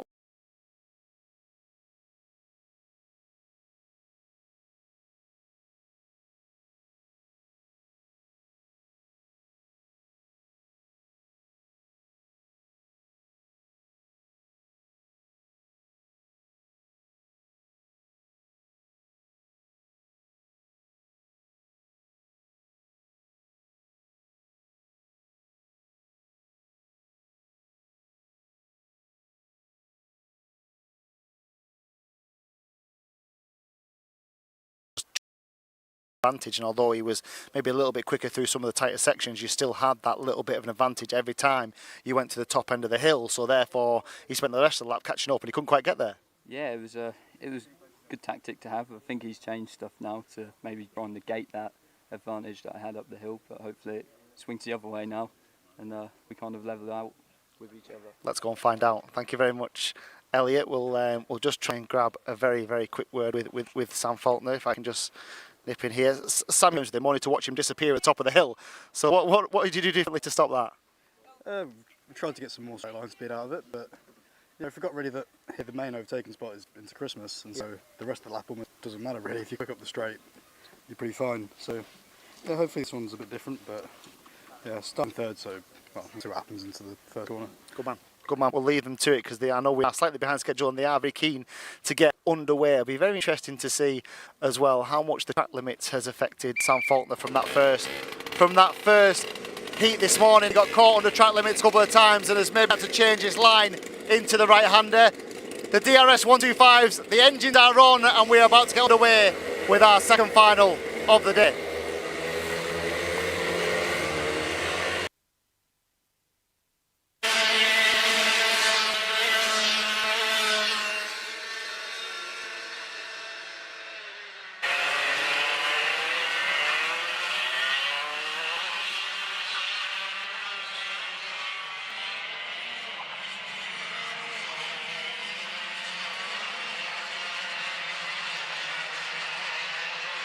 So it's been an intriguing day for the DRS 125 drivers. A bit of cat and mouse with them, there's no doubt about that. There's a little bit of gamesmanship goes on here.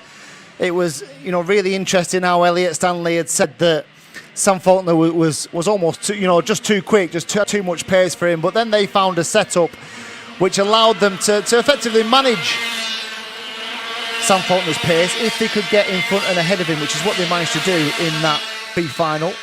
What response has Sam Faulkner got? And as we said on the grid, what sort of impact is the fact that Sam Faulkner clearly needs to be a little bit more careful as he goes around the Ashby corner? This right hand of the drives are just going.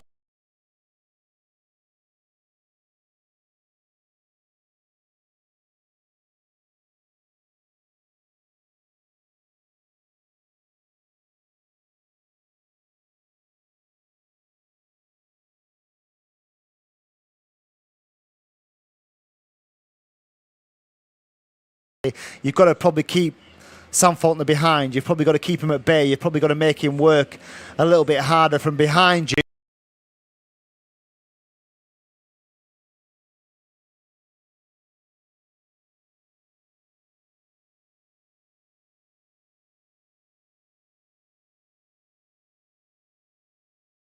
So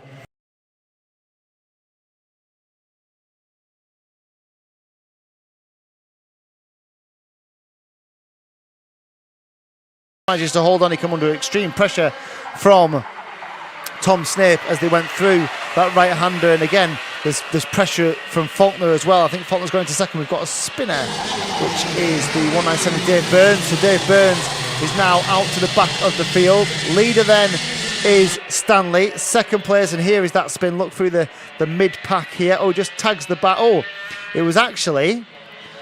I think it was actually Oliver Owen who tags the back of Jack Rigg, who then hits the back of Dave Burns. Involved. A little bit of a concertina effect as they went through Christmas on that previous lap. Here are your race leaders. We've got 12 minutes plus a lap. We'll be very, very keen not to drop off the back of this battle for the lead. And there's a change in the lead. Faulkner down the inside into the right-hander at Ashbury. Now then, this is interesting. I think Stanley has to attack. I think he has to get himself back on terms. I think he has to try and find a way to make Sam Faulkner work and not let him get away at the front of this field, which he's just starting to do, isn't he, through the tighter sections. Here is the move. He got a good run out the right-hander, went into Asprey and made it stick down the inside. He took all the track, didn't he? He actually made it by going off track limits. We've talked about it all day, haven't we? But that was the manoeuvre. I suppose in a Formula 1 car, they might make him give that back if that was the if he'd used more of the track than he was meant to. So Faulkner has 2 kart lengths. That could be enough. If he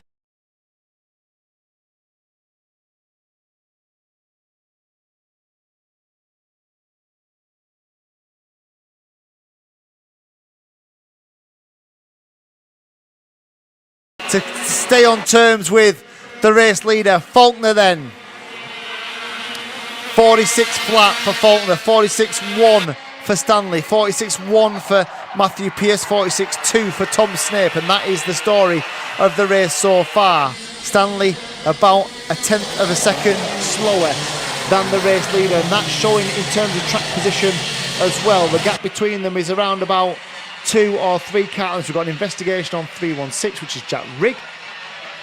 Currently, the gap between the front 2 is extending, and this was the risk. Faulkner gets out in front. You let him get free air. You don't attack him straight away. You don't counter-attack him, and he disappears in the distance. That is what has happened so far.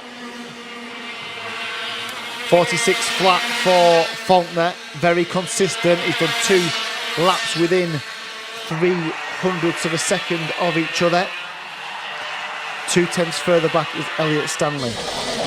Another 10th further back, Matthew Pearce. In fact, Pearce has done a 46.1 and Tom Snape a 46.1.22. That is his fastest lap of the race so far. Leaders then. Need a little reaction here from Elliot Stanley. The gap was half a second last time.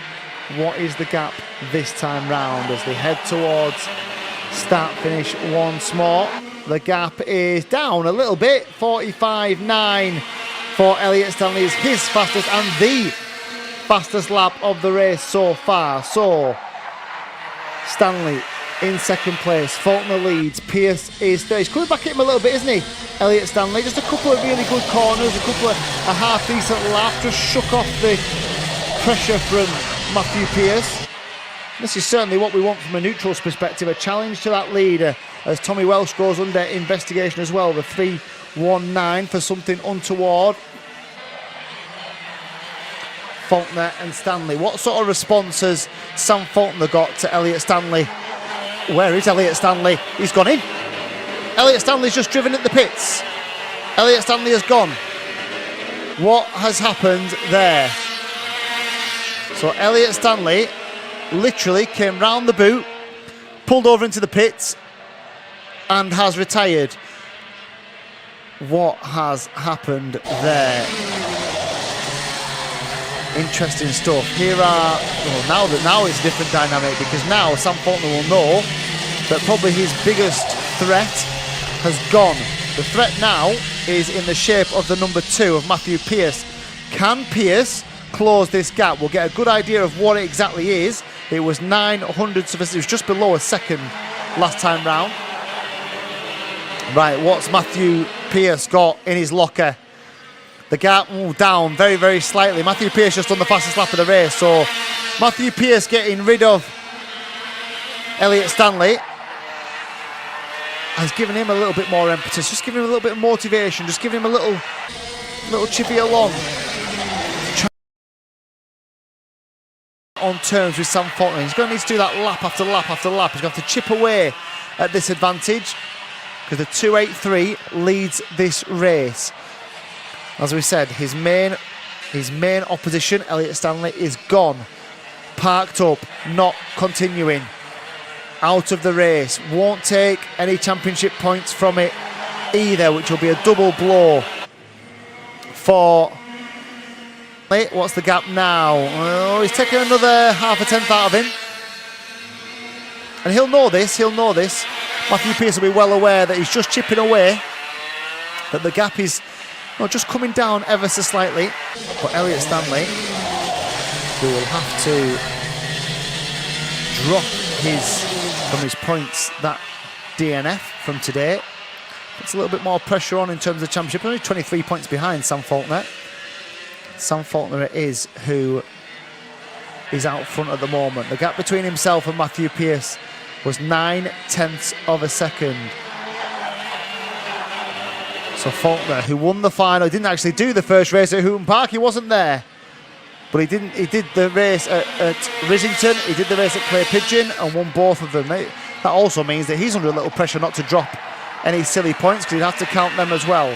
Faulkner then, the gap is still 9/10. If anything, he took a couple of hundreds back from Matthew Pearce that last lap. Cal Watt up to 4th. Oliver Owen is up into 5th, and Jack Rigg is 6th. Dave Burns recovering up to 7th place, and then it's Tommy Welsh, and then it's Mark Lawrence. And then the retirement of Elliot Stanley, who only did 5 laps of this race. Here are your leaders once more. Let's check on the gap. 0.994 last time round. Is it over a second? No.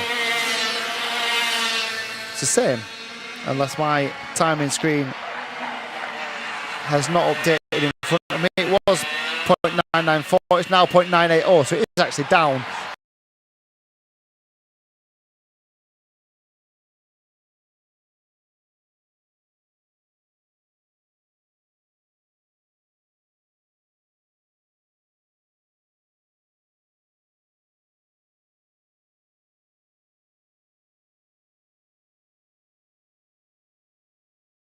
Every lap he'll be there in 3-4 laps, which is what he's got left. He's probably got 5 left here.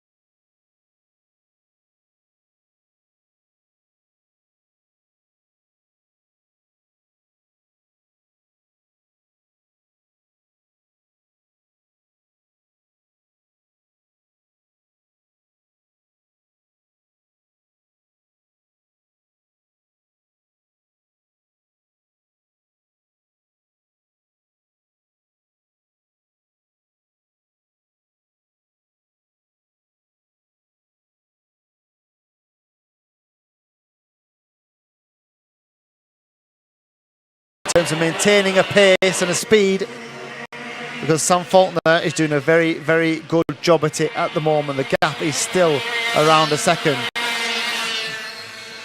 between the two of them. They head up towards Christmas once more.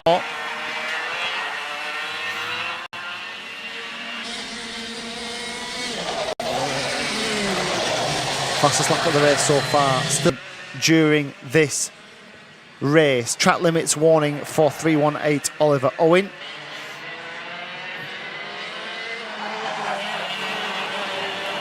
And over start finish they go once more. So Faulkner, and then Pearce, and then Snape, and then Watt, and Oliver Owen gets another track limits warning this time round. He's closely followed by Jack Rigg, all looking for a top 5 at least, unless there's something really untoward to happen in the last 90 seconds or so of this race. We are heading for another Sam Faulkner victory. Dave Burns now under investigation for something in those last few laps as well. This is the battle for 4th, 5th and 6th. And the gap between the leaders is now back down to under a second, but it's not going to be enough. He's now going to need to take at least 4/10 out of him per lap. And if anything, Snape is now closer to Pearce than he has been, and Snape has just done the fastest lap, 45.774 for Tom Snape, so he's come on really strong at the end of this race. Snape down the inside, so Snape has now taken away that second place from Matthew Pearce, who's held it for certainly since Elliot Stanley retired after 5 laps or so. Now then, I don't suppose that Tom Snape has got 6-7 tenths a lap ability to go quicker than Sam Faulkner and give us a real grandstand finish to end this day. Let's just have a quick look. I would imagine not, but let's just see how he can progress. The gap between Faulkner and Snape was 1 second, more or less exactly. Track limits for 2 and 5, so Snape and Pierce, while they've been squabbling over second place, have actually been extended further than the track limits. Let's just have a look at this gap. So this will be the last lap this time. Is there something really special that Tom Snape could do here? I think he has closed the gap a little bit. It was just around about a second, but Sam Faulkner still, it doesn't really look like he's trouble. Certainly no urgency from him. He's a very laid-back kind of guy, as it is anyway. Over the line, the gap is 9 tenths. It's not going to be enough. It's not going to be enough for Tom Snape. And Sam Faulkner just needs to keep everything pointing in the right direction, needs to keep consistent, needs to avoid some of the major curbs here that can be a problem. He did shed a chain, didn't he, in qualifying? Just avoid some of those curbs, avoid the track limits warnings. He's not had one, I don't think, in this final.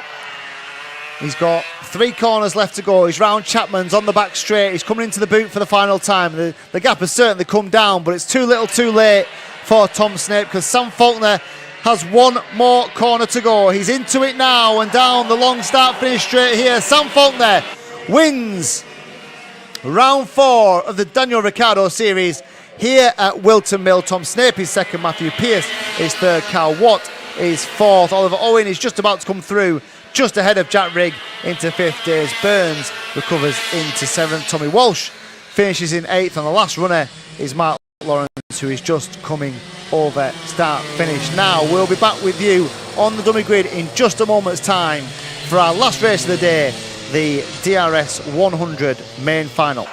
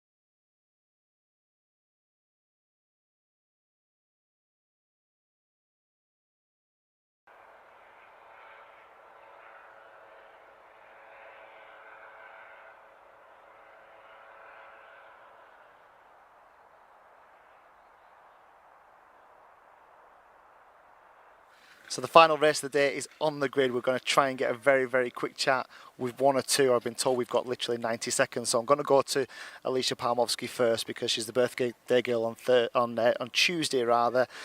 Alicia, what a nice birthday present it would be.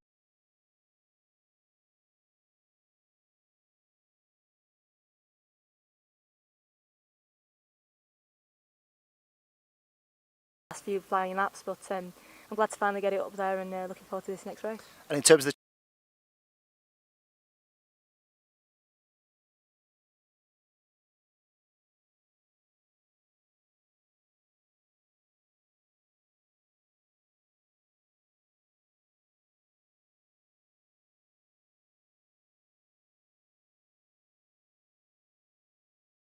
those drop scores already?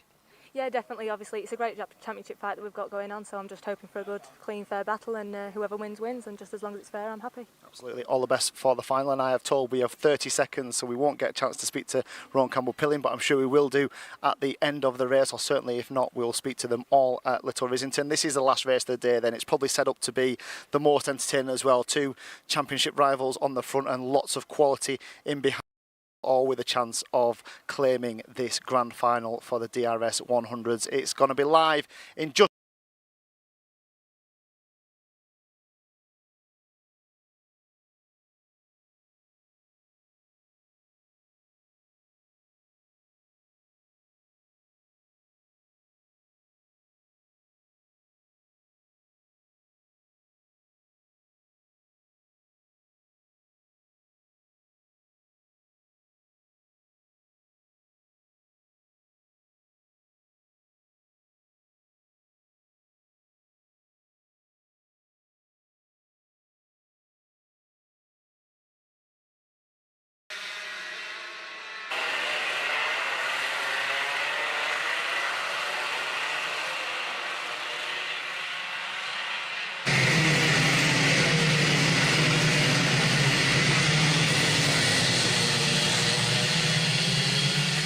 said, could be an absolute cracker this. The final of the DRS 100s, the junior class. I could probably make an argument for at least 4, maybe 5 of these drivers to come out on top here. Round on their formation lap. They'll get a couple of formation laps just to make sure they've got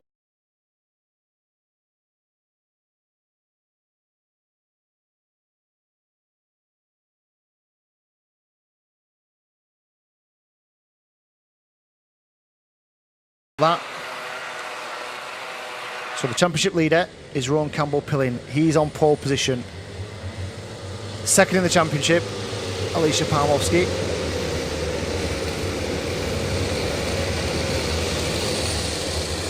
Alongside in second place. There's 8 points. In fact, there's going to be slightly more than 8 points now, isn't there? Because another 5 points today that Campbell-Pilling has taken out Palmovsky, despite Palmovsky winning the pre-final.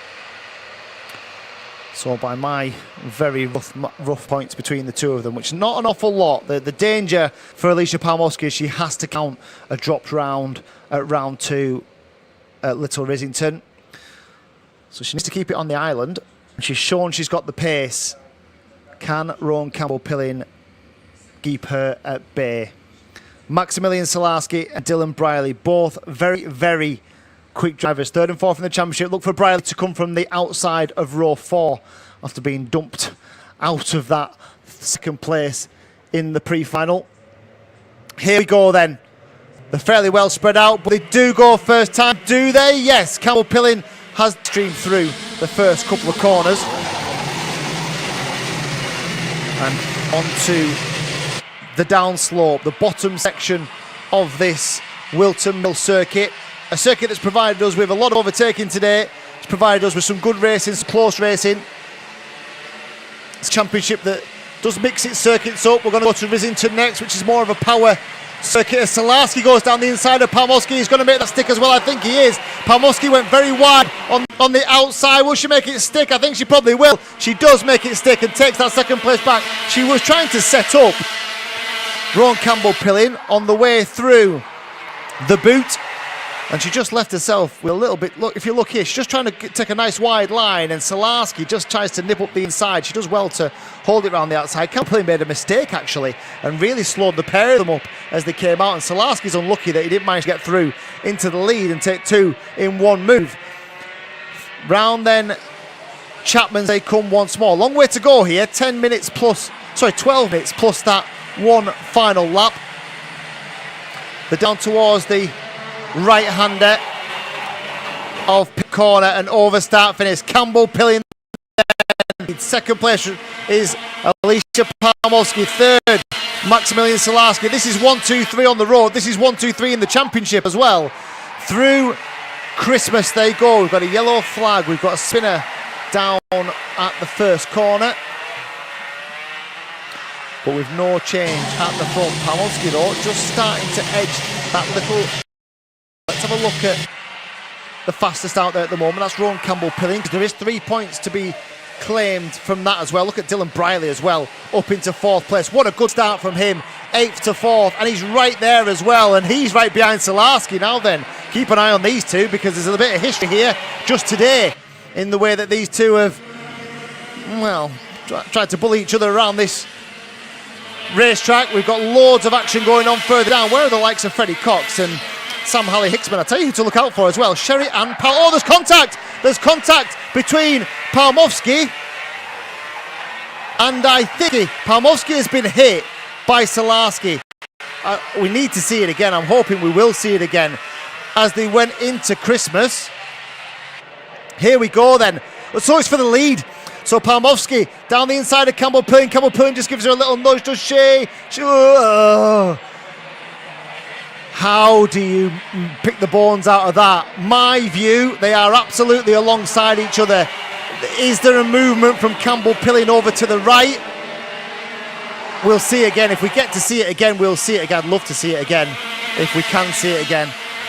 It is a really tough call to make, that one. There is contact, but it looks like back wheel from Palmowski on back wheel of Pilling, which means they're alongside each other. It's under investigation by the officials. Rowan Campbell-Pilling and Alicia Palmowski. Campbell-Pilling certainly squeezes the space to start. Here we go then. Here we go. We'll get a good indication of this.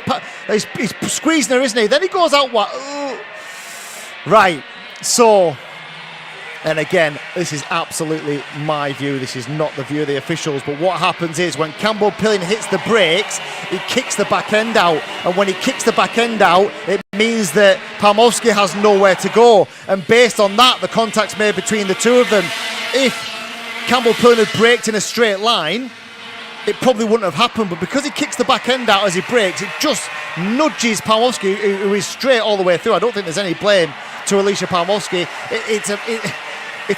You could see it as a racing incident. I could absolutely see it as that. If there's going to be blame apportioned, for me, it's probably because the back end of under braking, the back end of Rowan Campbell-Pilling's car. Here we go again. So watch when he hits the brakes. So he comes out a little bit, but then he hits the brakes, bang, there, just goes back across for me. So he does give her a little bit of room, but then when he hits the brakes, he heads back over to the right-hand side. Fantastic coverage, by the way, from the guys at Group Visual to give us that over and over again. That's the sort of action we want to see. Brilliant stuff from the producers. We are now in another battle for the league, because all that's been happening. Look at Dylan Briley from the outside of the 4th row, and he now hits the front. He's now past Rowan Campbell-Pilling. We'll pick up where everybody else is in the moment. There's so much happening. This is the final that we wanted. Here comes Campbell-Pilling back down the inside, and he retakes the lead away from Dylan Briley. I tell you what, we promised it would be a good one, didn't we? And we have delivered on a DRS 100 final here.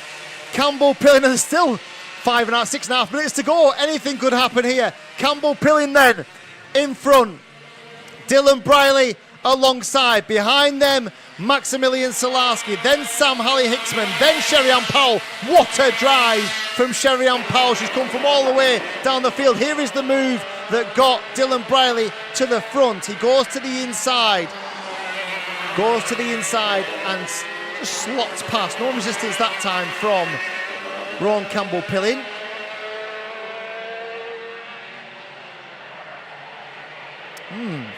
Interesting stuff. Feels a little bit like Hamilton Verstappen, this, doesn't it? It's first and second in the championship. A little bit of fisticuffs when we're out there. I'm glad I don't have to pick the bones out of it. Right. Over, start, finish, they come once more. Ron Campbell Pilling, Maximilian Salarski. He's had an action for Sherry-Ann Powell, driver of the day so far. This, without a doubt, in 5th. Freddie Cox in 6th. Then Palmovsky, who's now recovering from 7th. It's not the end of the world, this, for Alicia Palmovsky. It's still there in 7th place. I think she's carrying a bit of damage. Her last lap, no, she's lapping about half a second quicker than everyone else out there. So if she is carrying damage, she's carrying it very, very well. She's in 7th at the moment. She's got 5 minutes to try and make some sort of impact on the rest of her. Next target is Freddie Cox, who's just ahead of her in 6th place. Jamie Scott is almost probably getting a nice little tow as well around this Wilton Mill circuit. Jamie Scott is 8th, Henry Foote is 9th, Oscar Walmsley-Jones, it's not the final he would have wanted in 10th place. In fact, Henry Foote is up one at the expense of Jamie Scott into 8th place. Wow. 3 of them then in this race at the moment. Campbell Pilling, Salarski, Brierley. They're into the left-hander at Parker. They drop down the hill again into the left of Chapman's. The gap between Salarski in 2nd and Ron Campbell Pilling in the lead is just around about a kart length through the right-hander of pit corner and over start finish. Now we know Maximilian Salarski's not afraid of an overtaking manoeuvre. We know he likes to dive down the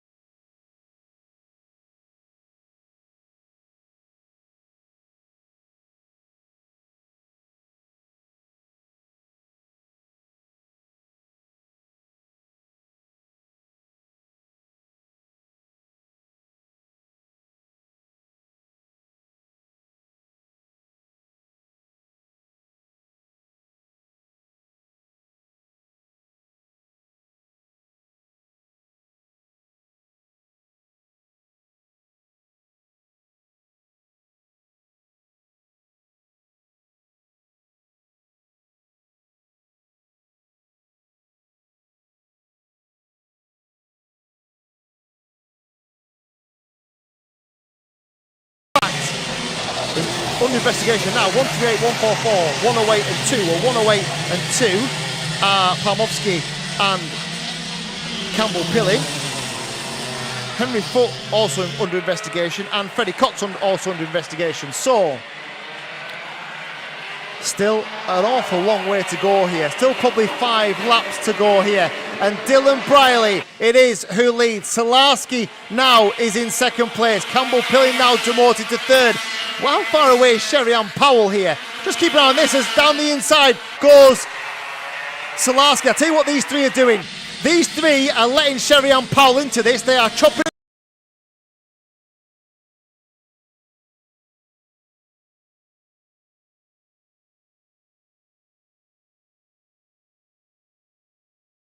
She has cruised from the back of this field in the pre-final up to 4th, and she is about to get on terms with the front 3. We're still squabbling. She's there, isn't she? Every overtaking manoeuvre, they drop back into the hands of Sherry-Ann Powell, who you would not back against in the remaining 3 or 4 laps here. Salarski, Brierley, Campbell Pilling, Sherry-Ann Powell, now the fastest driver on the circuit as well.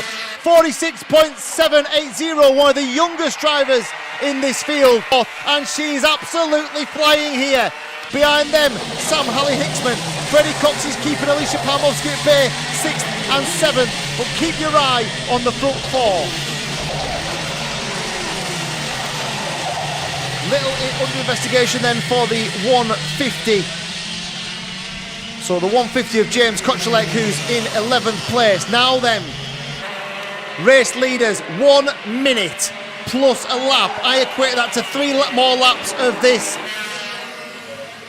Wilton Mill circuit as Sherry-Ann Powell's a little look. It probably wasn't the right place for Sherry-Ann Powell. She's lost a couple of kart lengths there. It wasn't the right place to have a dive down the inside into there. But the three of them absolutely together. And down goes Campbell pulling down the inside. Him and touch.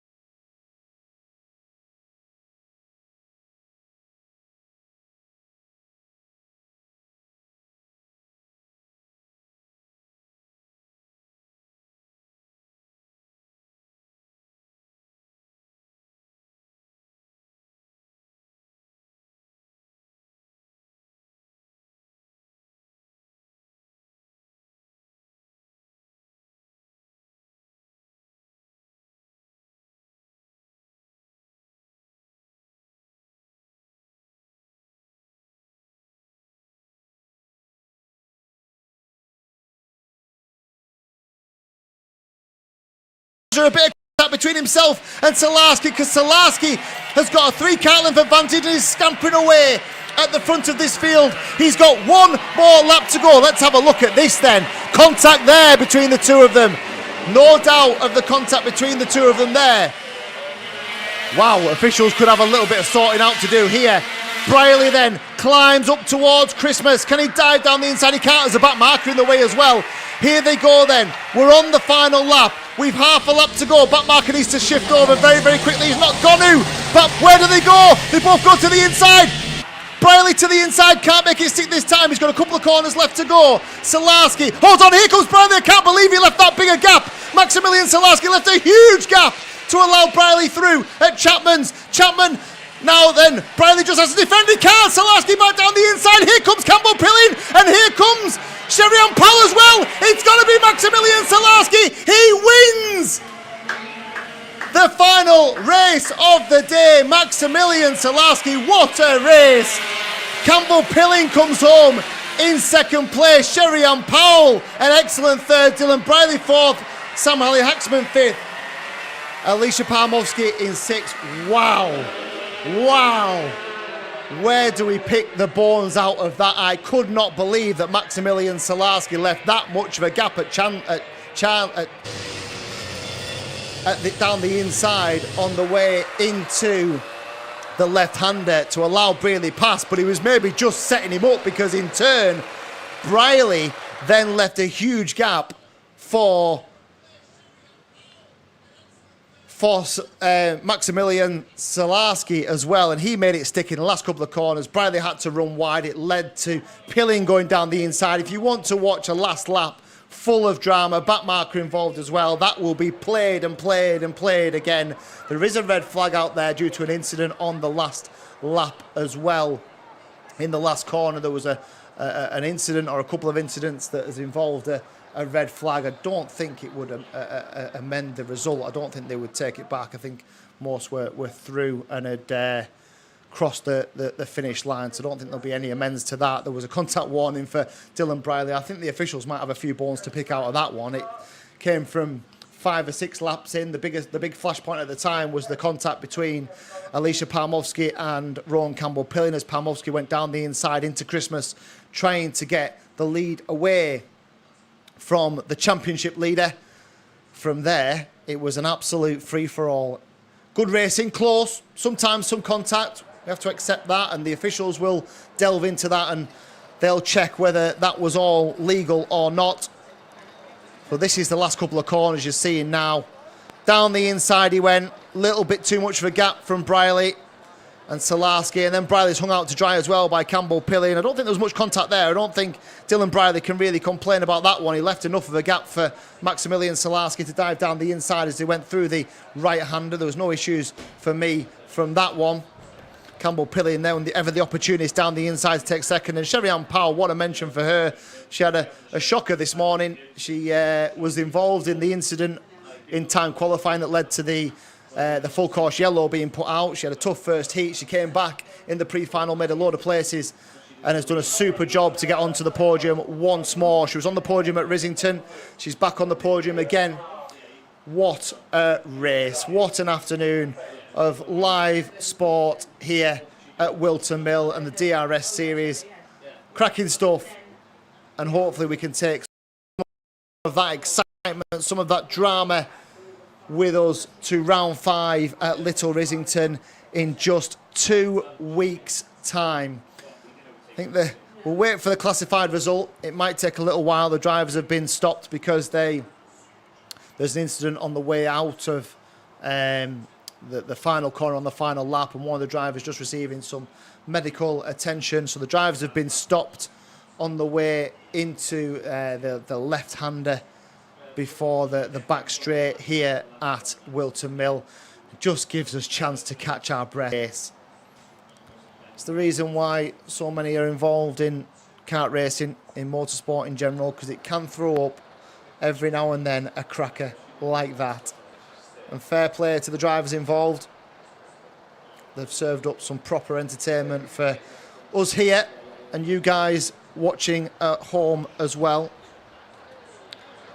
What a super drive, what a super race, what a super drive. And to be fair, full credit to Maximilian Salarski. He's taken his opportunity at the end there. He's seen the gap. He's put himself in a position to win the race. We know he likes a... If he was a footballer, we'd say he'd like a tackle, because we know he likes to dive down the inside. We know he's keen to get overtakes done and make them stick. And the reward for that today has been the top step of the podium for Maximilian Salarski. Won't do his championship any harm either, will it? He's currently 3rd in the championship. It'll certainly get him a whole lot close to Alicia Palmovsky in 2nd. And it'll take a few points out of Rowan Campbell-Pilling as well. Let's see who had the fastest lap. Who do we give those 3 points to? So Sherry-Ann Powell will claim an extra 3 points. Where does it put Sherry-Ann Powell in terms of her championship? She's 6th in the championship at the moment. I think she had a fastest lap at round 2 at Rissington as well. So she'll have got a very good haul of points indeed.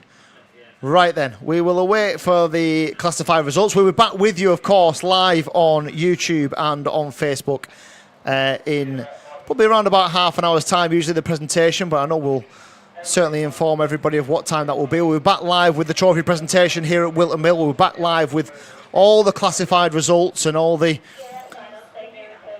reaction, all the final point standings, and then we will all pack up and head along to Little Rissington in just 2 weeks' time for round 5 of the Daniel Ricciardo series. We hope to see you all then. But for me, for now, until the prize presentation, thank you very much for watching.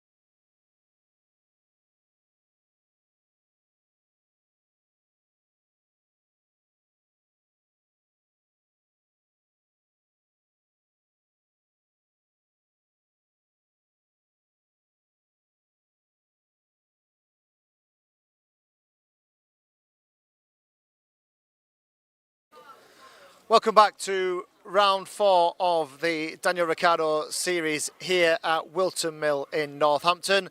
We're about to get underway with the trophy presentation. We'll start with the DRS 62s. Another excellent weekend of super close racing here at Wilton Mill. And a pleasure again to see so many drivers. In fact, we talked about it in the commentary that up until the finals, we had a different winner or a different pole man for every single event that the drivers took part in today. So another great advert for Daniel Ricciardo Series Racing. We'll start with the DRS 62s and our top 3 then. In 3rd place, number 4, Jack Robinson.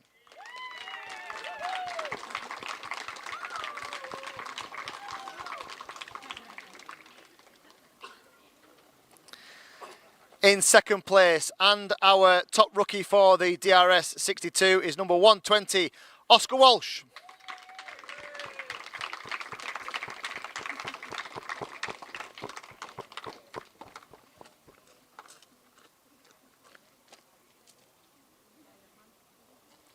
And today's winner, putting himself right back in the hunt for the championship as well, number 6, Harry Bartle.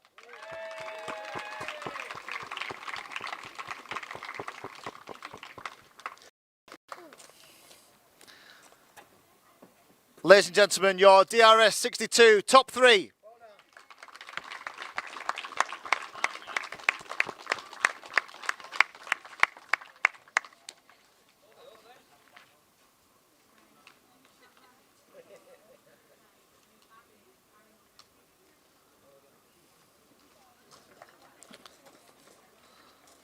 Well done, guys. We move on to our DRS 125 class, our senior drivers. In 3rd place, number 2, Matthew Pearce.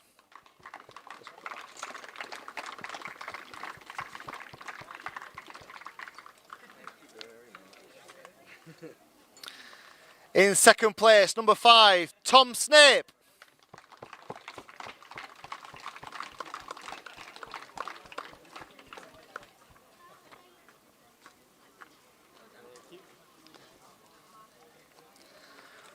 And today's winner didn't have it all his own way in the pre-final, but made sure he did the job in the grand final. Number 283, Sam Faulkner.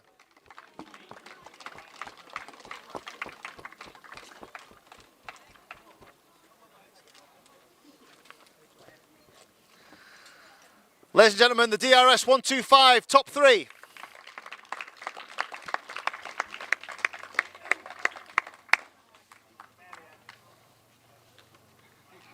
Yeah, you can go. And finally, the DRS 100. Fair to say that probably one of the best races I have seen for a long, long time. We'll start with our top rookie in 9th place, the number 143 of Daniela Sutton.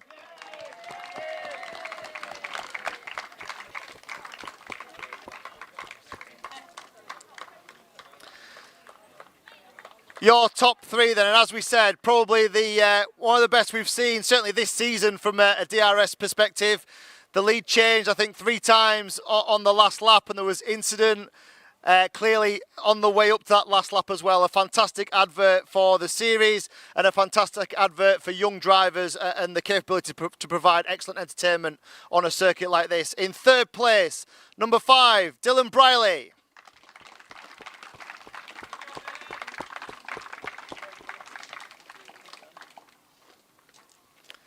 Second place, our championship leader, number 108, Rowan Campbell-Pilling.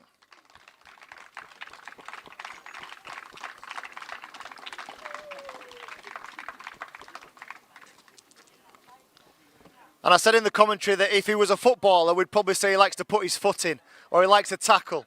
But certainly a young man who knows how to make overtaking manoeuvres, and they've worked for him today. The number 135 is our winner, Maximilian Salarski.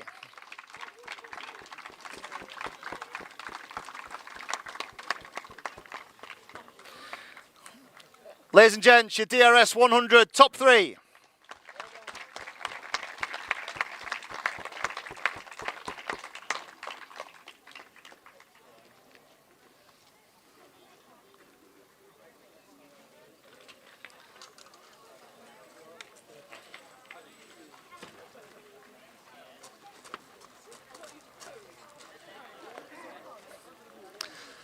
And that's all then from round 4 of the Daniel Ricciardo series here at Wilton Mill.